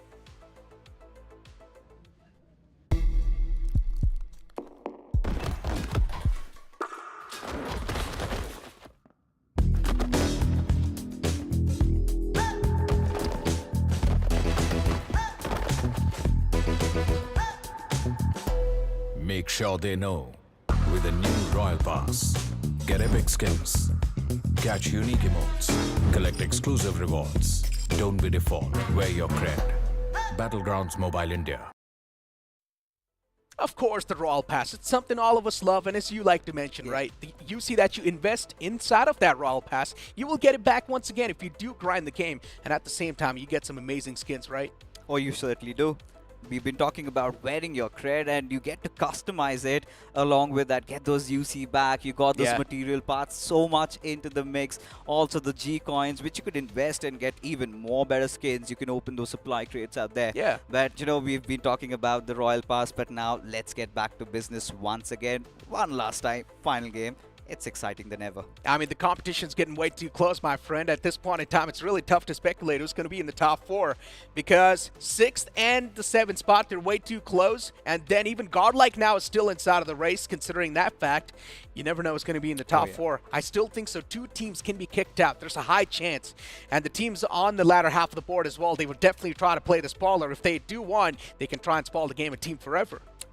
I mean, that could be the case. So many teams in contention. And folks, let's take a look at one last time the final game in front of us. It is going to be a map of Erangel in front of us. And this is where dreams might get shattered. Few teams pushed to the brinks of the wildcard, and Necro, I think it's not for the faint hearts, right? He's going to be sitting this one out as my brave partner in crime, Johnny. He's going to be joining us, and Johnny, oh Johnny, the intensity is higher. Never before have we reached such heights. Prime Esports, they're completely juiced up. Yeah, I mean, definitely. And I guess they have a point to prove that they aren't really the undergods. They are the gods themselves, in fact, looking to reign over Olympus at this point. I mean, with what they have been able to accomplish in that previous game. Did not think that Prime was going to take that game away from, well, anyone. But I think that was payback for what happened to them in the previous Miramar. Because in the previous Miramar, that Impala Circle, they had a good position. It was denied to them, that win. And they came back with a vengeance. 78 points already collected. Yeah. And who knows, they might just go on trying to beat their own record. 21 finishes is where they kind of settled at in the previous game of Miramar. And hey, if they would have had few more bodies lying around, they would have certainly got that for sure. True. But now let's talk about what's on the line. So many teams, right? We've got at least till the players of Limra in contention.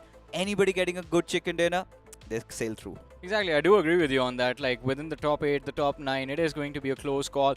And I think a lot of heartbreaks as well, because, I mean, you see Medal in the same bracket, Godlike as well have taken a little bit of dip. But I think massive shout out to Team 8-Bit. That recovery of theirs, it is phenomenal with how they started their day. I did not think that by the end of 5th game, we were going to see them on that 2nd spot. But I think they've gotten this far now, protected, boys. I think somewhere down the line, they've eased the nerves. Right? Yes, but still, I think in the final game, they need to find those 4 to 5 points. Because if they do not, and somebody maybe from Medal or Team Forever, or maybe even the players of Zero Recoil get a chicken dinner, or maybe they get eliminated early on, I think even their qualification might be on the line. And as you said, I mean, it's quite a close call between the top 8 itself. I mean, you're looking at, what, 12 points shy, 10 points shy of the qualification bracket. At this point, again, it's the same thing we talked about after Game 3, right? Drop Clash. Hot drop on any one of the top 3 teams. Prime at this point are going to be the prime targets for a lot of these lads, because Prime have nothing to lose.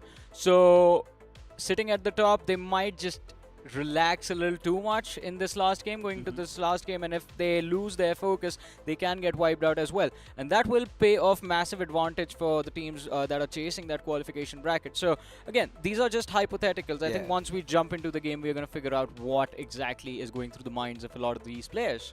I think it's time. It's Ragnarok all out, ladies and gentlemen. Do let us know who will be your top 4 pick making it into the next round. But for now, ladies and gentlemen, it is going to be such a tough fly path, because right now anything could possibly happen. We head on from the Sosnovka military base towards Siverny. Quite a breather in terms of the players. They're going to have no issues dropping down on their favorite drop locations. But imagine a circle down south. Oh, that's going to be amazing, especially considering Prime is one of those teams that do like to drop, or at least they did drop on the military base in the first game of Erangel at the start of the day. And 7 Shore was the team that they picked off. Medal as well, we see them take an early exit, but they are going to head towards the Nova Repnoy drop locations. That is their preferred home ground on this map. Still no sign of Prime. I think 7 Shore are going to have a fun time, at least at the start of Erangel. Oh, for sure. At least for 7 Shore. Still, they have to go big. They've got to hit hard. Because the only good game I could really see from this team was that game of Miramar. They've been poking teams here and there. That's fine. But you could not see them consolidate or have a good position. for a new version. Yeah, this was such a terrible fall. Really did not expect them. Kind of felt like they were fighting their own demons. Yeah. Always having a good position inside the circle, but when it came down to fights, they were kind of lackluster. Okay, so a few switches already clearly observable. Oh no, I take my words back. I think, again, in Pachinki, there will be a fight between Decent and Zero Recoil.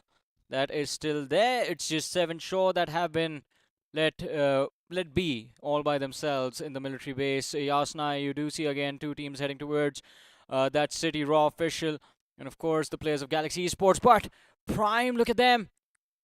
Oh no. It's Godlike that has gone after them, or well, it should be the other way around. Prime going after Godlike, since Godlike did start from the school apartments in the previous game as well. And Shanks is the man against Simp inside the main school building. Admino has shown up, but if Shank is able to isolate that fight, then it's an even 50-50 again. They could be the Godlike Slayers. Team Prime, Shanks. Now he's feeling a little unsettled. He's got Admino also joining in the fray. He needs some assistance, and that needs to happen really quick and fast. They decided to take on the elephants in the room, and Jonathan does have that shotgun, but Shanks, that was a quick escape. Oh, brilliant, brilliant presence of position over there. Here's the footsteps of the man closing in from the stairwell and drops down. And this actually is an amazing way to reposition, because you realize what he has done. He has just brought the entirety of Godlike in the front line, and now his teammates have line of fire. Look at the radar. Prime, the backup is there, and Godlike, they might have just fallen into a trap, but it only works if Shank gets the first knock, which is not going to happen. In fact, Shanks is going to be the man who gets shanked over there. Admino, he secures the frag for his team. I don't think they... I really felt like... I mean, the idea was there, yeah, but I think the fence did protect the other players of Godlike. And this was such a close call, but now Godlike know what's ahead of them. They have to be very cautious. Every single step that they take has to be second thought, because if they do not, they might be in trouble. You know who messed up over there? It's that lad we see in school apartments. He should have been prepared for the cover fire, but I think that is something that was a little bit, not, I would say, small miscalculation from Prime Esports. But this is what we talked about before the game began, right? Prime, nothing to lose. They are going to slack off, of course. This is their last game of the day. And even if they win, they're still at the first position. Even if they lose, I don't think anyone's going to take that first position away from them. So there's literally zero threat for them, even if they get wiped out. First team to go out in the game. Oh, look at Luffy. Is he aware that Jelly is hiding in that outpost? No. He's out in the open, and there you go. Jelly just slapping back hard, and now would really love to see him put him down on the ground. As now Prime Esports, they wanted to create a statement over here. Feels like Godlike was just too much. And now look at Godlike now going for a hunt. But here's Admino and Sim. Are these two players aware that Zoro is lying in wait? Just like Luffy did not know about Jelly, I don't think Admino and Sim know about Zoro. Oh no! Look at that, he's looking in the wrong direction. Zoro has the AKM to work with. Can at least take down one man completely, knock him out. We'll have to switch weapons. I think the clip will be emptied out depending on how the fight is set up. Alright, this is brilliant. Taking one step at a time so as to avoid giving any unnecessary information to the players of Godlike. Although I do not see any, apart from a miracle, I don't think there's a lot of possibility of Prime actually coming out on top. Yeah, do not try to steal his car. He's not going to like that. Certainly does not like that, but I'm not going to like this either. Zoro, he gave his position away. Godlike, that was a close call. They could not afford a single casualty already. Jelly, he's taken quite some beating over there, but now Zoro's position absolutely compromised. Now for Godlike, this has turned into a boon, because now they know they could get that fourth elimination on the board, but still Zoro fighting back. Simp will try to push him out of cover, snuff out, but Zoro still going heavy, still going big, still trying to survive, but not for long. Who was he aiming at inside of the wall? Just saw the man run towards the right. Of course, a big blunder from the side of Prime, and as expected, ladies and gentlemen, after the way the fight was initiated, Prime Esports is the first team to be eliminated from this game. But that wasn't the only fight. We go back to Pachinki. Zero Recoil against Decent. This is round 2 for the control of the city. Yeah, for Zero Recoil at this point, it's going to be so much tough. When you look at them, decent. He's got that little bit of that higher ground, and for zero recoil, it's so much on the line. Oh no. And look at this, even team medal being hunted down. Oh, they were in such close contentions. And now Seven Shaw. You know, they've pretty much been one of those teams that constantly goes in for those pokes. Yeah. Yeah. It happened to them the last game of Erangel. This time, I think they just took a page from the playbook of Prime. They're like, all right, who else is there on the military island apart from us? Medal goes to Nova Repnoi. Okay, then let's block the Nova Repnoi bridge for them. But the only point of concern is it is Metal Esports. So even with one player down, the team can be pretty deadly. Well, they certainly can be. No second thoughts about it. And you know, I'm not really liking where this is going at. And this is exactly what I was talking about. 80, he was just caught napping. And Sarthak, he's going to open him up. Already 2 finishes in short. And certainly could be eyeing out for another. As decent the numbers are dwindling down. One last player alive. And Johnny, or in fact, it's going to be Ronnie. He's at the church. But he's got to make his prayers now. Because zero recoil. They're going to try and hunt him down. It's again, I mean, a hilarious deja vu over there between Sarthak and 80. Because that is exactly how 80 went down to Sarthak, even in the first game of the day. Sarthak just went super wide and just saw this man lying on top of the roof. And, well, again, this was just the same scenario. But Ronnie, he's hiding in the church. There is a possibility that Zero Recoil might just assume that he has escaped in the back lines.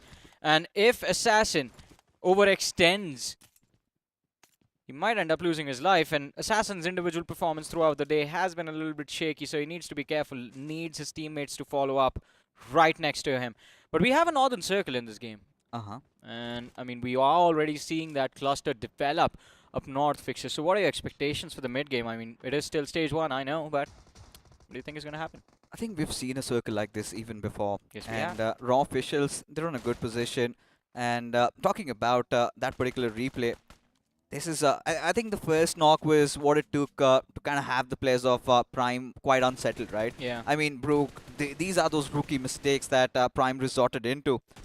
Now, they should have been really careful. Yeah, Zoro did get that initial knock, but yeah, I think, you know, we've seen this ongoing trend, right? And it was all about those last moment reflexes where you've got 3 players pushing at you. That is where the panic button really hit. But now, even looking at the storyline, Godlike, they've started off well. They did manage to recuperate 4 finishes without a single casualty. But that's still not going to make the cut, right? They still have to hit hard, still have to get a couple more points. But talking about few teams in contention, you still have Zero Recoil.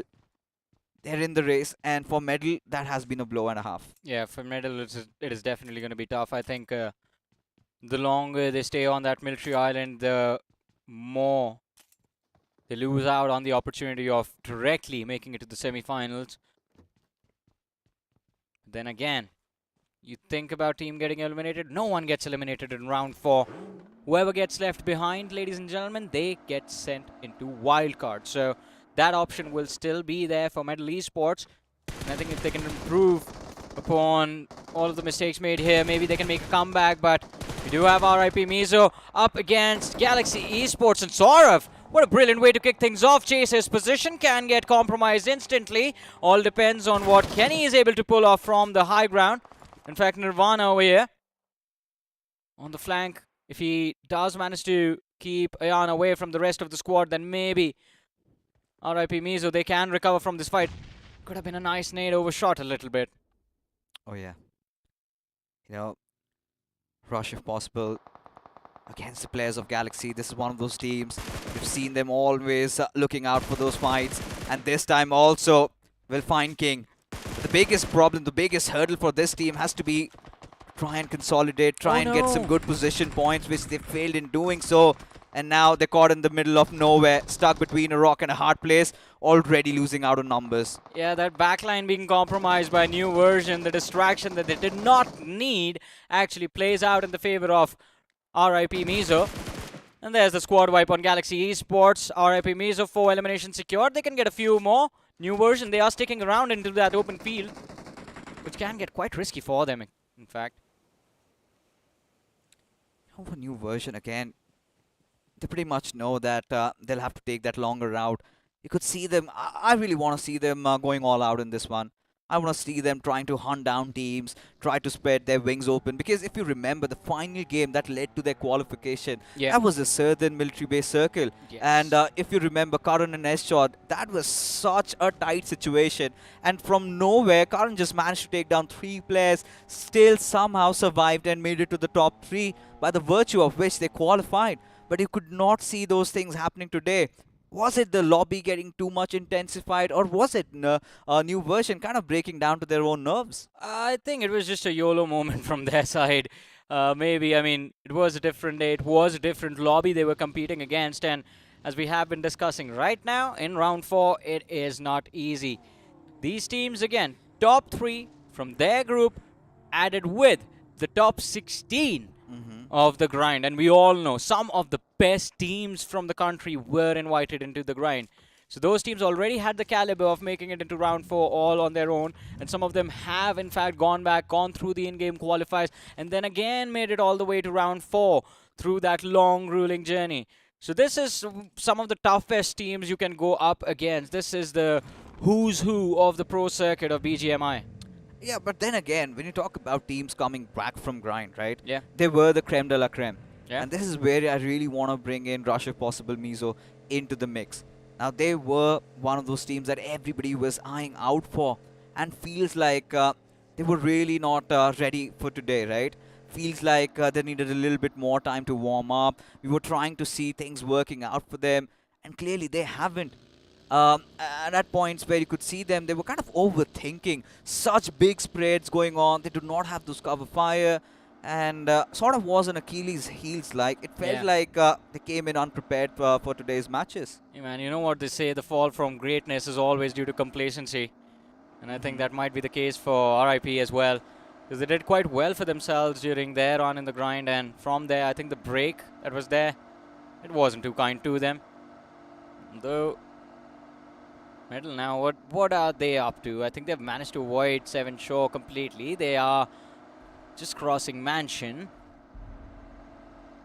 So Safe Haven has been acquired, but the zone is still quite a distance away from their position. If you remember round number 2, the first game where Metal got that chicken dinner, it was a similar circle. Yes, it Metal was. did execute that northeastern injection inside the zone, but they had all 4 of their players alive. You know which team is my favorite whenever the circle heads towards shooting range of Severny? I mean, they are not playing right now, of course. Alibaba Raiders. Oh, I love the way they play these northern circles. we all do. We all do, and they have got those beautiful rotations also going in, but lately they've been on a rough patch. But for officials, still, they might just make it. We're talking about the perfect mix of young blood along with that experience Daljit puts on the board. I do not know who's going to be eye-jailing for this team, though, but they've been pretty aggressive.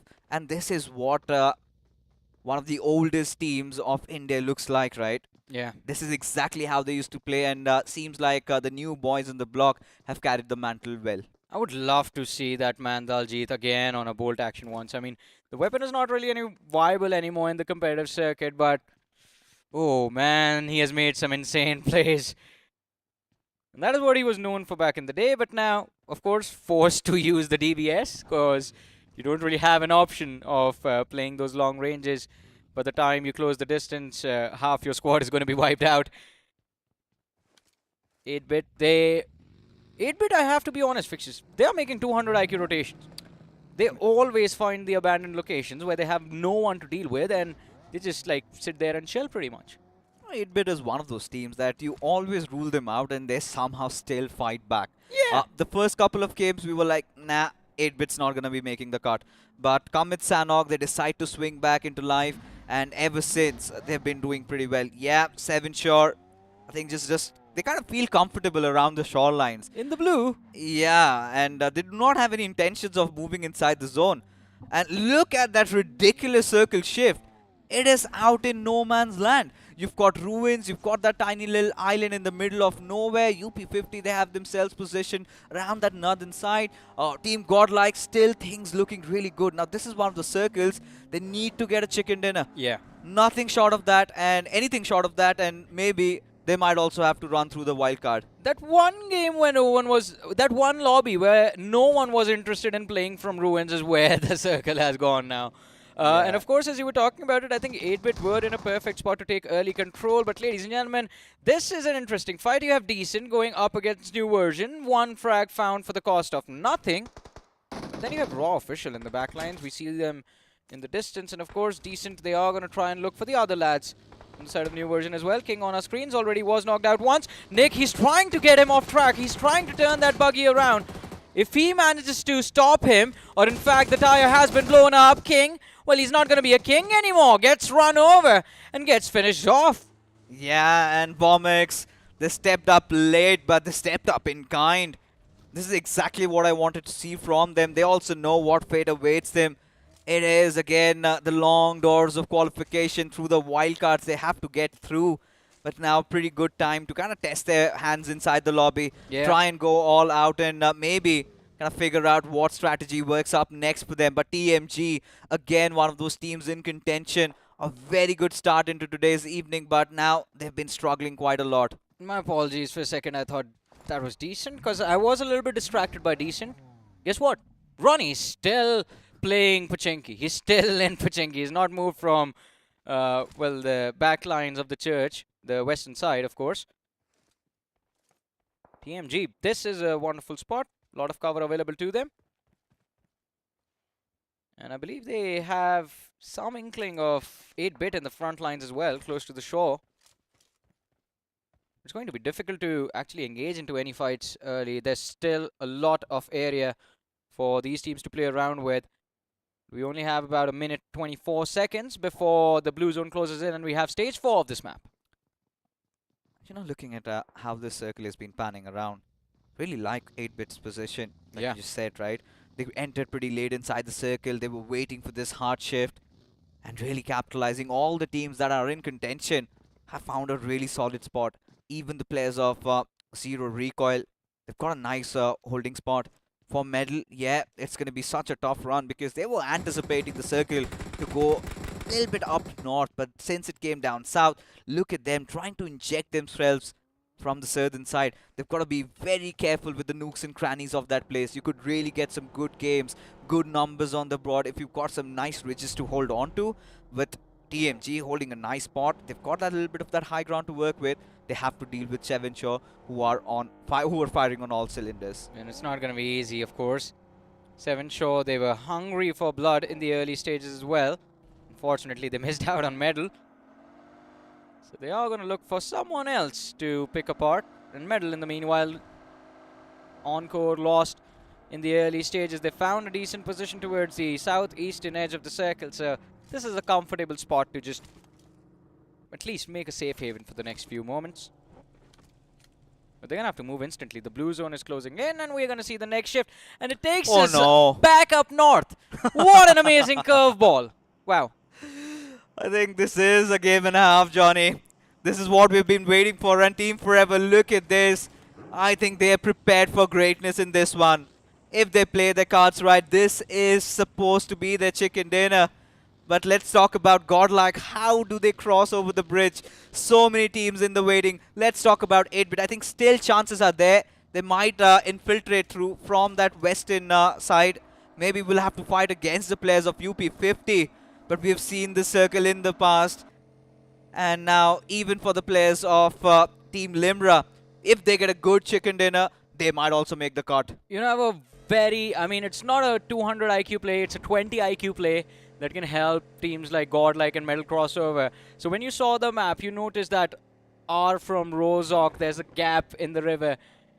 You can actually jump in a car far enough on the other side to land close to the other shoreline. But the problem is once you get to the other shoreline, you don't have any cover.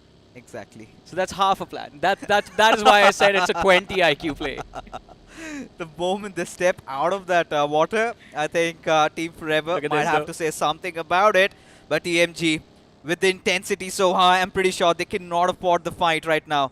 Still would want to fancy their chances. Aditya could be a big fish in the water, but no, he fails and now has given so much information for 8-bit to work it through. All Team 8-bit needs to do is somehow manage to get themselves tucked in one corner inside the circle, but with Vomix keeping a watch, oh my god, this is an absolute disaster. A moment of desperation. Mac finds the crate, but there's one more man and they have picked him up as well. So 8-bit, they find a little bit of a safe haven to work with. Now the question is, Fixes, I was wondering this for a while.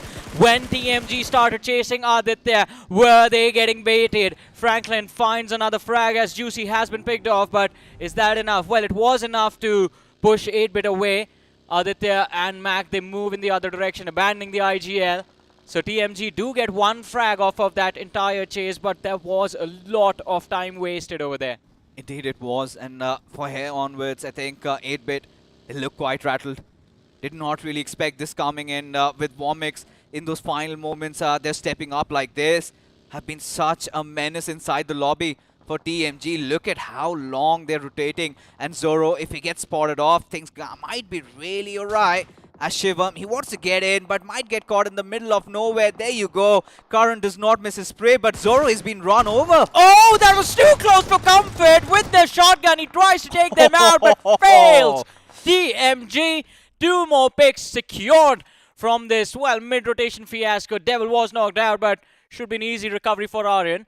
Although, I wonder if he actually wants to give him a revive, considering throughout the day, Devil has at least twice, in front of my own eyes, I saw it, knocked out Aryan with the nades. Look at this, Seven Shaw inching in close to the players of Metal. Whilst all of that commotion is happening, Circle has taken a ridiculous shift. Siam fighting tooth and nail against the players of Seven Shaw. Tiger already put down to the ground. Paradox from the backlines, he gets another knock. Metal somehow still in the fight, still in the mix of things as Seven Shaw. Finally, the numbers are starting to dwindle, and as the dust settles, it is going to be the final player, Toxic. He gets dealt with, but the moment we see the circle in front of us, Johnny, we're going to lose our minds. Yeah, it is on that small, tiny island, ladies and gentlemen. Fixes, I guess, godlike. They do not have to worry about a lot.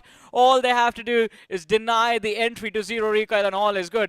But you know what's the best part about this Metal and Seven Shaw fight? It began towards that Nova Reploy bridge. They've been avoiding each other this entire time, but eventually, I mean, people destined to meet together will eventually meet, I guess. And Metal and Seven Shaw were destined to be together. They'd get revenge for Encore over there, by the way. But heading towards that island, zero recoil, they've crossed over, and that spells a lot of trouble for Godlike, and not just them, actually. RIP, Mizo are on the other shoreline as well. They're trying to cross over, and I don't think Zero Recoil are going to allow anyone else to join them in this position. Really good position, quite commanding, at least for Zero Recoil. Yeah. But Team Forever, they decided to take a swan dive inside the water. I think you and Team Forever had the same sinister thoughts, but this time they could not make it on the other side of the island. It was just that one-way love story for them, because now they've been spotted out by the players of Team Limra as Gokul. He tries to take a couple of shots, just peppers Jelly down.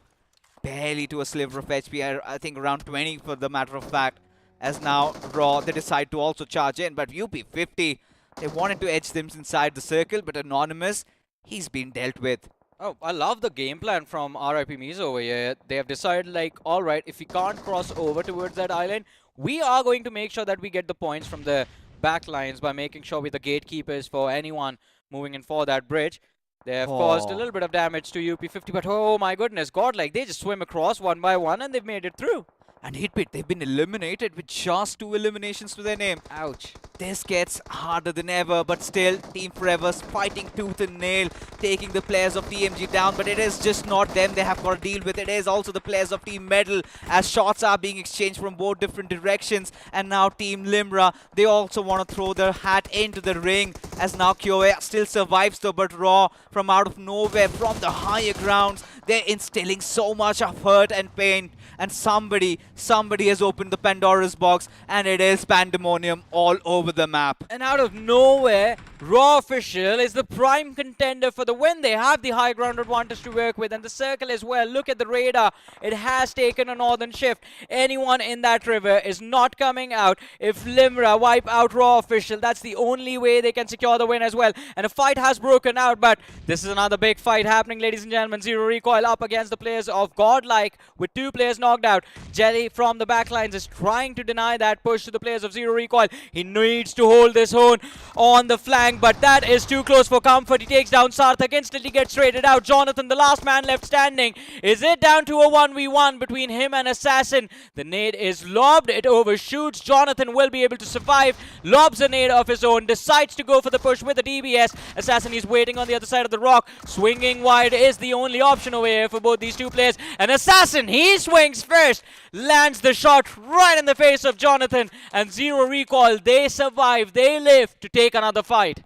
Live to fight another day. Jonathan decided to get the final elimination. Kind of lost track, and eventually Assassin just capitalizing on that situation. But looking at what lies ahead for them, Team Medal, Team Forever still in the water, still fighting it out. Everybody doing whatever it takes as Team Limra slowly but surely starting to take control over the map, as now it is going to be a round and a half for the players of Zero Recoil, and Dragon, he blows them up. Yeah, they are done. I mean, first of all, what happened to Raw Official? Where did they go? I guess picked off by Limra, and again, since Limra now has the high ground advantage, they have the luxury of lining up these frags, lining up these finishes, and of course taking all of these points all to themselves. Medal, they can't do anything about this. RIP Mizo as well, they are pinned out in a corner, and well, Forever, they are living a nice little life in the submarine. Pretty much a fish in the barrel situation for them. Yes. Their positions have been absolutely compromised, and Kyoya, he's keeping a watch of whatever they're really up to, as Kenny, he lights Paradox up, and now Medal, they're in a whole world of trouble with Kyoya, just the final player surviving. He has to step out of comfort. He has to get out to get that revive, though. We'll get the revive, but Team Forever, have they snuff him out? This is the moment to strike, and they also have to get inside the circle. Intensity higher than ever, but still Medal, they decide to recuperate. Man, sit in the car and take those shots in the direction the gunfire is coming from. But, oh, that was too close. Kyoya barely survives. Siam is there alongside with him. Team Forever. Oasis, I believe he's the last man standing. RIP Mizo, they've crossed over Chaser and Nirvana, but it's going to be difficult for them to survive as well. Kyoya gets picked off, so Oasis, solo survivor for Team Forever. Siam, solo man left alive for the side of Medal. You have two individuals from the side of RIP Mizo, and then, of course, all four players from the side of Team Limra. But Gokul, he has been knocked out. Chaser, he's down to around 30 HP. 1 nade between those two lads, and I think even RIP Mizo are going to be done. Finally, rush if possible. This is the game. Oh, they wanted to. More. Yeah. Forgot about Kenny, man. Indeed, they've got some decent numbers. 10 finishes already. Kenny from the backlines. He could throw a span of the works of maybe Oasis or Siam, either of them. Finally, they will have to step out of cover. Are they still inside the circle? Team Medal, finally they fall, but with decent amount of finishes. But Team Forever, how much have they salvaged out of this game? Oasis, a top 3 position, quite nice, quite handy, but 3 finishes. Is it going to make the cut for this team? It's not going to be easy. And of course, struggling to find a footing as well. That rock right there, of course, along with that, the crates lying around as well. But Dragon, I think he's going to shut down Oasis pretty soon. And with this man advantage, should not be too difficult for the side of Team Limra to actually secure the win. Chaser goes down as well. Nirvana is the last man left alive. And I think that pretty much guarantees it. The nade to close things out. And in fact, they get both the finishes simultaneously. Fixes. Who went down first? Was it RIP Mizo or the Team Forever? Well, I guess we're going to find that out in a few moments. We certainly can. But I really feel that was a close call. Yes. And now, you know, for Oasis, if he did survive, that is going to fetch him 1 extra point. Yeah. Last we saw, they had 3 finishes to their names. And if they kind of end up at the 2nd position, they're going to get 6 points, which kind of brings the tally down to 9. But if it is the 3rd position, then it is going to be 8. And I think that is going to make a whole world of difference. Although now this last game has started to bring a lot of questions to the limelight, right? Like, what was RIP Mizo doing in the first 5 matches if they can play like this? Why was this performance not there? And again, me and Necro were having this conversation before we started our day, and I had an idea that maybe a lot of these teams are going to try and hide a few strats. Maybe they're going to showcase just a smidge of what they're capable of, and all thanks to that wild card bracket, ladies and gentlemen, where I think a few of them are going to be headed, because even Metal played quite well in this match. Metal did play. I think they secured 7 finishes to their names. Yes. And this circle was absolute monstrosity. I mean, we never could really imagine where it was really headed at. For a moment, we thought it was the northern side. Suddenly, it comes down south. And I think Team Metal, they had to do so much of jousting to try and inject themselves in. For a moment, we saw them injecting through the eastern side. Suddenly, they come down south. But who knows what awaits them. And one thing we don't know, but we will find that out, is, ladies and gentlemen, who is the MVP of this game. Because there were a lot of contenders, a lot of individuals that were responsible for single-handedly saving their team. But I guess it was Nirvana from RIP Mizo, who was definitely an important player for his team. He was holding down that line behind the tree, denying access to Metal, denying access to Forever, and of course making sure that even Team Limra stayed at bay for a long time. 6 finishes secured with 1197 damage dished out, 2 headshots, survival time of 26 minutes 51 seconds. Oh, of course. Now, when you look at the top 5 performers, a rush if possible, I think this was a really nice comeback. Really, at least a kind of a tone setter for their fans that, yes, they're going to come back swinging hard, because a team coming back from grind, and really not the kind of an outing we would have expected from them. But for Team Limra, also nice comeback. And we were talking about them also being in the chase, also being in the race, because if this would have been a high finish affair, this could also be a team that could maybe edge in. Considering the fact that Team Forever and Metal, both of them had really good performances, and 8-Bit got eliminated pretty early. Yeah. Oh my god, this is going to be such a tough call. And I mean, during that mid-game, we actually thought that 8-Bit had the prime spot to secure a lot of points in this matchup, but unfortunately that wasn't the case. But as you said, yes, very difficult to figure out who made it through. But let's move forward in our process. Let's have a look at the point standing from this particular game. It should give us a slight idea of what the overall picture looks like. I mean, one thing is guaranteed, and you can bet me anything on that, the players from Prime Esports are still going to be #1. Oh, that's for sure. Nothing taken away. But this is going to be game-changing. Metal Esports get 11. Team Forever get 9. Zero Recoil, they also have 11 to their name. And let's not forget, Team Limra getting that 21-pointer. I think TMG, maybe it's a long-fought journey, but Godlike also with 7. I don't think that's enough. Yeah, I think Godlike is definitely not going to be proceeding to round semi-finals directly. I think a lot of these big names will have to go through the wildcard stages. Limra might have made it through. I'm quite hopeful with these 21 points. Maybe they've made it through. But let's see. I mean, it's all speculation as of now. We will find out who is in the top 4, ladies and gentlemen. And that is going to happen in a few short moments. But for now, the second page of the ranking. And of course, Prime Esports did not think they would be the first team to get wiped out. But then again, I mean, if you push at a team like Godlike, you better make sure that your strategy and execution as well is perfect. Prime Esports, they showed up with an amazing strat, right? Shanks, he was supposed to be the bait, and luckily Godlike took that bait as well, but the follow-up wasn't really there, and, well, the entire team was taken out because of one small error in judgment. But we won't make any errors right now as far as the qualification of the top 4, ladies and gentlemen, is in question. Because we are going to move forward to the ranking straight away. And there they are. Prime Esports, 78 points. Zero Recoil still on the second with 52. Team 8-Bit make it through. And Limra, they qualify all thanks to 1 point. My goodness, had Forever gotten 2 extra finishes, this would have been them. Oh my god, this has to be gutting, especially with Team Forever being so consistent. But Limra Esports, every single time anybody rules them out, they come back, holding on, latching on to the hopes, will make it to the next stage. And for 8-Bit also, that one last game, I think courtesy to those 2 consistent games, Weekendy, even in Sanhok, and that good game in Miramar, they're still through. And even for Zero Recoil, but some big disappointments, some big upsets. Godlike, they'll have to face Wildcard, Metal, Team Forever.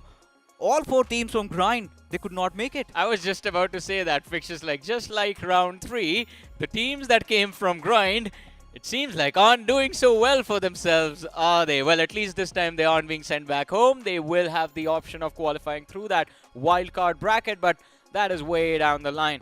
TMG, have to be honest, they dropped the ball pretty badly. After that game, after that win on Miramar, game number 2, had they just been slightly consistent, I think TMG would have been able to qualify within the top 4 quite easily. This team was, they were playing decent. They weren't that bad. I think even the players of UP50, right? Even after the second or the third game, we still had them in the race. They were around that 5th, 6th spot.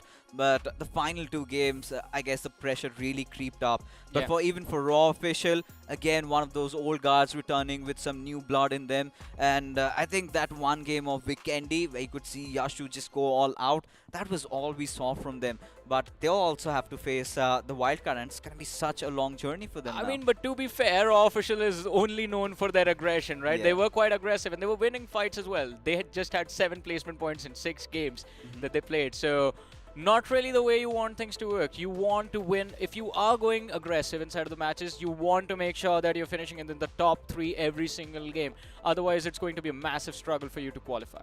It has been a tone setter, right? Oh, yeah. The first day of round 4, and big names have really collapsed. And mind you, when I'm telling this, the journey from the wildcard, it's not going to be easy. Only the chosen few shall qualify, but it's going to get so much exciting from here on. Yeah, it is definitely going to be quite exciting, ladies and gentlemen, just like today. But our day has come to an end. This is Super Johnny joined by Fixes. Thank you guys so much for tuning in. We'll be back again tomorrow. Until then, take care. Good night.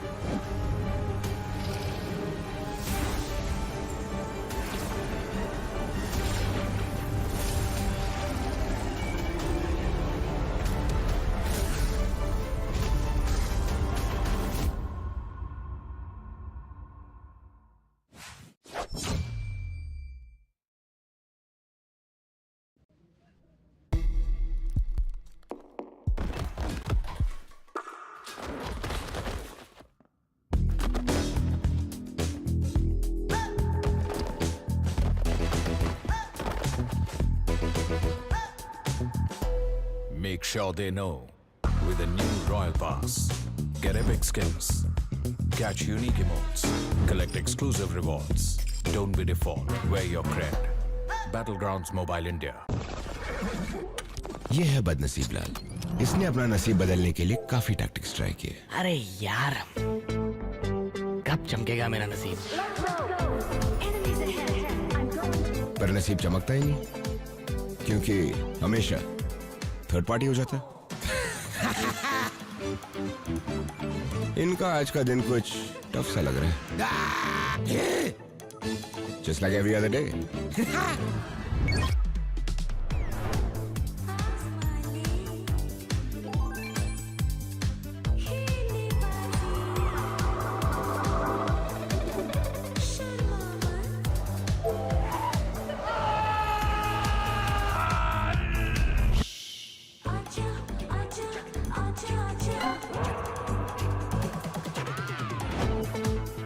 Gold spin में items जीतने के tactics तो बहुत होंगे. तू मेरी मान, बस स्पिन करता जा. अरे मिल गया. तुझे भी नसीब चमकाना है, बस स्पिन करता जा और फ्लेक्स कर गोल्ड स्पिन का all new luminous muse suit, upgradable weapons and epic sets. पहली स्पिन कर 10 यूसी में और बस स्पिन करता जा. Let's get spinning.